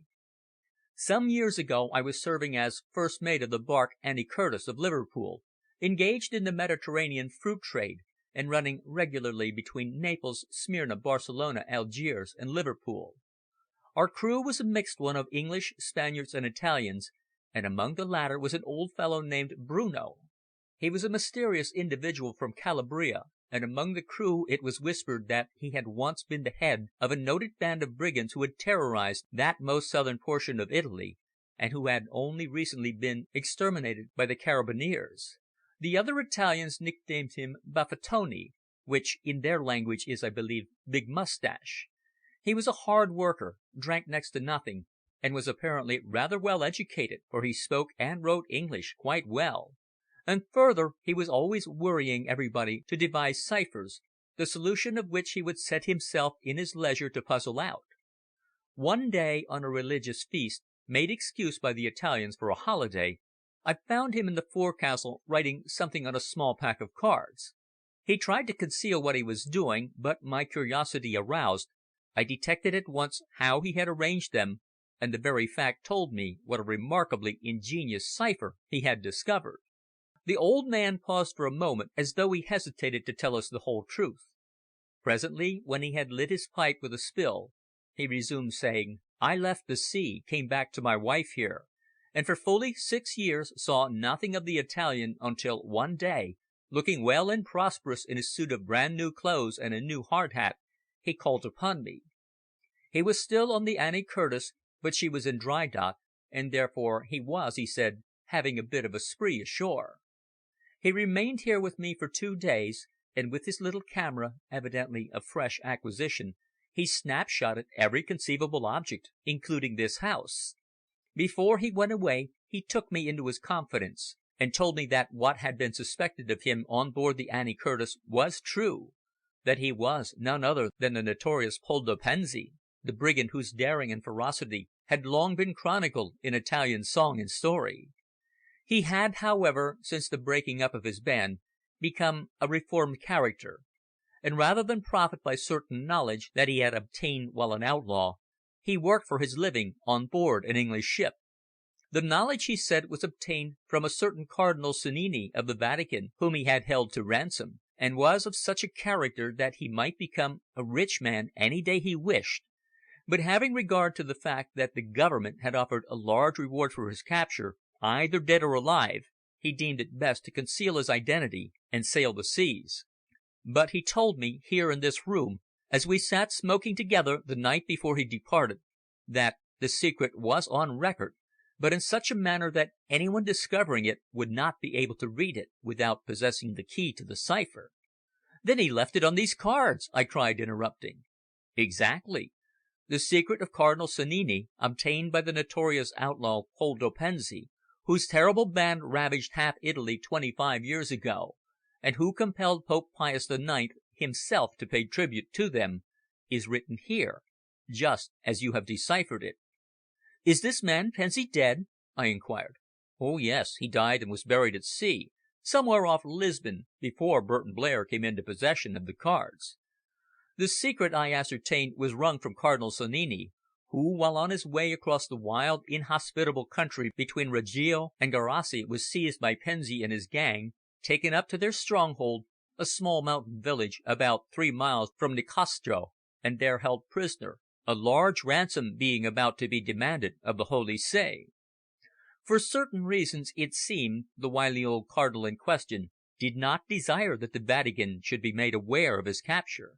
Therefore he made it a condition of his release that he should reveal a certain very remarkable secret, the secret written upon the cards, which he did, and in exchange for which Pensi released him." "But Sannini was one of the highest placed cardinals in Rome!" I exclaimed. "Why, at the death of Pio Nono he was believed to be designed as a successor to the Pontificate." "True," remarked the old man, who seemed well versed in all the recent history of St. Peter's at Rome. "The secret divulged by the Cardinal is undoubtedly one of very great value, and he did so in order to save his own reputation, I believe, for, from what the outlaw told me, they had discovered that he was in the extreme south in direct opposition to the Pope's orders, and in order to stir up some religious ill feeling against Pio Nono. Hence Sannini, so trusted by His Holiness, was compelled at all hazards to keep the facts of his capture an absolute secret. Pensi related how, before releasing the Cardinal, he went himself in secret to a certain spot in Tuscany and ascertained that what the great ecclesiastic had divulged was absolutely the truth. He was then released and given safe escort back to Cosenza, whence he took train back to Rome." "But how came Burton Blair possessed of the secret?" I inquired eagerly. "Ah!" remarked the old fellow, showing the palms of his hard browed hands, "that's the question. I know that upon these very cards Poldo Pensi, the ex-brigand of Calabria, inscribed the Cardinal's directions in English. Indeed, you will note that the wording betrays a foreigner. Those faded capital letters were traced by him on board the Annie Curtis, and he certainly held the secret safely until his death. What he told me I never divulged until I was compelled to by Burton Blair on that night when he recognized this house from Poldo's photograph and rediscovered me." "Compelled you!" Reggie exclaimed. "How?" Chapter 21. Worse than Death. The tall old fellow looked at me with his grey eyes and shook his head. "Burton Blair knew rather too much," he answered evasively. "He had, it seemed, been raised to chief mate of the Annie Curtis when I left her, and Poldo, the man who held dukes and cardinals and other great men to ransom, worked patiently under him. Then, after a bad go of fever, Poldo died, and strangely enough gave, so Blair declared, the pack of cards with the secret into his hands. Dicky Dawson, however, who was also on board as boatswain, and who had lived half his life on Italian brigs in the Adriatic, declares that this story is untrue, and that Blair stole the little bag containing the cards from beneath Poldo's pillow half an hour before he died.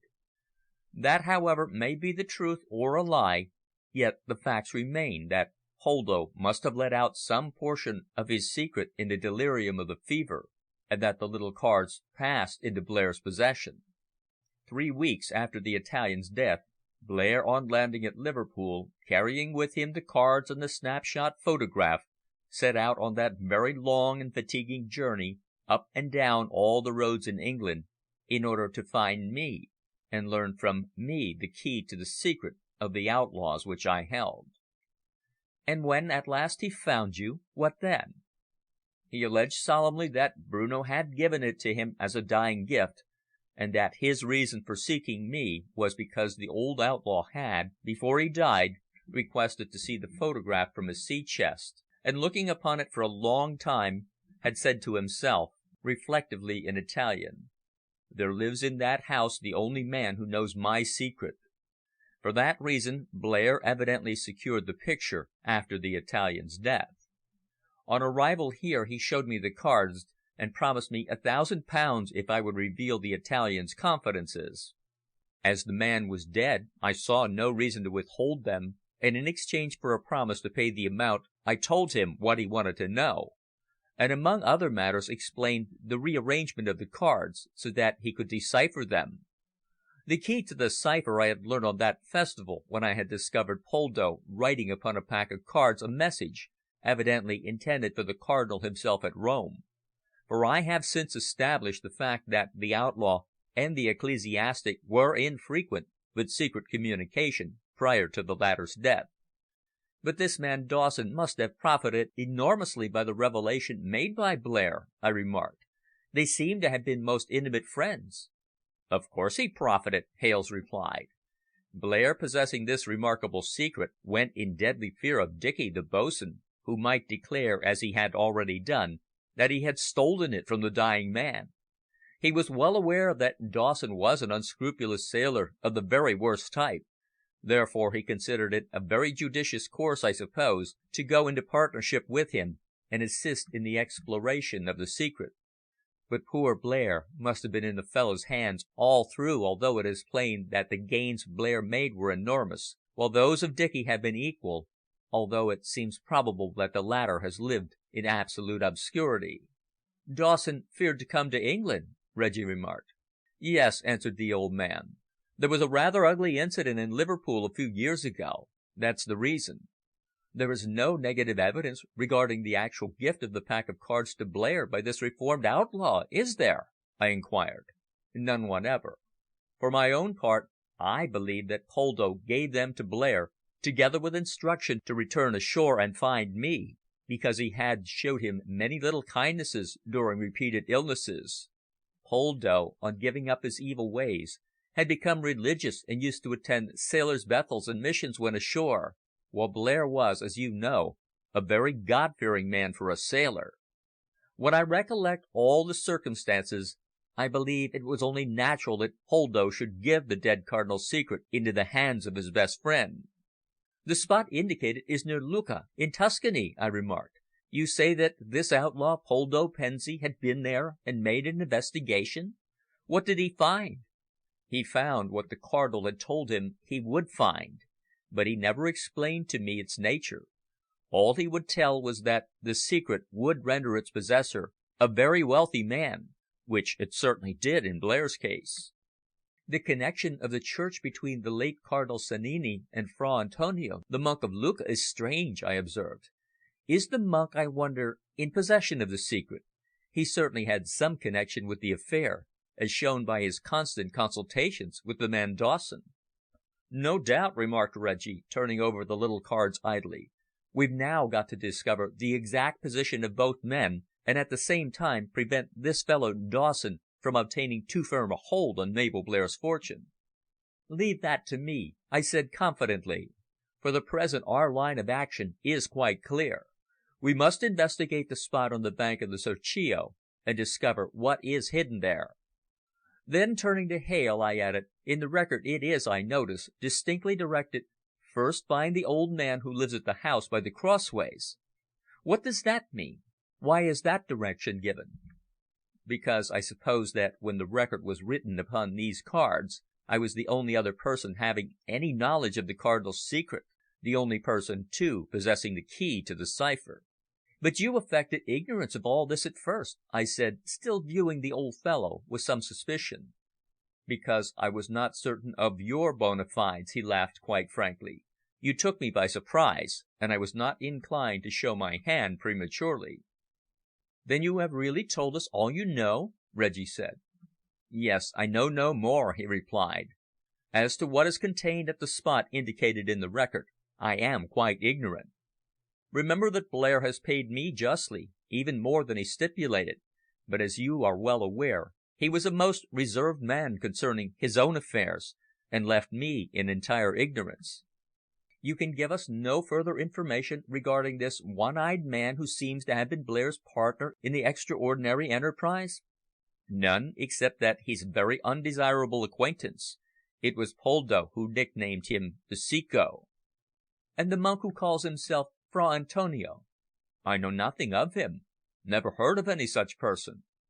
It was upon the tip of my tongue to inquire whether the old man had a son, and if that son's name was Herbert, recollecting, as I did, that tragic midnight scene in Mayville Park. Yet fortunately, perhaps, I was prompted to remain silent, preferring to conceal my knowledge and to await developments of the extraordinary situation. Still, a fierce, mad jealousy was gnawing at my heart. Mabel, the calm, sweet girl I loved so well, and whose future had been entrusted to me, had, like so many other girls, committed the grievous error of falling in love with a common man, rough, uncouth, and far beneath her station. Love in a cottage, about which we hear so much, is all very well in theory, just as is the empty pocket light heart fallacy.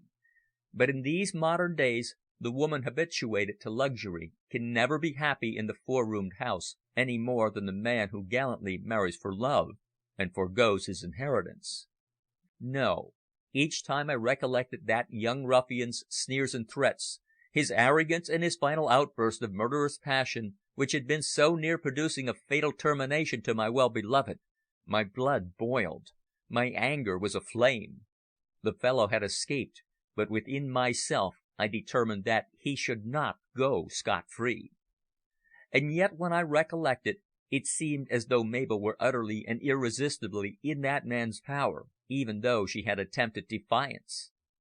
We remained with Hales and his wife for another hour, learning few additional facts, except from a word that the old lady let drop. I ascertained that they actually had a son whose name was Herbert, but whose character was none too good. "He was in the stables at Belvoir," his mother explained when I made inquiry of him. "But he left nearly 2 years ago, and we haven't seen him since. He writes sometimes from various places, and appears to be prospering." The fellow was, therefore, as I had surmised from his appearance, a horsekeeper, a groom, or something of that kind.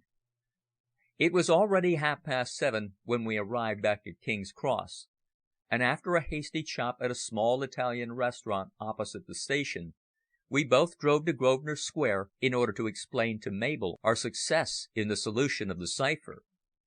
Carter, who admitted us, knew us so well that he conducted us straight upstairs to the great drawing room, so artistically lit with its shaded electric lights placed cunningly in all sorts of out-of-the-way corners.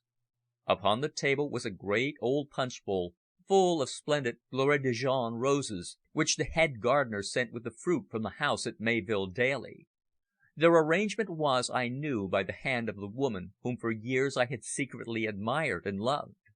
Upon a side table was a fine panel photograph of poor Burton Blair in a heavy silver frame, and upon the corner his daughter had placed a tiny bow of crape to honour the dead man's memory. The great house was full of those womanly touches that betrayed the sweet sympathy of her character and the calm tranquillity of her life. Presently the door opened, and we both rose to our feet, but instead of the bright, sunny-hearted girl with the musical voice and merry, open face, there entered the middle-aged, bearded man in gold-rimmed glasses, who was once the boatswain of the barque Annie Curtis of Liverpool, and afterwards had been the secret partner of Burton Blair. "Good evening, gentlemen," he exclaimed, bowing with that forced veneer of polish that he sometimes assumed. "I am very pleased to welcome you here in my late friend's house. I have, as you will perceive, taken up my quarters here in accordance with the terms of poor Blair's will, and I am pleased to have this opportunity of again meeting you." The fellow's cool impudence took us both entirely aback. He seemed so entirely confident that his position was unassailable. "We called to see Miss Blair," I explained. "We were not aware that you were about to take up your residence here quite so quickly." "Oh, it is best," he assured us. "There are a great many matters in connexion with Blair's wide interests that require immediate attention." And as he was speaking, the door again opened, and there entered a dark-haired woman of about 26, of medium height, rather showily dressed in black low-cut gown, but whose countenance was of a rather common type, yet nevertheless somewhat prepossessing. "My daughter Molly," explained the one-eyed man. "Allow me to introduce you," and we both gave her rather a cold bow, for it seemed that they had both made their abode there and taken over the management of the house in their own hands. "I suppose Mrs. Percival still remains?" I inquired after a few moments, on recovering from the shock at finding the adventurer and his daughter were actually in possession of that splendid mansion which half London admired and the other half envied, the place of which numerous photographs and descriptions had appeared in the magazines and ladies' journals. "Yes, Mrs. Percival is still in her own sitting room. I left her there 5 minutes ago. Mabel, it seems, went out at 11 o'clock this morning, and has not returned." "Not returned!" I exclaimed in quick surprise. "Why not?" "Mrs. Percival seems to be very upset. Fears something has happened to her, I think." Without another word, I ran down the broad staircase with its crystal balustrade, and, tapping at the door of the room set apart for Mrs. Percival, and announcing my identity, was at once allowed admittance. The instant the prim elderly widow saw me she sprang to her feet in terrible distress, crying, "Oh, Mr. Greenwood, Mr. Greenwood, what can we do? How can we treat these terrible people? Poor Mabel left this morning and drove in the brougham to Euston Station. There she gave Peters this letter addressed to you, and then dismissed the carriage. What can it possibly mean?"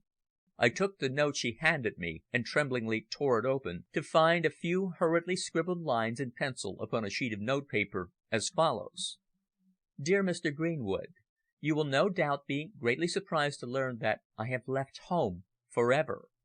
I am well aware that you entertain for me as high a regard and esteem as I do for you, but as my secret must come out, I cannot remain to face you of all men. These people will hound me to death, therefore I prefer to live in secret beyond the reach of their taunts and their vengeance than to remain and have the finger of scorn pointed at me. My father's secret can never become yours, because his enemies are far too wily and ingenious. Every precaution has been taken to secure it against all your endeavours. Therefore, as your friend, I tell you it is no use grinding the wind. All is hopeless. Exposure means to me a fate worse than death. Believe me that only desperation has driven me to this step, because my poor father's cowardly enemies and mine have triumphed. Yet at the same time I ask you to forget entirely that anyone ever existed of the name of the ill-fated, unhappy, and heartbroken Mabel Blair." I stood with the open, tear-stained letter in my hand, absolutely speechless. End of chapter 21. Chapter 22. The mystery of a night's adventure. "Exposure means to me a fate worse than death," she wrote. What could it mean? Mrs. Percival divined by my face the gravity of the communication, and rising quickly to her feet, she placed her hand tenderly upon my shoulder, asking, "What is it, Mr. Greenwood? May I not know?" For answer I handed her the note. She read through it quickly, then gave vent to a loud cry of dismay, realizing that Burton Blair's daughter had actually fled. That she held the man Dawson in fear was plain. She dreaded that her own secret, whatever it was, must now be exposed, and had, it seemed, fled rather than again face me. But why? What could her secret possibly be that she was so ashamed that she was bent upon hiding herself? Mrs. Percival summoned the coachman Crump, who had driven his young mistress to Euston, and questioned him. "Miss Mabel ordered the coupe just before 11, ma'am," the man said, saluting.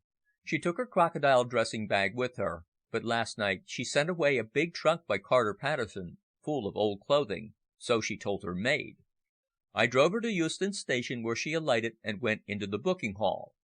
She kept me waiting about 5 minutes, when she brought a porter who took her bag, and then she gave me the letter addressed to Mr. Greenwood to give to you. I drove home then, ma'am." "She went to the north, evidently," I remarked when Crump had left, and the door had closed behind him. "It looks as though her flight was premeditated. She sent away her things last night." I was thinking of that arrogant young stable worker Hales, and wondering if his renewed threats had really caused her to keep another tryst with him. If so, It was exceedingly dangerous. "We must find her," said Mrs. Percival resolutely. "Ah!" she sighed, "I really don't know what will happen, for the house is now in possession of this odious man Dawson and his daughter, and the man is a most uncouth, ill-bred fellow. He addresses the servants with an easy familiarity, just as though they were his equals, and just now he actually complimented one of the housemaids upon her good looks. Terrible, Mr. Greenwood, terrible!" exclaimed the widow, greatly shocked. "Most disgraceful show of ill-breeding. I certainly cannot remain here now that Mabel has thought fit to leave, without even consulting me. Lady Rainham called this afternoon, but of course I had to be not at home. What can I tell people in these distressing circumstances?" I saw how scandalised was the estimable old chaperon, for she was nothing if not a straightforward widow, whose very life depended upon rigorous etiquette and the traditions of her honourable family.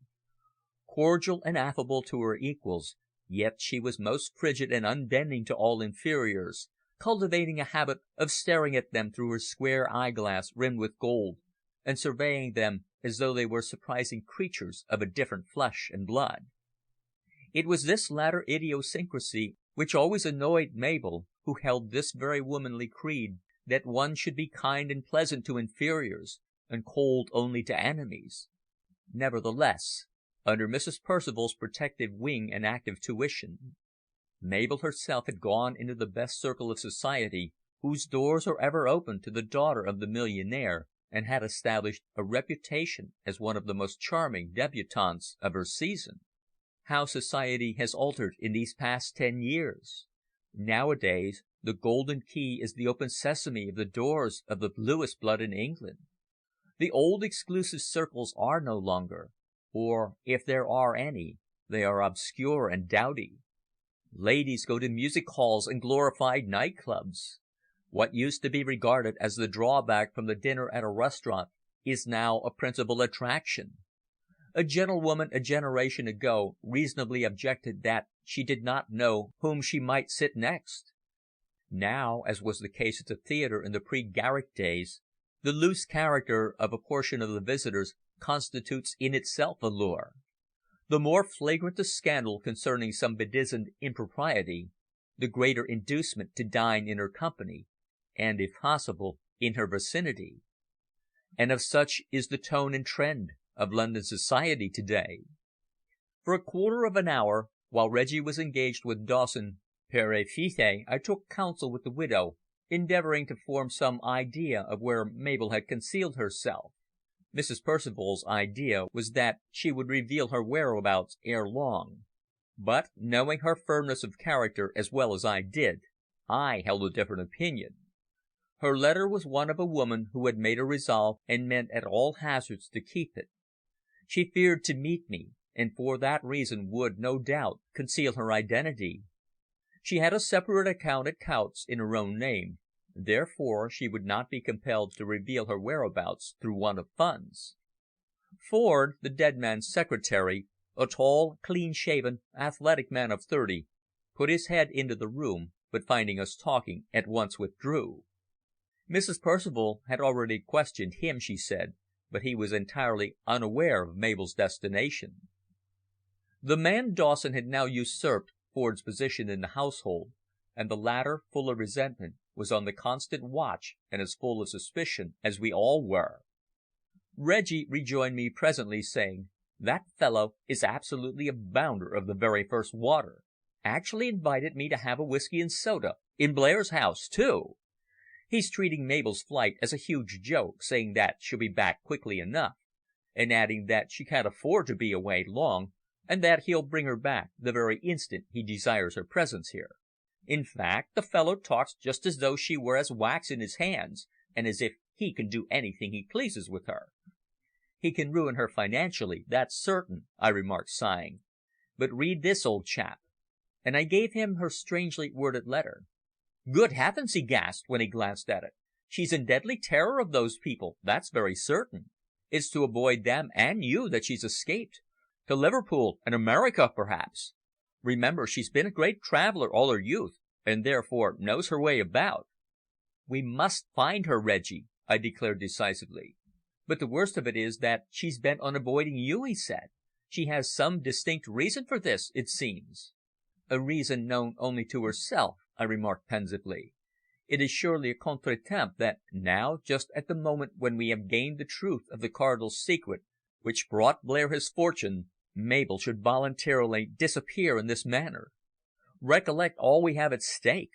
We know not who are our friends or who our enemies. We ought both to go out to Italy and discover the spot indicated in that cipher record, or others will probably forestall us, and we may then be too late." He agreed that the record being bequeathed to me, I ought to take immediate steps to establish my claim to it, whatever might be. We could not disguise from ourselves the fact that Dawson, as Blair's partner and participator of his enormous wealth, must be well aware of the secret, and that he had already, most probably, taken steps to conceal the truth from myself, the rightful owner. He was a power to be reckoned with, a sinister person, possessed of the wiliest cunning and the most devilish ingenuity in the art of subterfuge. Report everywhere gave him that character. He possessed the cold, calm manner of the man who had lived by his wits, and it seemed that in this affair his ingenuity, sharpened by a life of adventure, was to be pitted against my own. Mabel's sudden resolution and disappearance were maddening. The mystery of her letter, too, was inscrutable. If she were really dreading lest some undesirable fact might be exposed, then she ought to have trusted me sufficiently to take me entirely into her confidence. I loved her, although I had never declared my passion, therefore, ignorant of the truth, she had treated me as I had desired, as a sincere friend. Yet why had she not sought my aid? Women are such strange creatures, I reflected. Perhaps she loved that fellow after all. A fevered, anxious week went by, and Mabel made no sign. One night I left Reggie at the Devonshire about 11:30, and walked the damp, foggy London streets until the roar of traffic died away, the cabs crawled and grew infrequent, and the damp, muddy pavements were given over to the tramping constable and the shivering outcast. In the thick mist I wandered onward, thinking deeply, yet more and more mystified at the remarkable chain of circumstances which seemed hour by hour to become more entangled. On and on I had wandered, heedless of where my footsteps carried me, passing along Knightsbridge, skirting the park in Kensington Gardens, and was just passing the corner of the Earl's Court Road when some fortunate circumstance awakened me from my deep reverie, and I became distinctly conscious for the first time that I was being followed. Yes, there distinctly was a footstep behind me, hurrying when I hurried, slackening when I slackened. I crossed the road, and before the long high wall of Holland Park I halted and turned. My pursuer came on a few paces, but drew up suddenly, and I could only distinguish against the glimmer of the street lamp through the London fog a figure long and distorted by the bewildering mist. The latter was not sufficiently dense to prevent me finding my way, for I knew that part of London well. Nevertheless, to be followed so persistently at such an hour was not very pleasant. I was suspicious that some tramp or thief who had passed me by and found me oblivious to my surroundings had turned and followed me with evil intent. Forward I went again, but as soon as I had done so, the light, even tread, almost an echo of my own, came on steadily behind me. I had heard weird stories of madmen who haunt the London streets at night, and who follow unsuspecting foot passengers aimlessly. It is one of the forms of insanity well known to specialists. Again I recrossed the road, passing through Edwards Square and out into Earl's Court Road, thus retracing my steps back towards the High Street. But the mysterious man still followed me so persistently that in the mist, which in that part had grown thicker until it obscured the street lamps, I confess I experienced some uneasiness. Presently, however, just as I was turning the corner into Lexham Gardens, at a point where the fog had obscured everything, I felt a sudden rush, and at the same instant experienced a sharp stinging sensation behind the right shoulder. The shock was such a severe one that I cried out, turning next instant upon my assailant, but so agile was he that, ere I could face him, he had eluded me and escaped. I heard his receding footsteps, for he was running away down the Earl's Court Road, and shouted for the police. But there was no response. The pain in my shoulder became excruciating.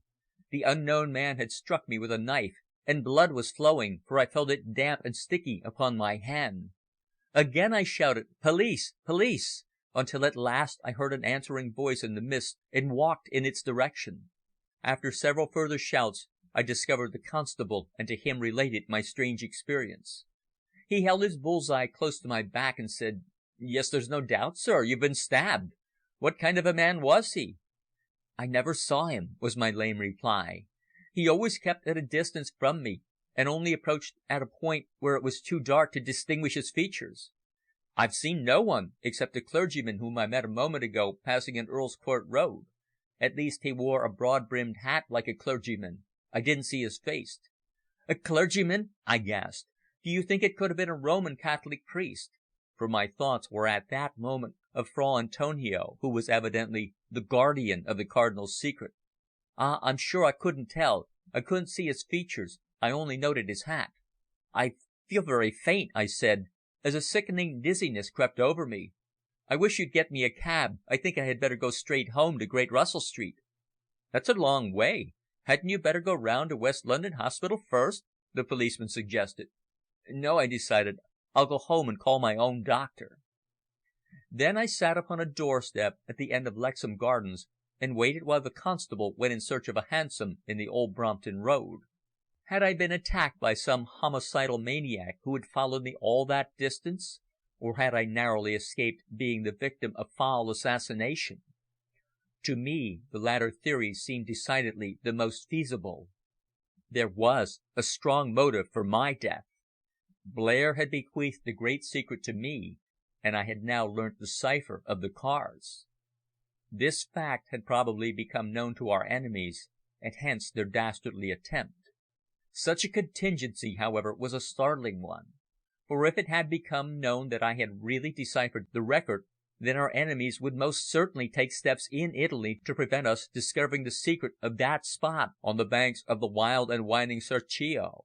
At last the cab came, and slipping a tip into the constable's palm, I got in, and with my silk muffler placed at my back to staunch the blood, drove slowly on through the fog at little more than foot's pace. Almost as soon as I entered the hansom, I felt my head swimming and a strange sensation of numbness creeping up my legs. A curious nausea seized me too, and although I had fortunately been able to stop the flow of blood, which tended to prove that the wound was not such a serious one after all, my hands felt strangely cramped, and in my jaws was a curious pain very much like the commencement of an attack of neuralgia. I felt terribly ill. The cabman, informed by the constable of my injury, opened the trap door in the roof to inquire after me, but I could scarcely articulate a reply.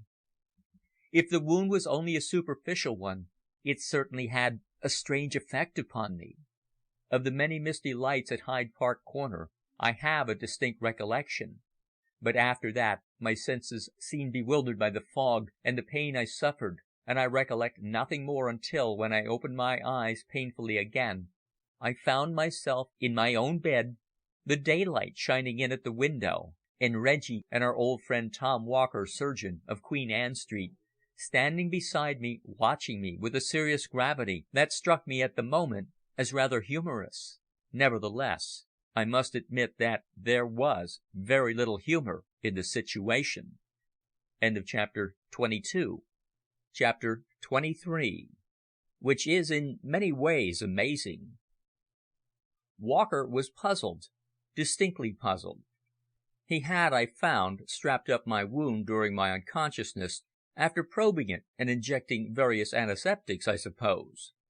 He had also called in consultation Sir Charles Hoare, the very distinguished surgeon of Charing Cross Hospital, and both of them had been greatly puzzled over my symptoms.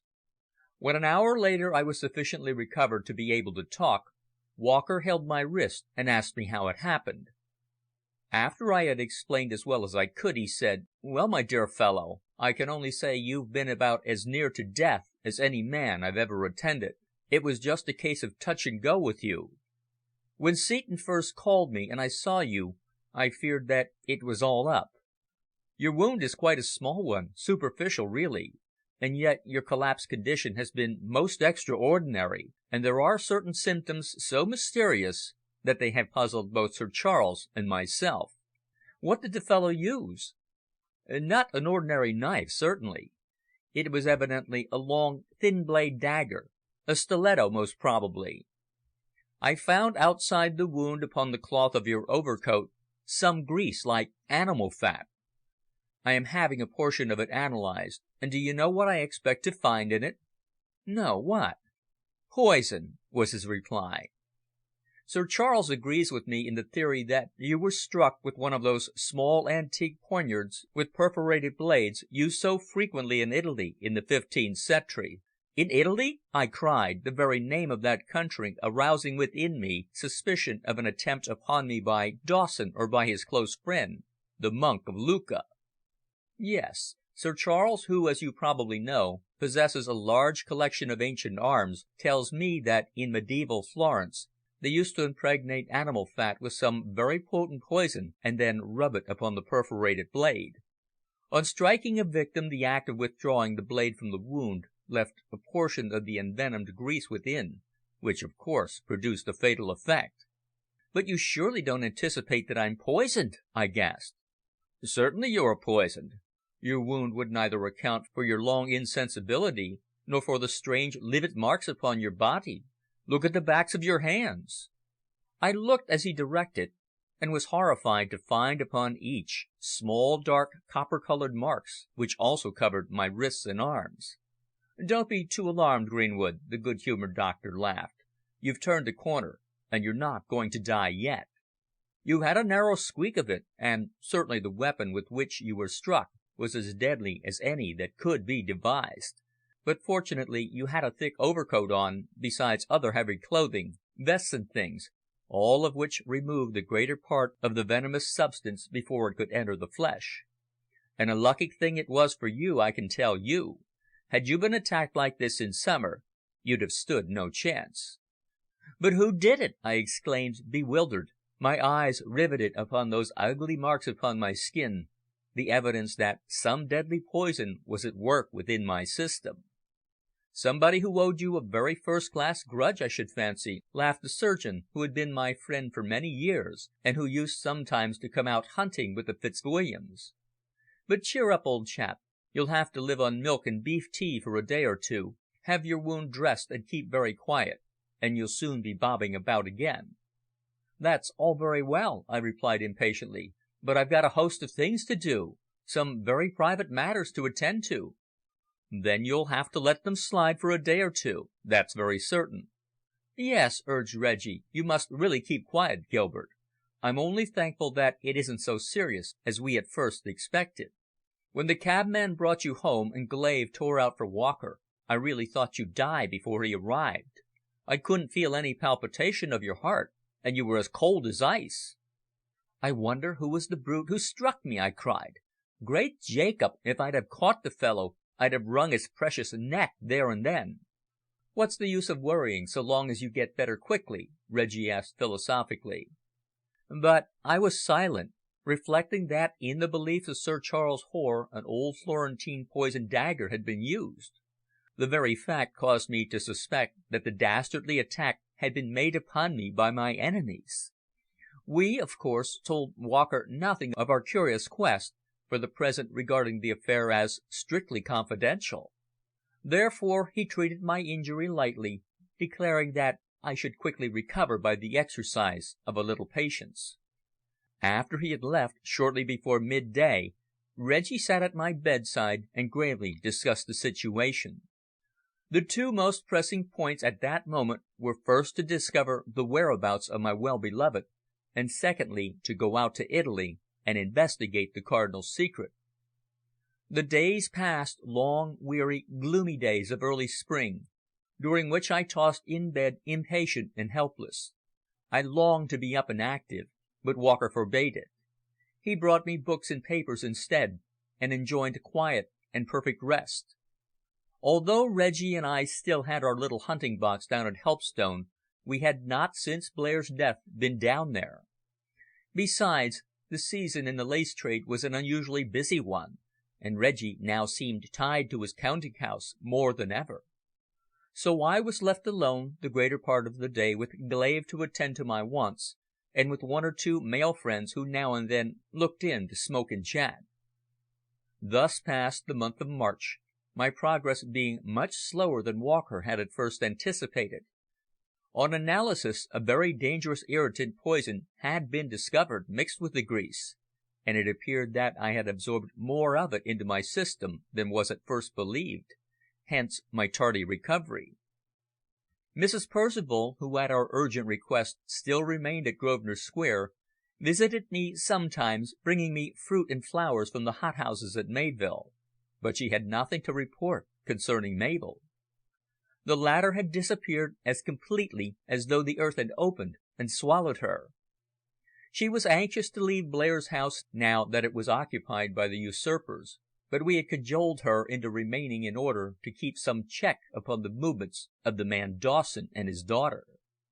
Ford had been so exasperated at the man's manner that on the 5th day of the new regime he had remonstrated, whereupon Dawson had calmly placed a year's wages in banknotes in an envelope and at once dispensed with his further services, as, of course, he had intended to do all along.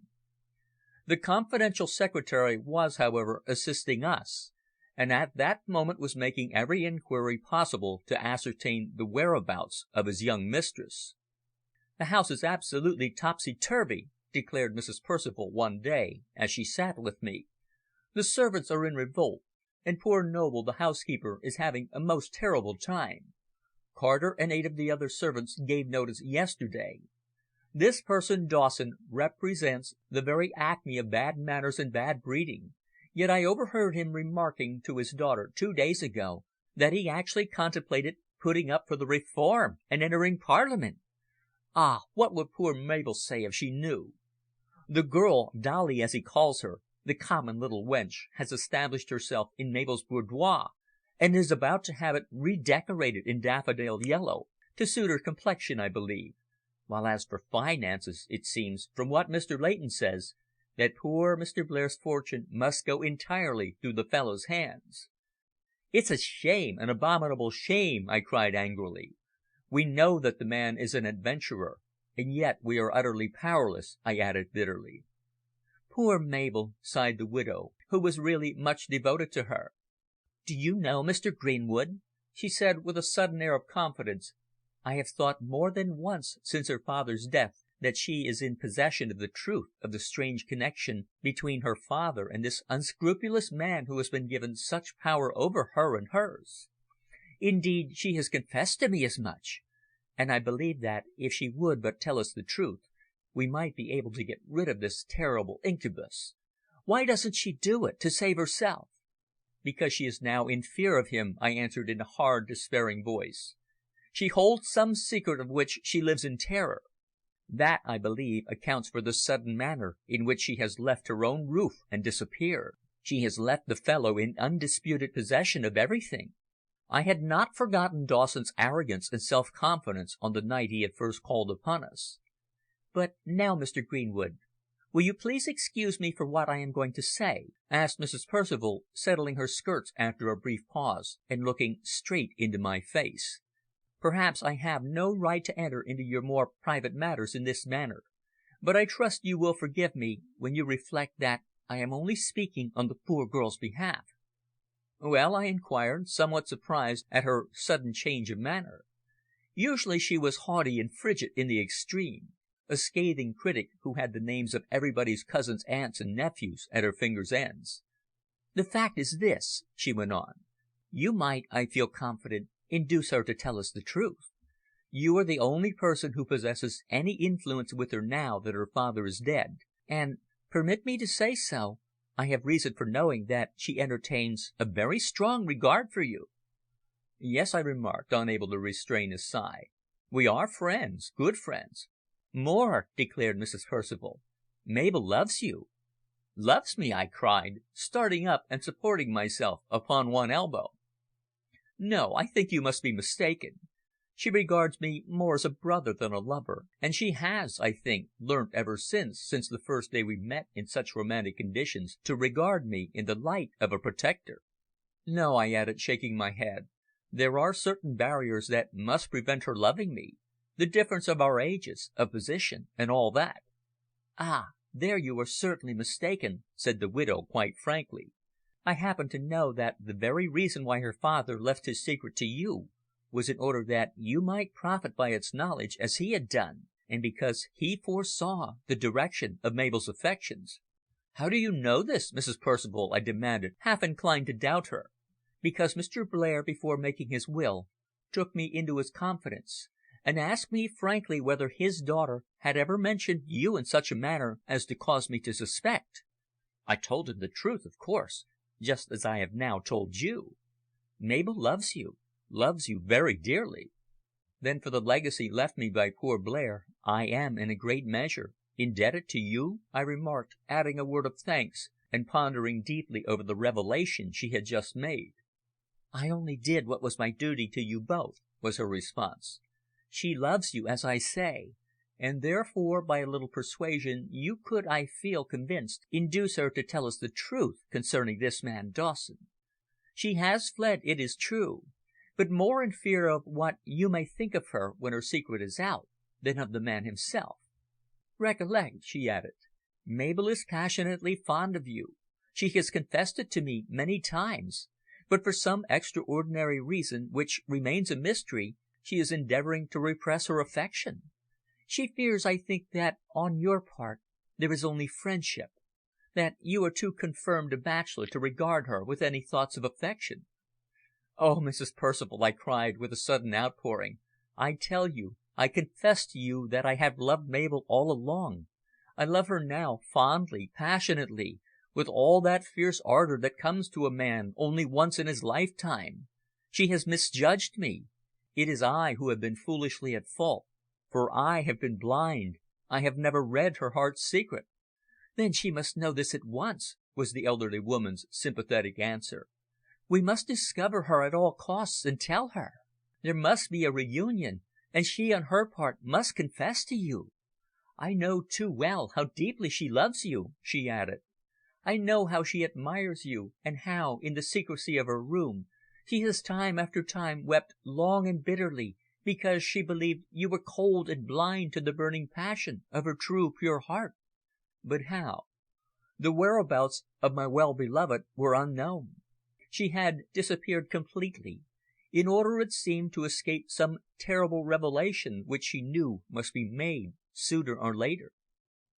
In the days that followed, while I lay still weak and helpless, both Ford and Reggie were active in their inquiries, but all in vain. I called in the solicitor Leighton in consultation, but he could devise no plan other than to advertise, yet to do so was, we agreed, scarcely fair to her. Curiously enough, the dark-faced young woman, Dorothy Dawson, otherwise Dolly, also betrayed the keenest anxiety for Mabel's welfare. Her mother was Italian, and she spoke English with a slight accent, having always, she said, lived in Italy. Indeed, she called upon me once to express her regret at my illness, and I found that she really improved on acquaintance. Her apparent coarseness was only on account of her mixed nationality, and although she was a shrewd young person possessed of all the subtle Italian cunning, Reggie, I think, found her a bright and amusing companion.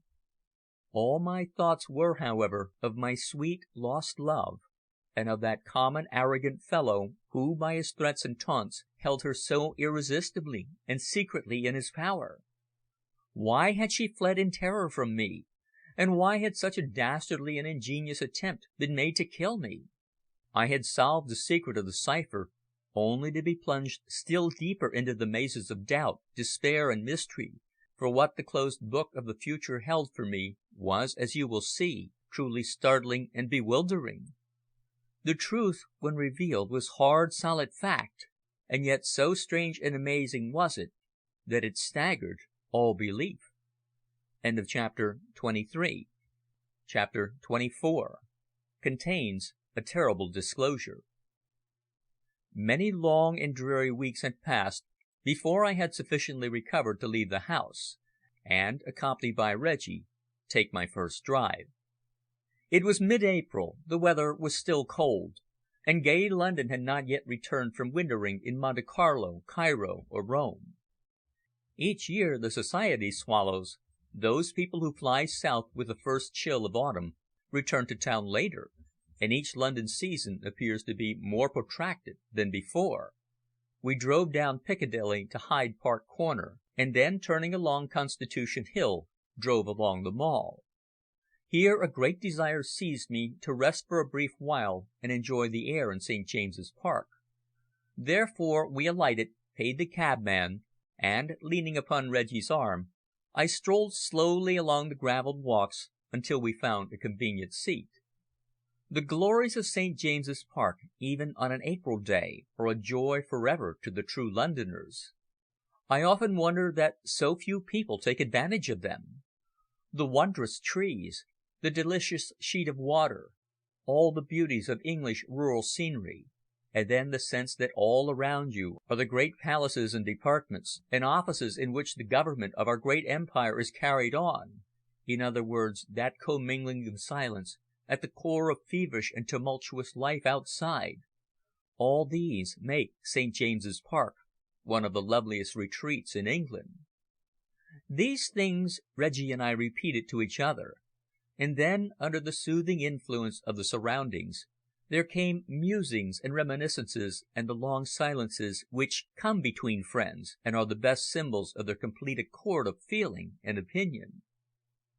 While we were thus seated, I became conscious of the fact that we were in the spot above all others where one was certain to see pass at that time of day most of the prominent political figures of the hour on their way to their various departments, or to Parliament where the sitting was just commencing. A cabinet minister, 2 Liberal peers, a Conservative whip, and an Under-Secretary passed in rapid succession away in the direction of Storey's Gate. Reggie, who took a great interest in politics, and had often occupied a seat in the strangers' gallery, was pointing out to me the politicians who passed, but my thoughts were elsewhere, with my lost love. Now that Mrs. Percival had revealed to me the truth of Mabel's affection, I saw how foolish I had been in making pretence of a coldness towards her that was the very opposite to the feeling which really existed in my heart. I had been a fool, and had now to suffer. During the weeks I had been confined to my room, I had obtained a quantity of books, and discovered certain facts concerning the late Cardinal who had divulged the secret, whatever it was, in return for his release. It appeared that Andrea Sannini was a native of Perugia, who became Archbishop of Bologna and was afterwards given the Cardinal's hat. A great favourite of Pius IX, he was employed by him upon many delicate missions to the various powers. As a diplomatist he proved himself possessed of remarkable acumen. Therefore the Pope appointed him Treasurer General, as well as Director of the world-famous museums and galleries of the Vatican. He was, it appeared, one of the most powerful and distinguished figures in the College of Cardinals, and became extremely prominent for the part he played on the occasion of the entry of the Italian troops into the Eternal City in 1870, while on the death of Pius IX, 8 years later, he was believed to be designated as his successor, although on election the choice fell upon his colleague, the late Cardinal Pesci, who became Leo XIII. I was reflecting upon these facts, which I had established after a good deal of heavy reading, when Reggie suddenly cried in a low voice, "Why, look, there's Dawson's daughter walking with a man." I glanced quickly in the direction indicated, and saw, crossing the bridge that spanned the lake and approaching in our direction, a well-dressed female figure in a smart jacket of caracole and neat toque, accompanied by a tall, thin man in black. Dolly Dawson was walking at his side leisurely, chatting and laughing, while he ever and anon bent towards her, making some remarks. As he raised his head to glance across the water, I saw that above his overcoat showed a clerical collar with a tiny piece of Roman purple. The man was evidently a canon or other dignitary of the Catholic Church.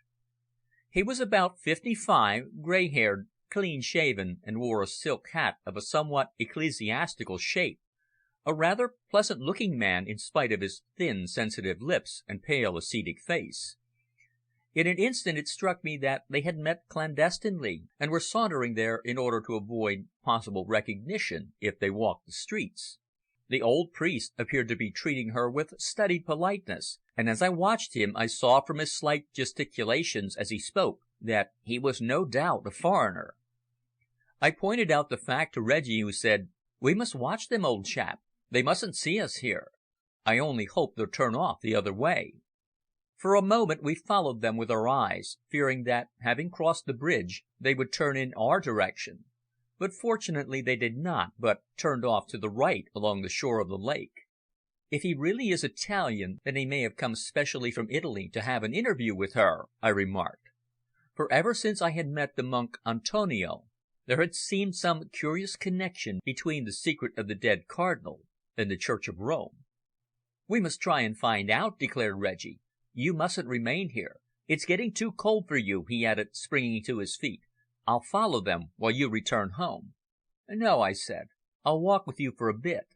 I'm interested in the little game," and rising also, I linked my arm in his and went forward by the aid of my stick. They were walking side by side in earnest conversation. I could tell by the priest's quick gesticulations, the way in which he first waved his closed fingers and then raised his open hand and touched his left forearm, that he was speaking of some secret and the possessor of it who had disappeared. If one knows the Italian well, one can follow in a sense the topic of conversation by the gestures, each one having its particular signification.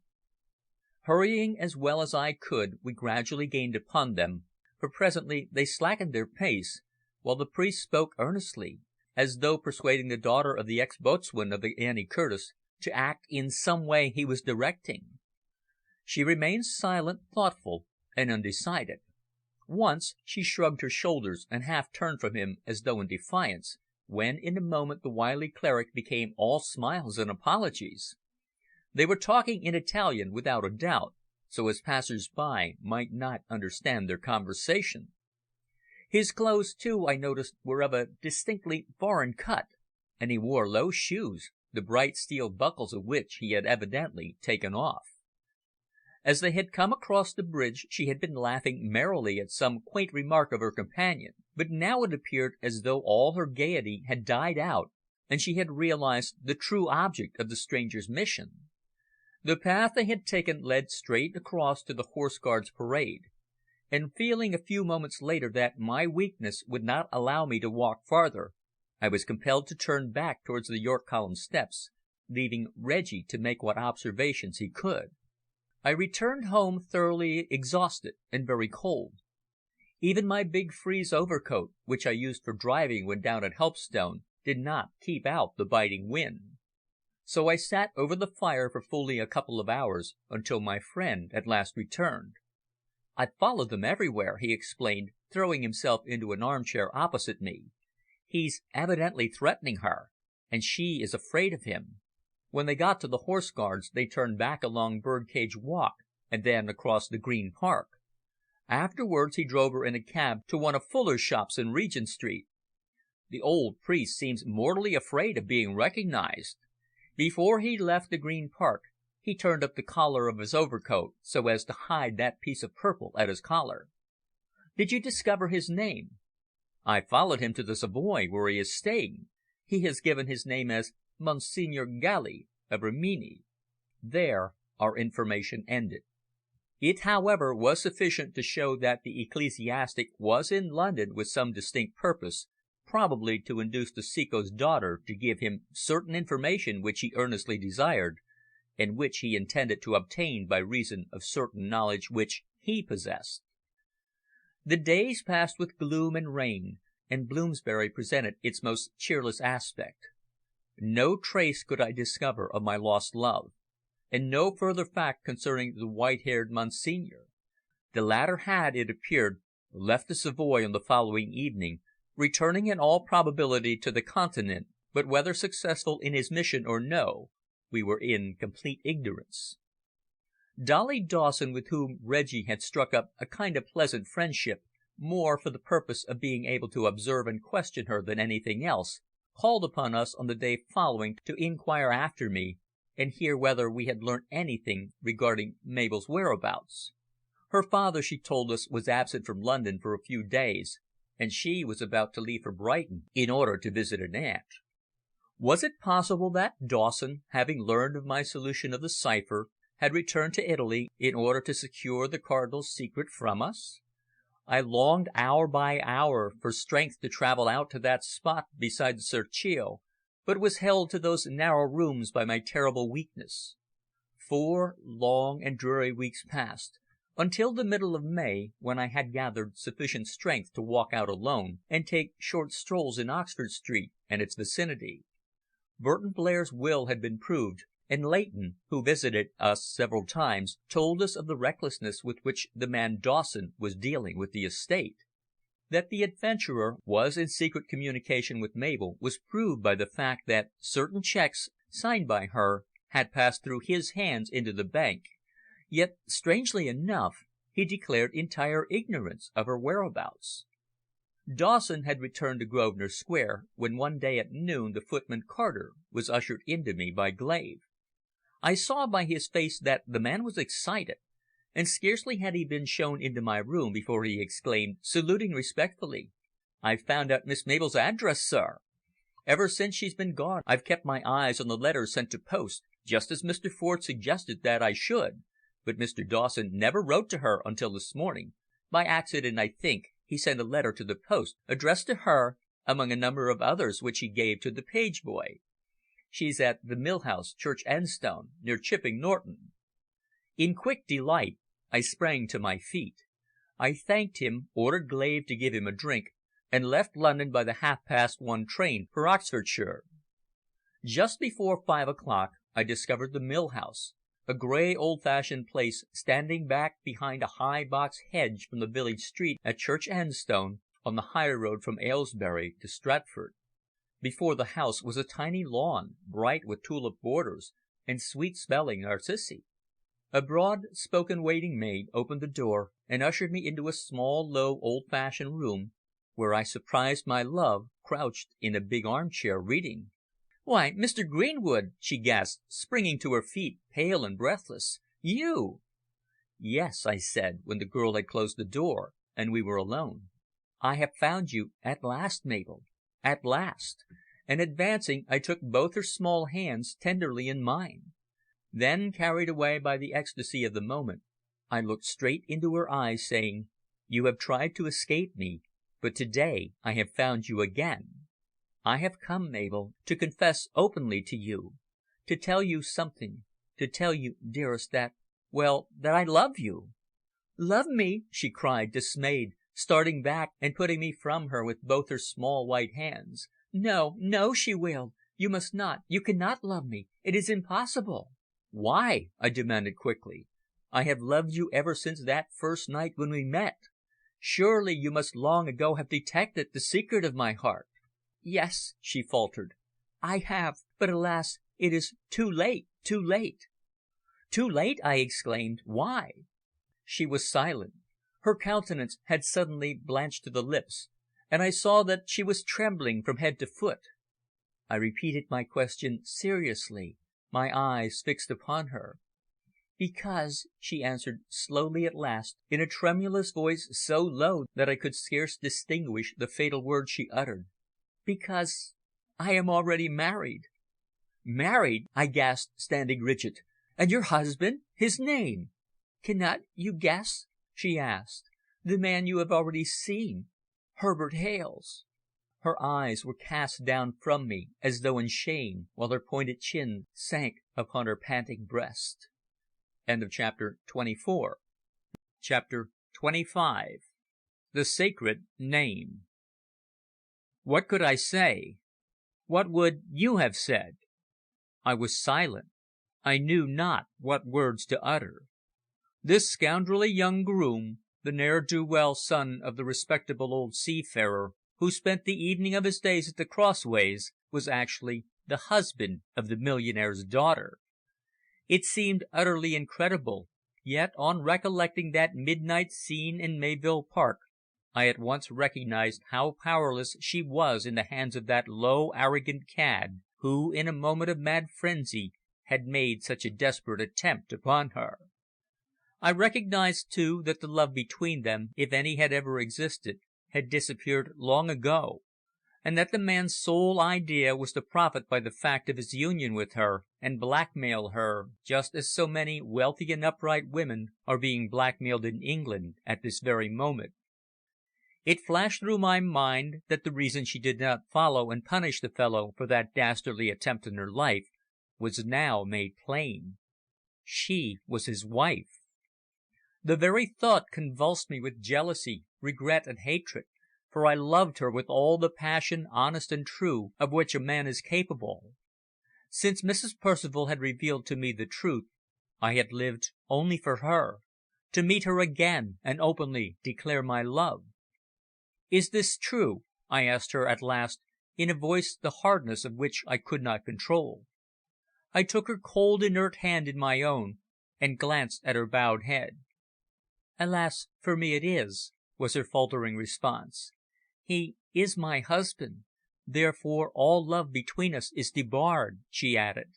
"You have always been my friend, Mr. Greenwood, but now that you have forced me to confess the truth, our friendship is at an end." "And your husband? Is he here with you?"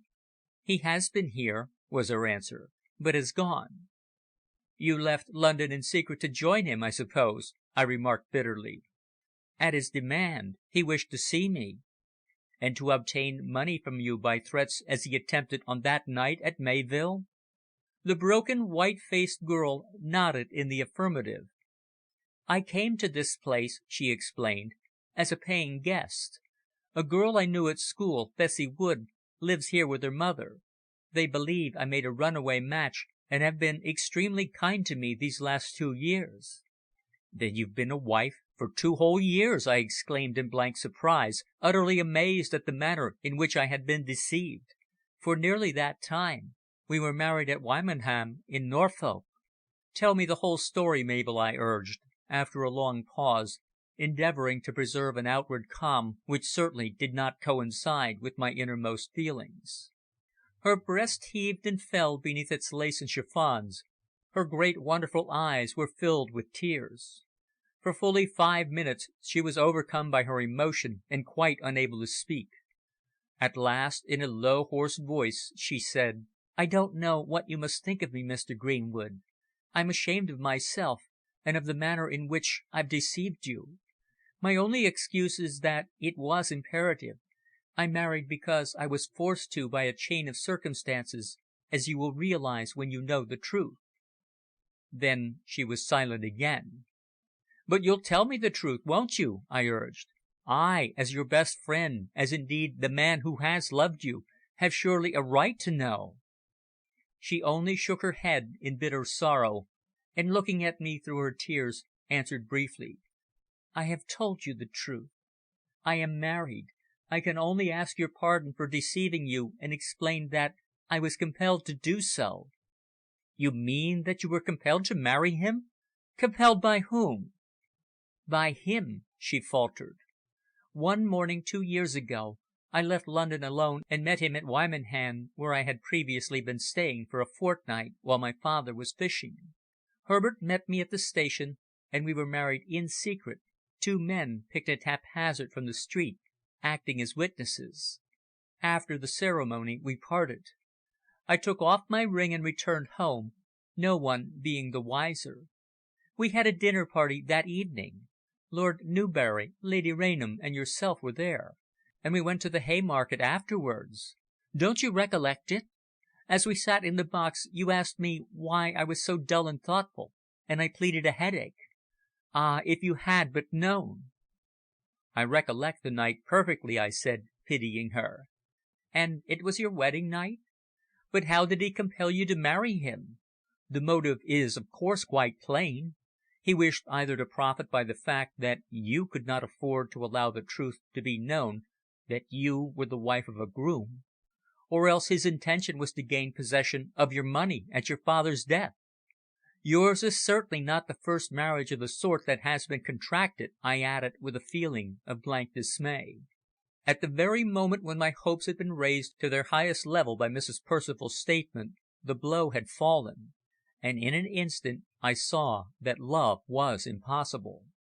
Mabel, the woman I loved so fondly and so well, was the wife of a loutish brute who was torturing her to madness by his threats, and would, as already had been proven, hesitate at nothing in order to gain his despicable ends.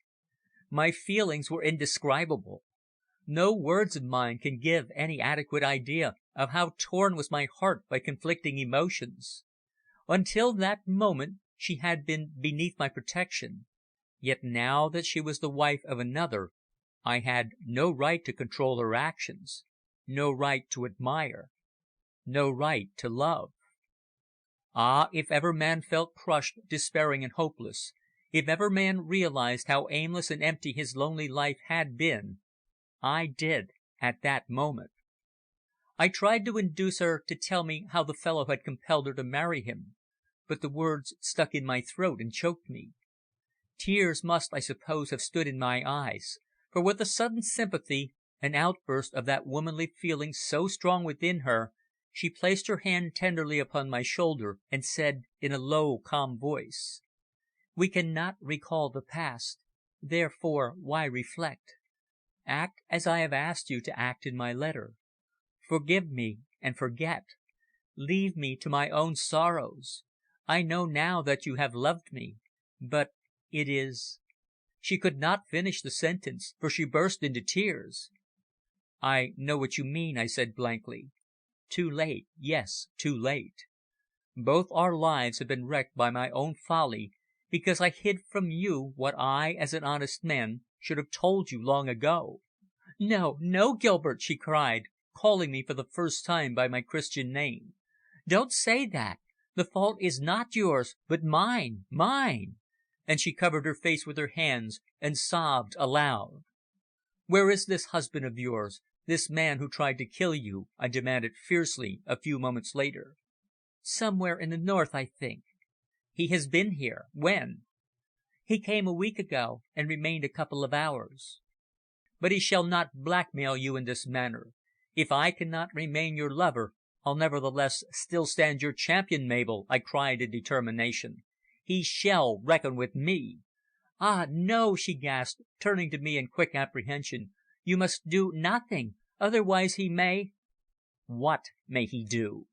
She was silent, gazing aimlessly out of the window across the broad meadowlands, now misty and silent in the dusk. "He may," she said in a low, broken voice, "he may tell the world the truth." "What truth?" "The truth he knows, the knowledge by which he compelled me to become his wife," and she held her hand to her breast as though to stay the wild beating of her young heart. I tried to induce her to reveal that secret to me, her most devoted friend, but she refused. "No," she said in a low, broken voice, "do not ask me, Gilbert, for I know now that I may be permitted to call you by your Christian name, because I cannot tell you of all men. It is for me to remain silent and to suffer." Her face was very pale, and I saw by her look of determination that her mind was made up.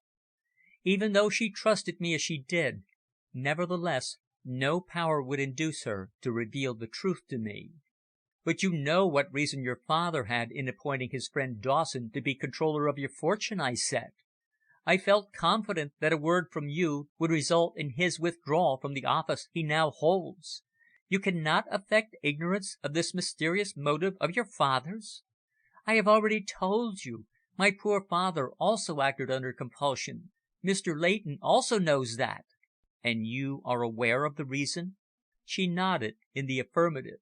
"Then you could checkmate the fellow's plans?" "Yes, I might," she answered slowly, "if I only dared." "What do you fear?" "I fear what my father feared," was her answer.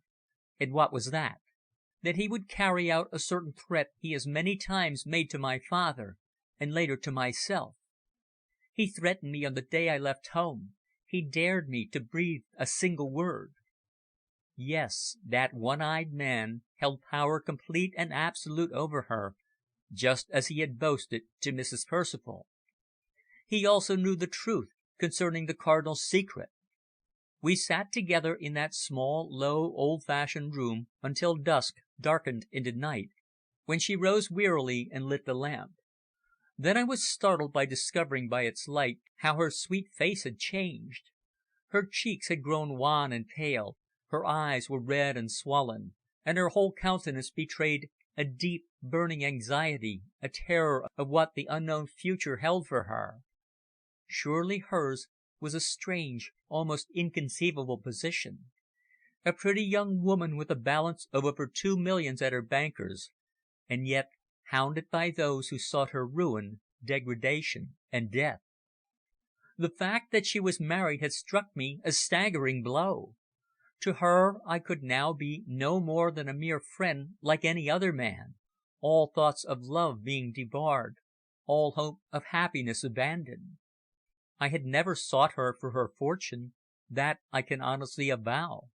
I had loved her for her own sweet pure self, because I knew that her heart beat true and loyal, that in strength of character, in disposition, in grace and in beauty, she was peerless. For a long time I held her hand, feeling, I think, some satisfaction in thus repeating the action of other times, now that I had to bid farewell to all my hopes and aspirations.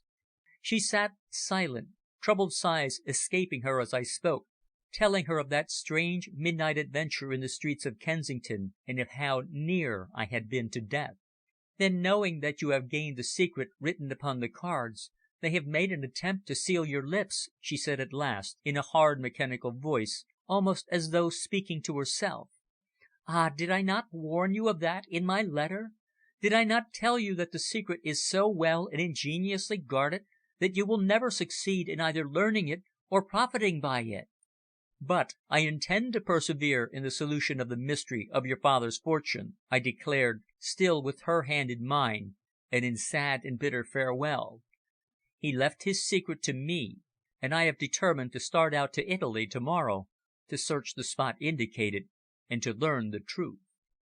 "Then you can just save yourself that trouble, mister," exclaimed the voice of a common, uneducated man, startling me, and on turning suddenly I saw that the door had opened noiselessly, and there upon the threshold, watching us with apparent satisfaction, was the man who stood between me and my well-beloved, that clean-shaven, skulking fellow who claimed her by the sacred name of wife. Chapter 26. Face to Face. "I'd much like to know what your business is 'ere?" demanded the coarse-featured fellow, whose grey bowler hat and gaiters gave him a distinctly horsey appearance. And as he stood in the doorway he folded his arms defiantly and looked me straight in the face. "My business is my own affair," I answered, facing him in disgust. "If it concerns my wife I have a right to know," he persisted. "Your wife!" I cried, advancing towards him, with difficulty repressing the strong impulse within me to knock the young ruffian down.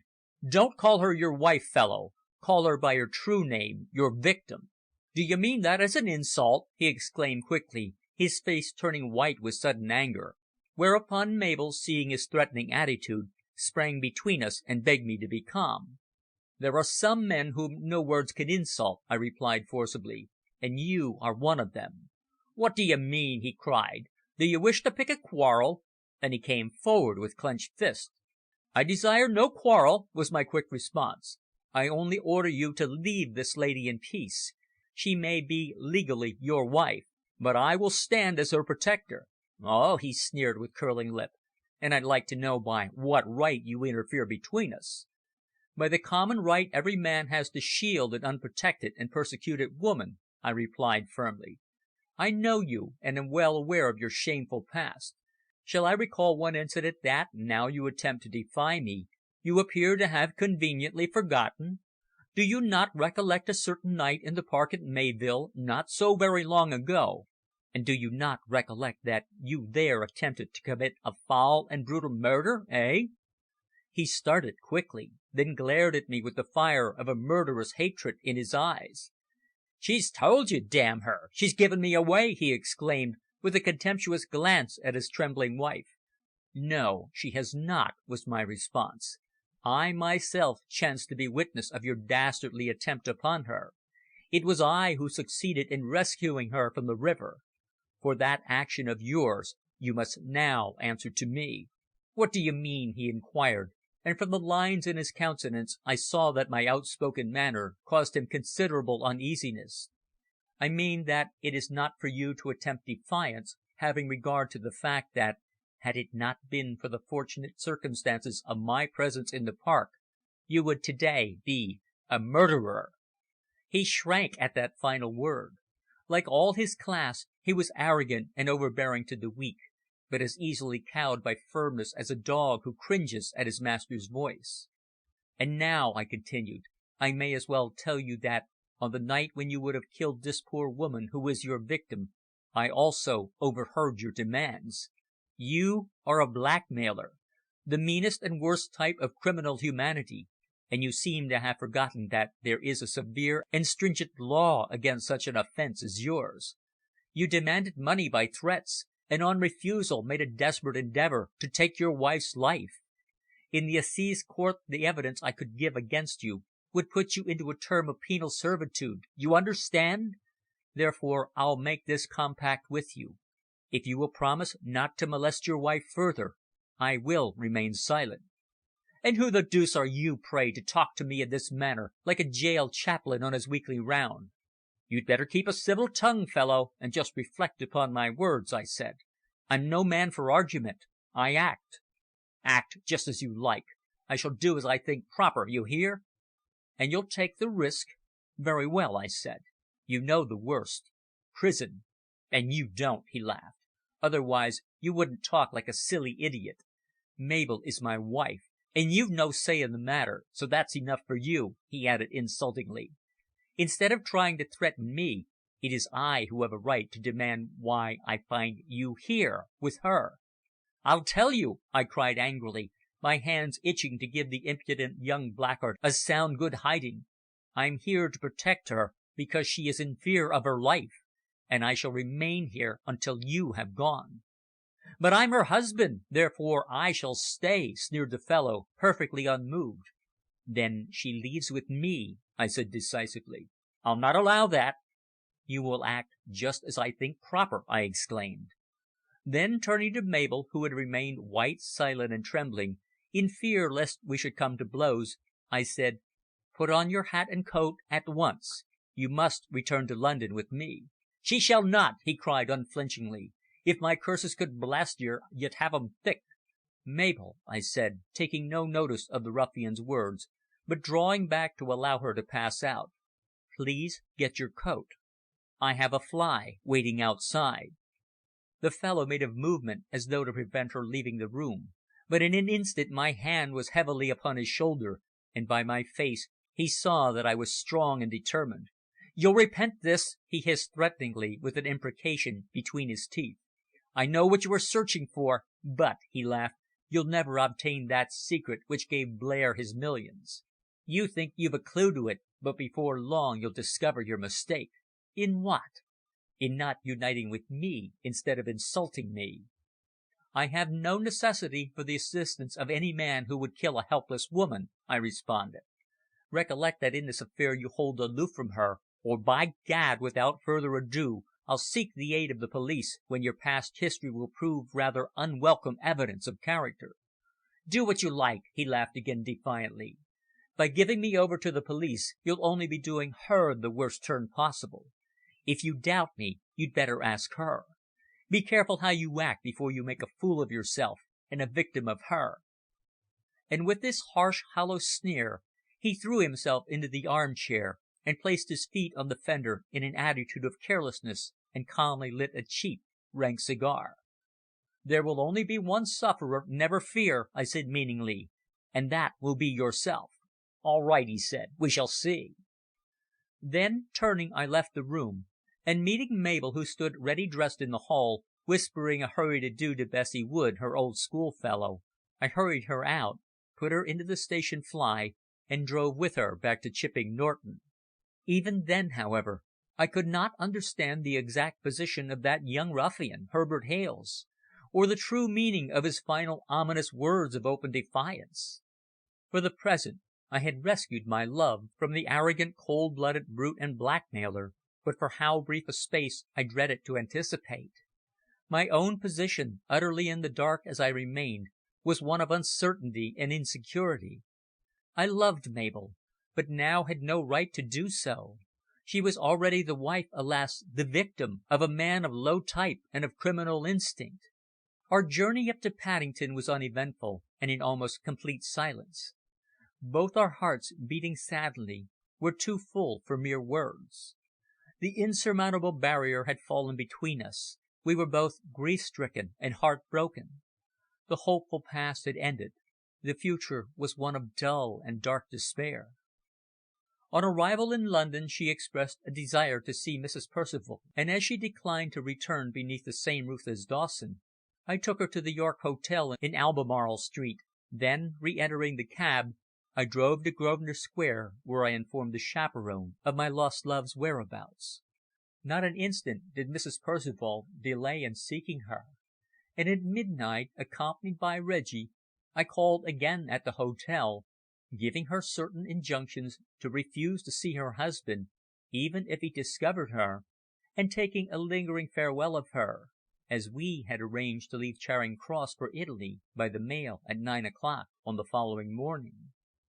Both Reggie and I had arrived at the conclusion that, now I was sufficiently recovered to travel, we should not lose an instant in going out to Tuscany and investigating the truth regarding that cipher record. So she bade us both farewell, and urging us not to worry further upon her account, although we did not fail to detect her wild anxiety as to the result of my defiance of her ruffianly husband, she wished us all good fortune and Godspeed in the exciting venture we were about to undertake, with success and a safe return. End of chapter 26. Chapter 27. The directions of His Eminence. The green winding valley of the Serchio looks its brightest and best in the month of May, the time of flowers in old world Italy.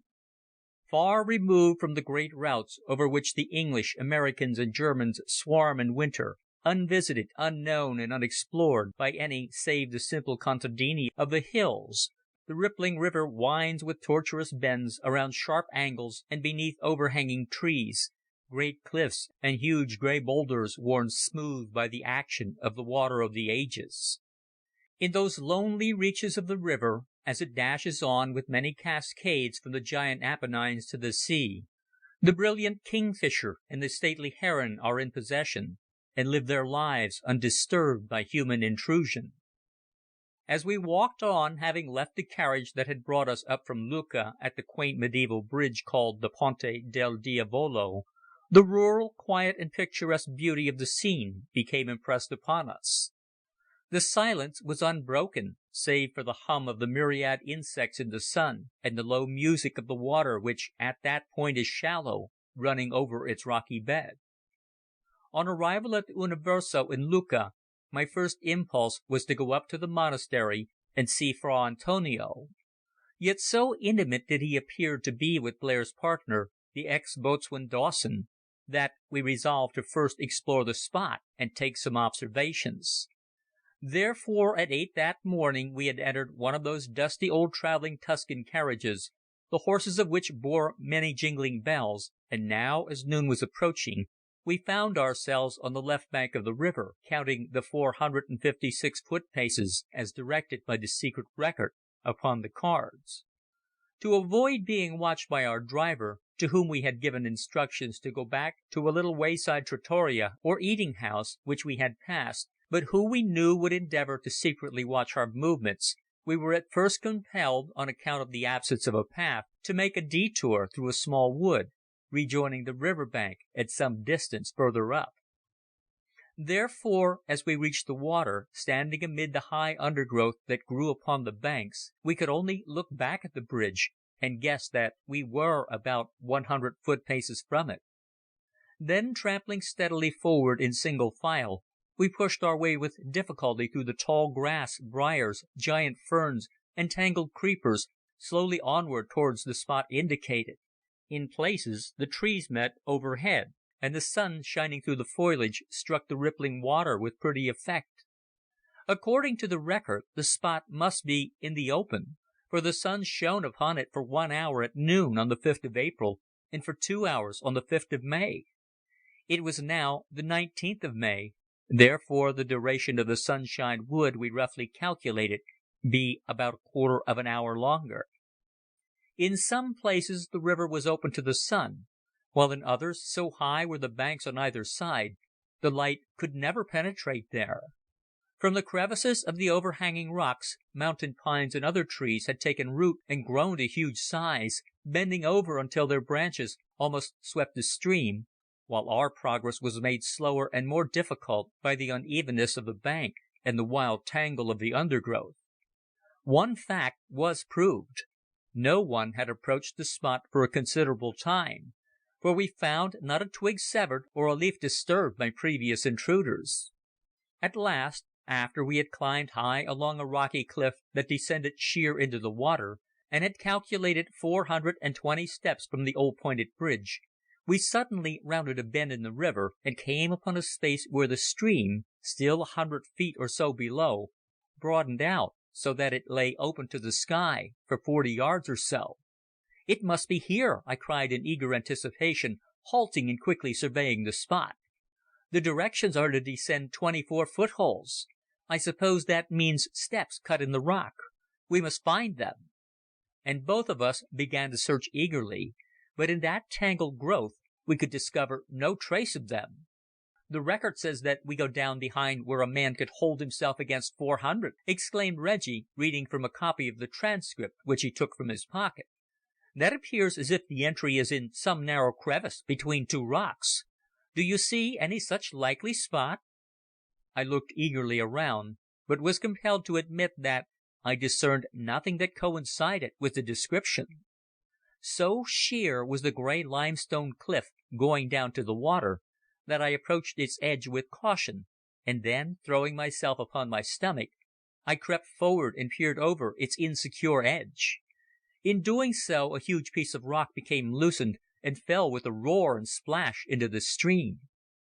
I took careful observations, but could distinguish absolutely nothing to correspond with what the old outlaw, Poldo Pensi, had recorded. For a full half hour we searched in vain, until it became plain that, as we had not measured accurately the foot paces from the Devil's Bridge, we were not at the exact spot. We therefore retraced our steps slowly and laboriously through the tangled briars and undergrowth, our clothes suffering considerably, and then restarted from the actual base of the bridge. So completely had we been out of reckoning that at the 387th pace we passed the spot where we had made such minute search, and continuing our way forward, we halted at the 456th foot pace in the top of a high encampment very similar to the other, only wilder and even more inaccessible. "There seems nothing here," remarked Reggie, whose face was torn by brambles and was bleeding. I gazed around and was reluctantly compelled to endorse his statement. The trees were large and shady where we stood, some of them overhanging the deep chasm through which the river wound. Cautiously we both crept forward, flat upon our stomachs, to the edge of the cliff, taking that precaution as we knew not whether the edge might be rotten, and presently we peered over. "Why, look!" cried my friend, pointing to a spot about half-way down the deep swirling stream as it came round the sudden bend. "There's steps and a path leading down just a little higher up. And see, what's that?" End of chapter 27. Chapter 28 describes a startling discovery. I looked and saw that upon a kind of natural platform on the rock was built a small stone hut, upon the grey tiled roof of which we were gazing down. "Yes, there are the 24 footholds mentioned in the record, no doubt," I said. "I wonder if anybody lives down there." "Well, let's descend and investigate it," suggested Reggie anxiously. And a few moments later we had struck a narrow track leading from the chestnut wood direct to the roughly cut steps that went down to a narrow opening between two rocks. Upon the right-hand one we found deeply graven with an old-fashioned capital E, about a foot long, and passing by it we saw that a rough and perilous track led zigzag down to the small hut, the closed door and small barred window of which caused us the wildest curiosity as to what was within. Next moment, however, the truth was plain. The front of the little place was pointed, and upon the apex was a small stone cross. It was a hermit's cell, like so many similar ancient places of retreat and contemplation in old world Italy, and an instant later, as we passed the rocks and came cautiously down the path, the door opened, and there issued forth the hermit himself, who, to my surprise, I recognized as no other person than the burly, dark-bearded monk, Antonio. "Gentlemen," he exclaimed, speaking in Italian as he greeted us, "this is certainly an unexpected meeting." And he indicated the stone bench that ran along the outside of the low little hut, which I saw was so cunningly concealed by the overhanging trees as to be invisible either from the river or from the opposite bank. As we seated ourselves at his direction, he hitched up his faded brown habit beneath his waistcord and himself sat down beside us. I expressed surprise at finding him there, but he only smiled, saying, "You are disappointed at discovering nothing else, eh?" "We expected to reveal the secret of the Cardinal Sannini," was my frank response, well knowing that he was in possession of the truth, and suspecting that with the one-eyed Englishman he had been partner with Blair. The monk's strongly marked sunburnt features assumed a puzzled expression, for he saw that we had gained some knowledge, yet he hesitated to make inquiry lest he should betray himself. Capuchins, like Jesuits, are wonderful diplomatists. Doubtless the monk's personal fascination was somewhat due to his splendid presence. A man of fine physique, he had a handsome open face with clean-cut, powerful features, softened by eyes in which seemed the light of perpetual youth, with a candid, unassuming expression, brightened by a twinkling humour about the lips. "You have recovered the record, then?" he remarked at last, looking straight into my face. "Yes, and having read it," I answered, "I am here to investigate and claim the secret bequeathed to me."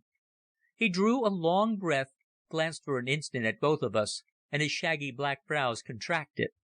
It was hot where we sat, for the brilliant Italian sun beat straight down upon us, therefore, without replying to me, he rose and invited us into his cool little cell, a square, bare room with boarded floor, the furniture consisting of a low, old-fashioned wooden bedstead, with a piece of old brown blanket for coverlet, a Renaissance prie-dieu in old carved oak, black with age, a chair, a hanging lamp, and upon the wall a great crucifix.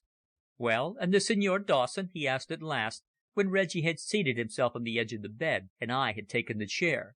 "What does he say?" "I have no necessity to ask his opinion," I responded quickly. "By law the Cardinal's secret is mine, and no one can dispute it."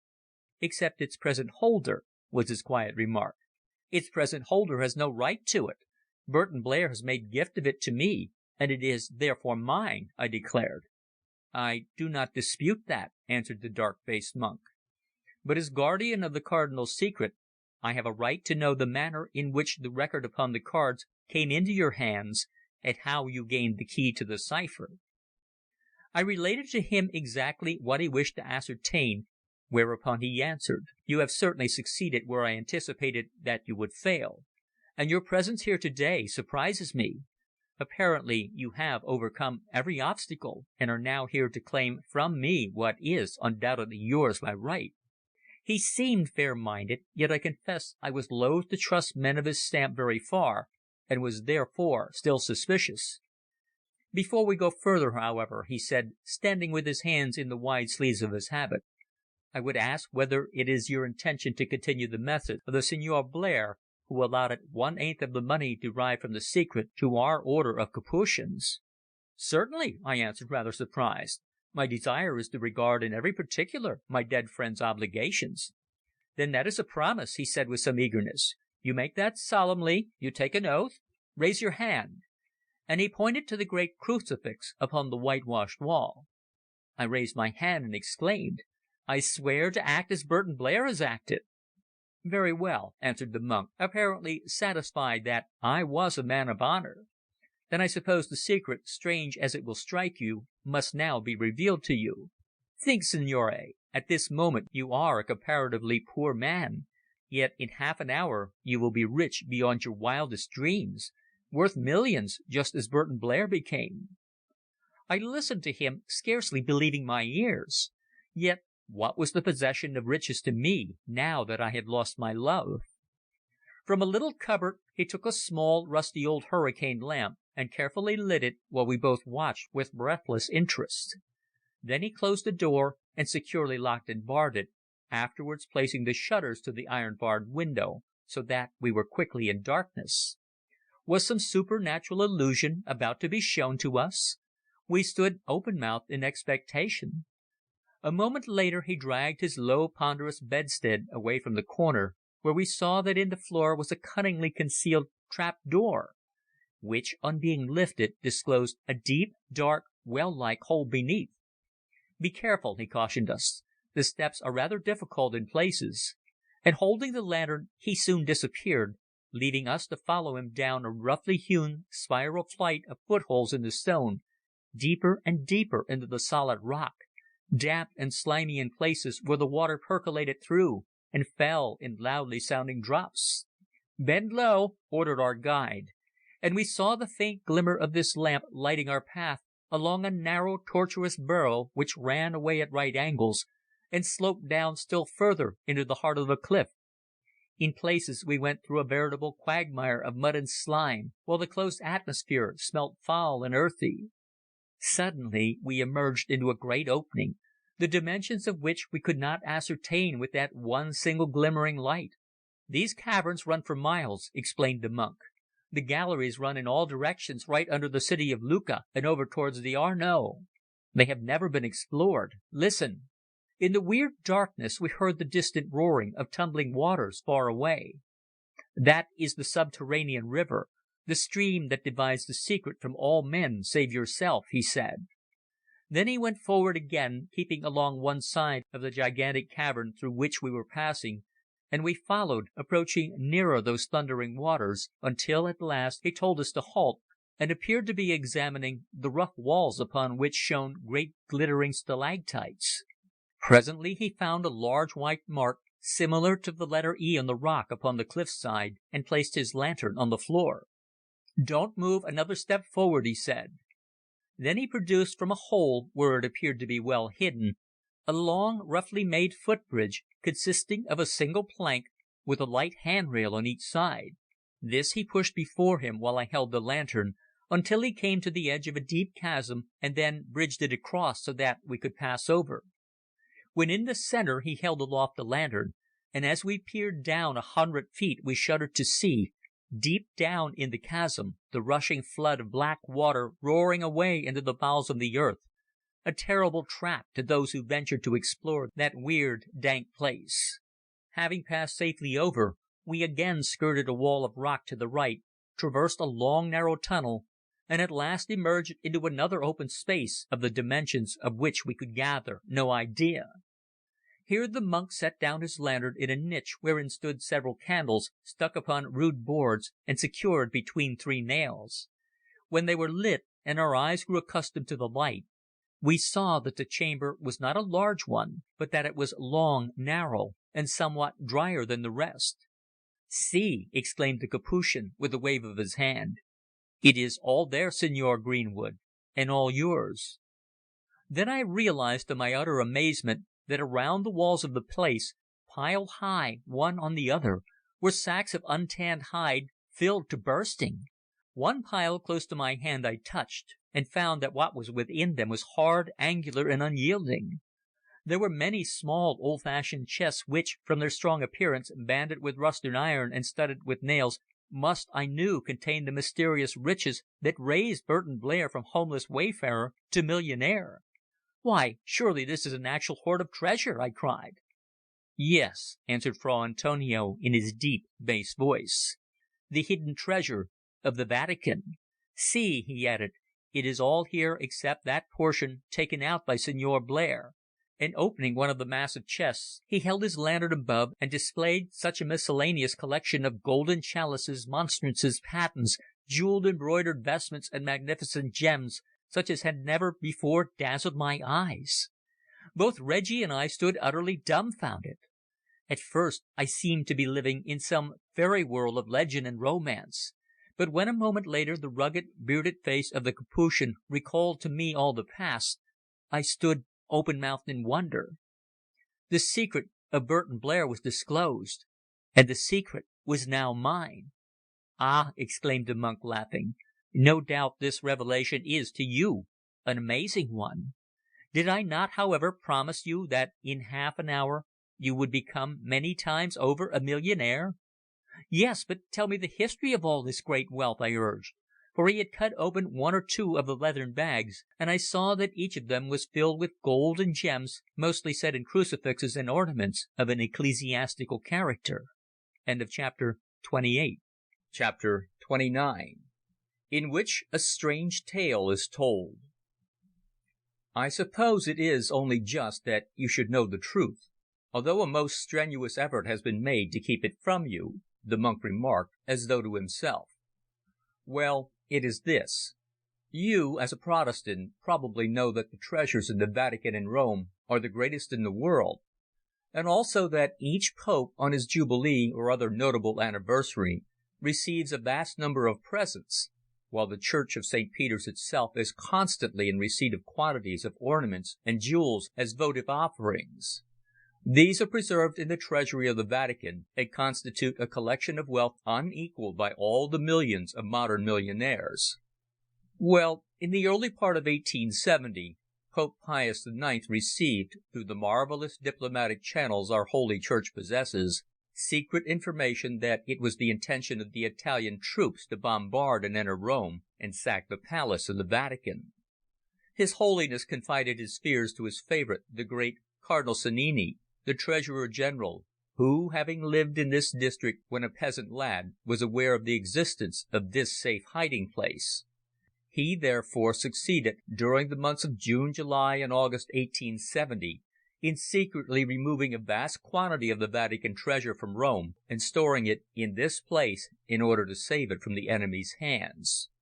True to the fears of His Holiness, on September 20 the Italian troops, after a 5 days' bombardment, entered Rome, but fortunately no serious attack was made upon the Vatican, while the treasure removed has remained here ever since. Cardinal Sannini was, it appears, a traitor to the Church, for although he induced Pio Nono to allow the treasure to be removed in secret, he never told him the exact spot where it was concealed, and curiously enough, the 2 members of the Swiss Guard who had assisted the Cardinal, and alone knew the secret, both disappeared, in all probability, I believe, precipitated into that subterranean river we have just crossed. Originally the small entrance to these galleries was only hidden by brambles, but directly after the treasure had been safely secreted, His Eminence the Cardinal suddenly discovered that the spot on the cliffside was well adapted for a hermitage, and he built the present hut over the small opening in the rock in order to conceal it, having first closed the hole with his own hands so that the stonemasons should not discover the entrance. For many months, during the struggle between the Italian government and the Holy See, he doffed the purple and lived in the cell a hermit, but in reality guarding the enormous treasure he had so cleverly secured. But as you know, he was captured by the terrible Poldo Pensi dreaded down in Calabria, and was compelled, in order to save his life and reputation, to betray the existence of his hoard. Upon this, Pensi came here in secret, saw the treasure, but being extremely superstitious, as are all his class, he dared not touch one single object. A man who had once served in his band, and who had entered our monastery, a certain Fra Orazio, he sought out, and to him gave the hermitage, without, however, telling him of the secret tunnel and caves beneath. Both Sannini and the Pope died, but Fra Orazio, in ignorance of the fact that he resided over a veritable mine of wealth, continued here 16 years until he died, and I succeeded him in the occupancy of the cell, spending nearly 6 months each year here in meditation and prayer. In the meantime, however, the secret of His Eminence inscribed in the secret cipher used by the Vatican in the 17th century seems to have passed through Poldo Pensi into the hands of Burton Blair, his shipmate and intimate friend. The first I knew of it was about 5 years ago, when one day my peace was disturbed by a visit from two Englishmen, Blair and Dawson. They told me a story of the secret being given to them, but at first I would not believe that there was any truth in the hidden hoard. We, however, investigated, and after a very long, difficult and perilous search, we succeeded in revealing the truth." "Then Dawson shared in the secret as well as in the profits?" I remarked, astounded at the amazing truth. "Yes, the three of us alone knew the secret, and it was then mutually arranged that, it having been given by the repentant brigand to Blair, he was entitled to the greater share, while Dawson, to whom Pensi had apparently spoken before his death concerning the treasure, and who had been in possession of certain facts, should be allotted 1/4 of the annual outtake, and to myself, appointed guardian of the treasure house, 1/8 to be paid, not to myself direct, as that would arouse suspicion, but by Blair's bankers in London to the Vicar General of the Order of the Capuchins at Rome. Through 5 years this arrangement has been carried out. Once every 6 months we entered this chamber in company, and selected a certain amount of gems or other articles of value, which were sent by certain channels, the gems to Amsterdam for sale, and the other articles to the great auction rooms of Paris, Brussels and London, and others into the hands of renowned dealers in antiques. As you may see for yourself, this collection of gems is almost inexhaustible. 3 rubies alone fetched £65,000 in Paris last year, while some of the emeralds have realized enormous sums. Yet so ingeniously did the Signore Dawson and Blair arrange the channels by which they were placed upon the market, that none ever guessed the truth." "But all this is, strictly speaking, the property of the Church of Rome," remarked Reggie. "No," answered the big monk in his broken English. "According to Cardinal Sannini, His Holiness, after the peace with Italy, made a free gift to him of the whole of it as a mark of regard, and knowing too that with Rome in the occupation of the Italian troops it would be difficult to get the great collection of jewels back again into the treasury without exciting suspicion." "Then all this is mine?" I exclaimed, even then unable to fully realize the truth. "All," answered the monk, "except the share to me, or rather to my order for distribution to the poor, as payment for its guardianship, and that to Signor Dawson, with, I suppose," and he turned towards Reggie, "some acknowledgment to your friend. I warned you against him once," he added, "but it was owing to what Dawson told me, lies." "I have already pledged myself to continue to act towards your order as Burton Blair has done," I replied. "As to Dawson, that is another matter, but certainly my friend Seton here will not be forgotten, nor you personally, as the faithful holder of the secret." "Any reward of mine goes to my order," was the manly fellow's quiet reply. "We are forbidden to possess money, our small personal wants being supplied by the Father Superior, and of this world's riches we desire none save that necessary to relieve the poor and afflicted." "You shall have some for that purpose, never fear," I laughed. Then, as the air, exhausted by the lights, seemed to grow more foul, we decided to return to the cell so cunningly constructed at the mouth of the narrow outer gallery. We had reached the brink of that terrible abyss where the black flood roared deep below, and I had passed over the narrow hand bridge and gained the opposite side safely, when, without warning, a pair of strong hands seized me in the darkness, and almost ere I could utter a cry I was forced backwards to the edge of the awful chasm. The hands held me in an iron grip by the throat and arm, and so suddenly had I been seized that for the first instant I believed it to be a joke on Reggie's part, for he was fond of horseplay when in jubilant spirits. "My God!" I however heard him cry a second later, as I suppose the flickering lamplight fell upon my assailant's countenance. "Why, it's Dawson!" Knowledge of the terrible truth that I had been seized by my worst enemy, who had followed us in, well knowing the place, aroused within me a superhuman strength, and I grappled with the fellow in a fierce death struggle. Ere my two companions could reach and rescue me, we were swaying to and fro in the darkness on the very edge of the abyss into which it was his intention to hurl me to the same death that the 2 Swiss guards had probably been consigned by the wily Cardinal. I realized his murderous intention none too quickly, for with a fierce oath he panted, "You shan't escape now. That blow in the fog didn't have the desired effect, but once down there you'll never intrude again upon my affairs. Down you go." I felt my strength fail me as he forced me back still further, locked in his deadly embrace. In the darkness one of my companions gripped me and saved me, but at that instant I had recourse to an old Charterhouse trick, and twisting suddenly so that my opponent stood in my place, I tripped him backwards, at the same moment slipping from his grasp. It was the work of a second.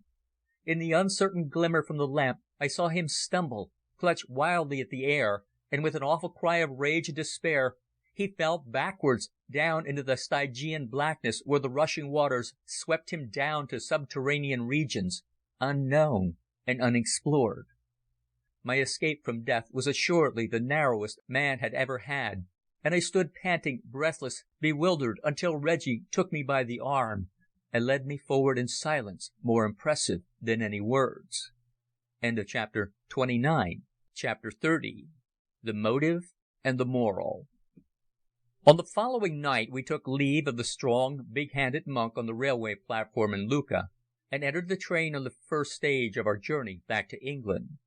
He was to return at once to his hermit cell above the swirling Serchio, and remain as before the silent guardian of that great secret which, had it been revealed, would have astounded the world.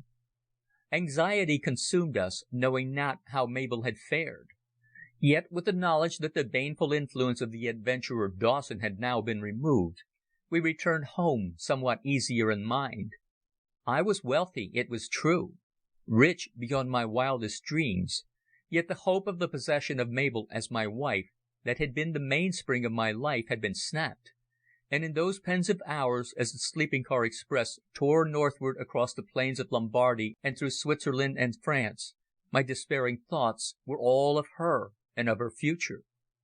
A cab took us direct from Charing Cross to Great Russell Street, where I found a note from her dated from Grosvenor Square, asking me to call there on the instant of our return. This I did after a hasty wash, and Carter showed me unceremoniously and at once up to that big white and gold drawing room so familiar to me. In a few moments she entered, looking sweet and charming in her mourning, a smile upon her lips, her hand extended to me in glad welcome. Her face, I thought, betrayed a keen anxiety, and the pallor of her cheeks showed how sorely her heart was torn by grief and terror. "Yes, Mabel, I am back again," I said, holding her hand and gazing into her eyes. "I have discovered your father's secret." "What?" she cried in eager surprise. "You have? Tell me what it is. Do tell me," she urged breathlessly. I first obtained from her a promise of secrecy, and then, standing with her, I described our visit to the lonely hermit's cell, our reception by the monk Antonio, and our subsequent discoveries. She listened in blank amazement at my story of the hidden treasure of the Vatican, until I described the attack made upon me by Dawson and its tragic sequel, whereupon she cried, "Then if that man is dead, actually dead, I am free!" "How? Explain," I demanded. "Well, now that circumstances have combined to thus liberate me, I will confess to you," she responded after a brief pause. Her face had suddenly flushed, and glancing across at the door she first reassured herself that it was closed. Then in a deep, intense voice she said, looking straight into my face with those wonderful eyes of hers, "I have been the victim of a foul, base plot which I will explain, so that, knowing the whole truth, you may be able to judge how I have suffered, and whether I have not acted from a sense of right and duty. For devilish cunning and ingenuity the conspiracy against me surely has no equal, as you will see. I have only now succeeded in discovering the real truth and the deep hidden motive behind it all. My first meeting with Herbert Wales was apparently accidental in Widemarsh Street, Hereford. I was only a girl just finishing my school days, and as full of romantic ideas concerning men as all girls are. I saw him often, and although I knew that he picked up a precarious living on racecourses, I allowed him to court me.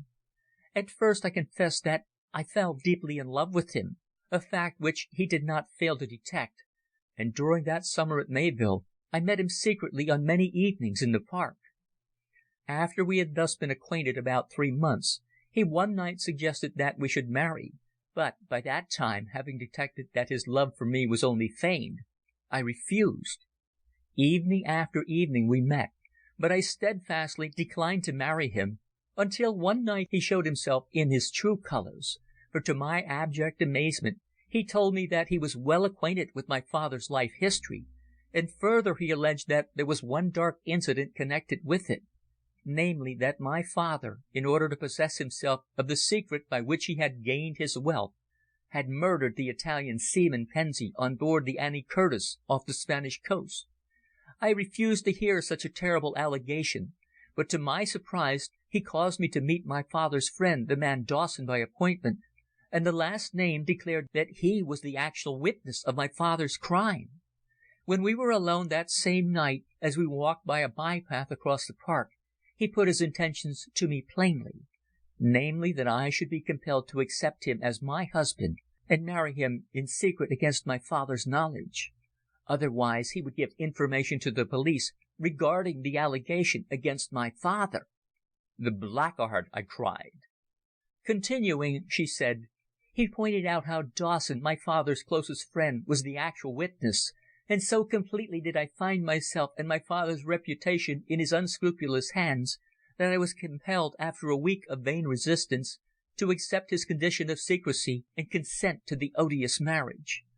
From that moment, although I returned home the instant we were made man and wife, I was completely in his power and had to pay blackmail to him at every demand. After he had secured me as his victim, his true passionate instincts, those of a man who lived by his wits and to whom a woman's heart was of no account, were almost instantly revealed, and from that moment until the present, although believed to be a single girl, and chaperoned to all sorts of functions in the brightest set in London, yet I lived in mortal terror of the man who was, by law, my husband." She paused to gain breath, and I saw that her lips were white and that she was trembling. "Fortunately," she went on at last, "you were able to rescue me, otherwise the plot would have been successful in every particular. Until yesterday I was entirely unaware of the real motive of forcing me into that marriage, but now it is revealed I can see the deep cunning of the master mind that planned it. Herbert Hales, it seems, first sought me out because of a chance remark of old Mr. Hales regarding my father's great and mysterious fortune. An adventurer, he saw that he might contract marriage with myself as heiress to my father's possessions. When we had been acquainted about a month, Dawson chanced to be over from Italy, staying with us at Mayville for a few days, and one evening while out shooting wood pigeons he discovered us walking together at the edge of the wood skirting the park. The instant he saw us, he formed a devilish design, and next day set about making inquiries regarding Hales, and, ascertaining the character of the man, met him and made a curious compact with him to the effect that if he, Dawson, so arranged matters that a secret marriage was contracted between myself and Hales, the latter was, in the case of my father's death, to receive the sum of 2,000 a year in lieu of any claim against the estate on his wife's behalf. He pointed out to Hales that by a secret marriage with me he would obtain a source of continual revenue, as I dare not refuse his demands for money, because if I, on my part, exposed the secret of our union, he could at once take up his correct position as the husband of the millionaire's daughter. This having been arranged, he told Hales many true facts concerning my father's life at sea in order to mislead him, but added an allegation which, being corroborated by himself, I unfortunately believed to be true, that my father had committed murder in order to obtain that little pack of cards with the cipher upon them. Dawson, who had quickly judged the character of Hales, secretly aided him to get me completely in his power, although of course I was entirely unaware of it. His motive in securing my marriage in such compulsory circumstances was a far-seeing one, for he recognized that had I been married to the man I loved, my husband would, on my father's death, see that my rights as heiress were properly established, while if, on the other hand, I was Hales' wife, afraid to acknowledge my matrimonial mesalliance, and Hales was by the compact entirely in his power, he would, in the end, obtain complete possession of my father's money. He knew, of course, that his position as one of the holders of the secret of the Vatican treasure, as it now turns out to be, made it imperative for my father to leave the management of my affairs in his hands, and he therefore took every precaution to secure complete possession upon my poor father's death. The ingenious manner in which he secretly placed Herbert Hales in possession of certain facts which I believed were only known to my father and myself, the subtle manner in which he corroborated his own untruth, alleging that my father was guilty of a crime, and the secrecy with which he aided Hales to marry me under sheer compulsion were, I can now see, marvels of clever conspiracy. I feared, nay, I felt convinced all along, that the terrible secret of my father's known to Hales was the awful truth, and it is only yesterday that, with the aid of old Mr. Hales, I succeeded in discovering in a back street in Grimsby a man named Palmer, who was seaman on board the Annie Curtis and present at the Italian's death. He tells me that the allegation against my father is absolutely false, and that, on the contrary, he was the man's best and kindest friend, and, in acknowledgment of this, the Italian gave him the little chamois leather bag containing the cards. My fears as to the secret having been obtained by foul play are therefore entirely set at rest, and the stain removed from my poor father's memory." "But the mode of your father's death?" I said, amazed at this remarkable revelation of craft and deception. "Ah," she sighed, "my opinion has altered. He died from natural causes, just at a moment when a secret attempt was to be made to assassinate him. By that same train up to Manchester, Herbert Hales, who was of course unknown to my father, and the man Dawson travelled in company, and I have no doubt that it was their intention, if opportunity was afforded, to strike a blow with the same fatal knife with which the attempt was later made upon you. Death, however, cheated them of their victim." "But this villainous scoundrel who was your husband, what of him?" "The judgment of Heaven has already fallen upon him," was her low, almost mechanical answer. "What?" I gasped eagerly. "Is he dead?" "He quarrelled here with Dawson on the night you left London, and again the one-eyed man exhibited that remarkable craft he possessed, for in order to rid himself of Hales and the ugly facts of which he was in possession, he appears to have given confidential information to the police of a certain robbery committed about a year ago after Kempton Park races, in which the man for whom a large sum of money was stolen was so severely injured that he died. 2 detectives went to Hales' lodgings in Lower Seymour Street about 2 o'clock in the morning. They demanded admittance to his room, but he, realizing that Dawson had carried out his threat and that the truth was out, barricaded himself in. When they at last forced the door, they found him stretched dead upon the floor, with the revolver lying beside him." "Then you are free, Mabel, free to marry me," I cried, almost beside myself with joy. She hung her head and answered in a tone so low that I could hardly catch the words. "No, I am unworthy, Gilbert. I deceived you." "The past is past and all forgotten," I exclaimed, snatching up her hand and bending until my hot, passionate lips touched hers. "You are mine, Mabel, mine alone," I cried. "That is, of course, if you dare to trust your future in my hands." "Dare?" she echoed, smiling through the tears which filled her eyes. "Have I not trusted you these past 5 years? Have you not, indeed, been always my best friend, from that night when we first met until this moment?" "But you have sufficient regard for me, dearest?" I asked, deeply touched by her words. "I mean, do you love me?" "I do, Gilbert," she faltered, with eyes downcast in modesty. "I have loved no man except yourself." Then I clasped her to me, and in those moments of my newborn ecstasy I repeated to my love the oft-told tale, the tale that every man in the world over tells the woman before whom he bows in adoration. And what more need I say? A delicious sense of possession thrilled my heart. She was mine, mine for ever. I was convinced that in those terrible sufferings through which she had passed, she had been always loyal and true to me. She had, poor girl, like her father, been the innocent victim of the ingenious adventurer Dawson and the unscrupulous young blackguard who was his tool, and who had inveigled her into marriage in order to subsequently possess themselves of the whole of Blair's gigantic fortune. The wheel of fortune, however, ran back upon them, and instead of success their own avarice and ingenuity resulted in their defeat, and at the same time placed me in the position they had intended to occupy. End of chapter 30. Chapter 31. Conclusion. Mabel and I are now man and wife, and surely no couple in London are as perfectly happy as we are. To us, after the storms and stress of life, has come a calm and blissful peace. The faithful Ford is back as my secretary, while we frequently chaff Reggie, who has sold his lace business, about his profound admiration of Dolly Dawson, who, even though the daughter of an adventurer, is, I am compelled to admit, a modest and most charming girl, who would, I feel sure, make my old chum an excellent life partner.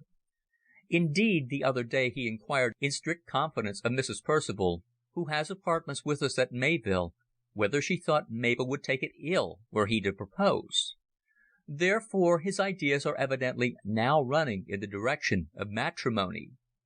Old Hales still lives at the Crossway at Owston, and recently came with his wife to London to visit us. As regards the Cardinal's secret, no word of it has ever leaked out to the public, it being far too carefully guarded by us. Over the entrance to that great storehouse of wealth, the grave black-bearded monk in the frayed habit, Fra Antonio, the friend of the poor of Lucca, still lives, dividing his lonely life between solitary meditation and attending to the wants of the destitute in that crowded city away down the green valley. The Church of Rome has a long memory. For years, it seems, active steps have been in progress to search and recover the great treasure given by Pius IX to his favourite Cennini.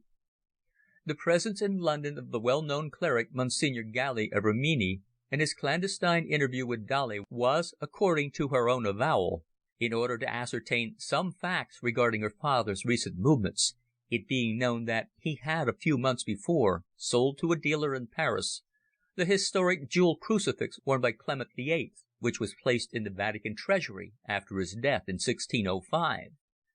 Many men in the city are aware of the great fortune that has come to me, and you yourself are perhaps acquainted with the white exterior of one house in Grosvenor Square, yet none assuredly know the strange facts which I have here for the first time put on record. A month ago I was seated in that silent little cell which so cunningly conceals the vast wealth of which I am now possessor, and which has placed me among the millionaires of England, and in relating to him in detail Mabel's tragic story of how cruelly she was victimized, I was expressing my mind freely upon the dastardly action of that man who had been engulfed in the subterranean flood, when the kindly monk with the furrowed face raised his hand, and pointing to the great crucifix upon the wall, said in that calm voice of his, "No, no, Signor Greenwood. Hatred and malice should not rankle in the heart of the honest man. Please let us remember those divine words. Forgive us our trespasses, as we forgive them that trespass against us. As we forgive them. Therefore let us forgive the one-eyed Englishman." This is the end of As We Forgive Them by William le Queux.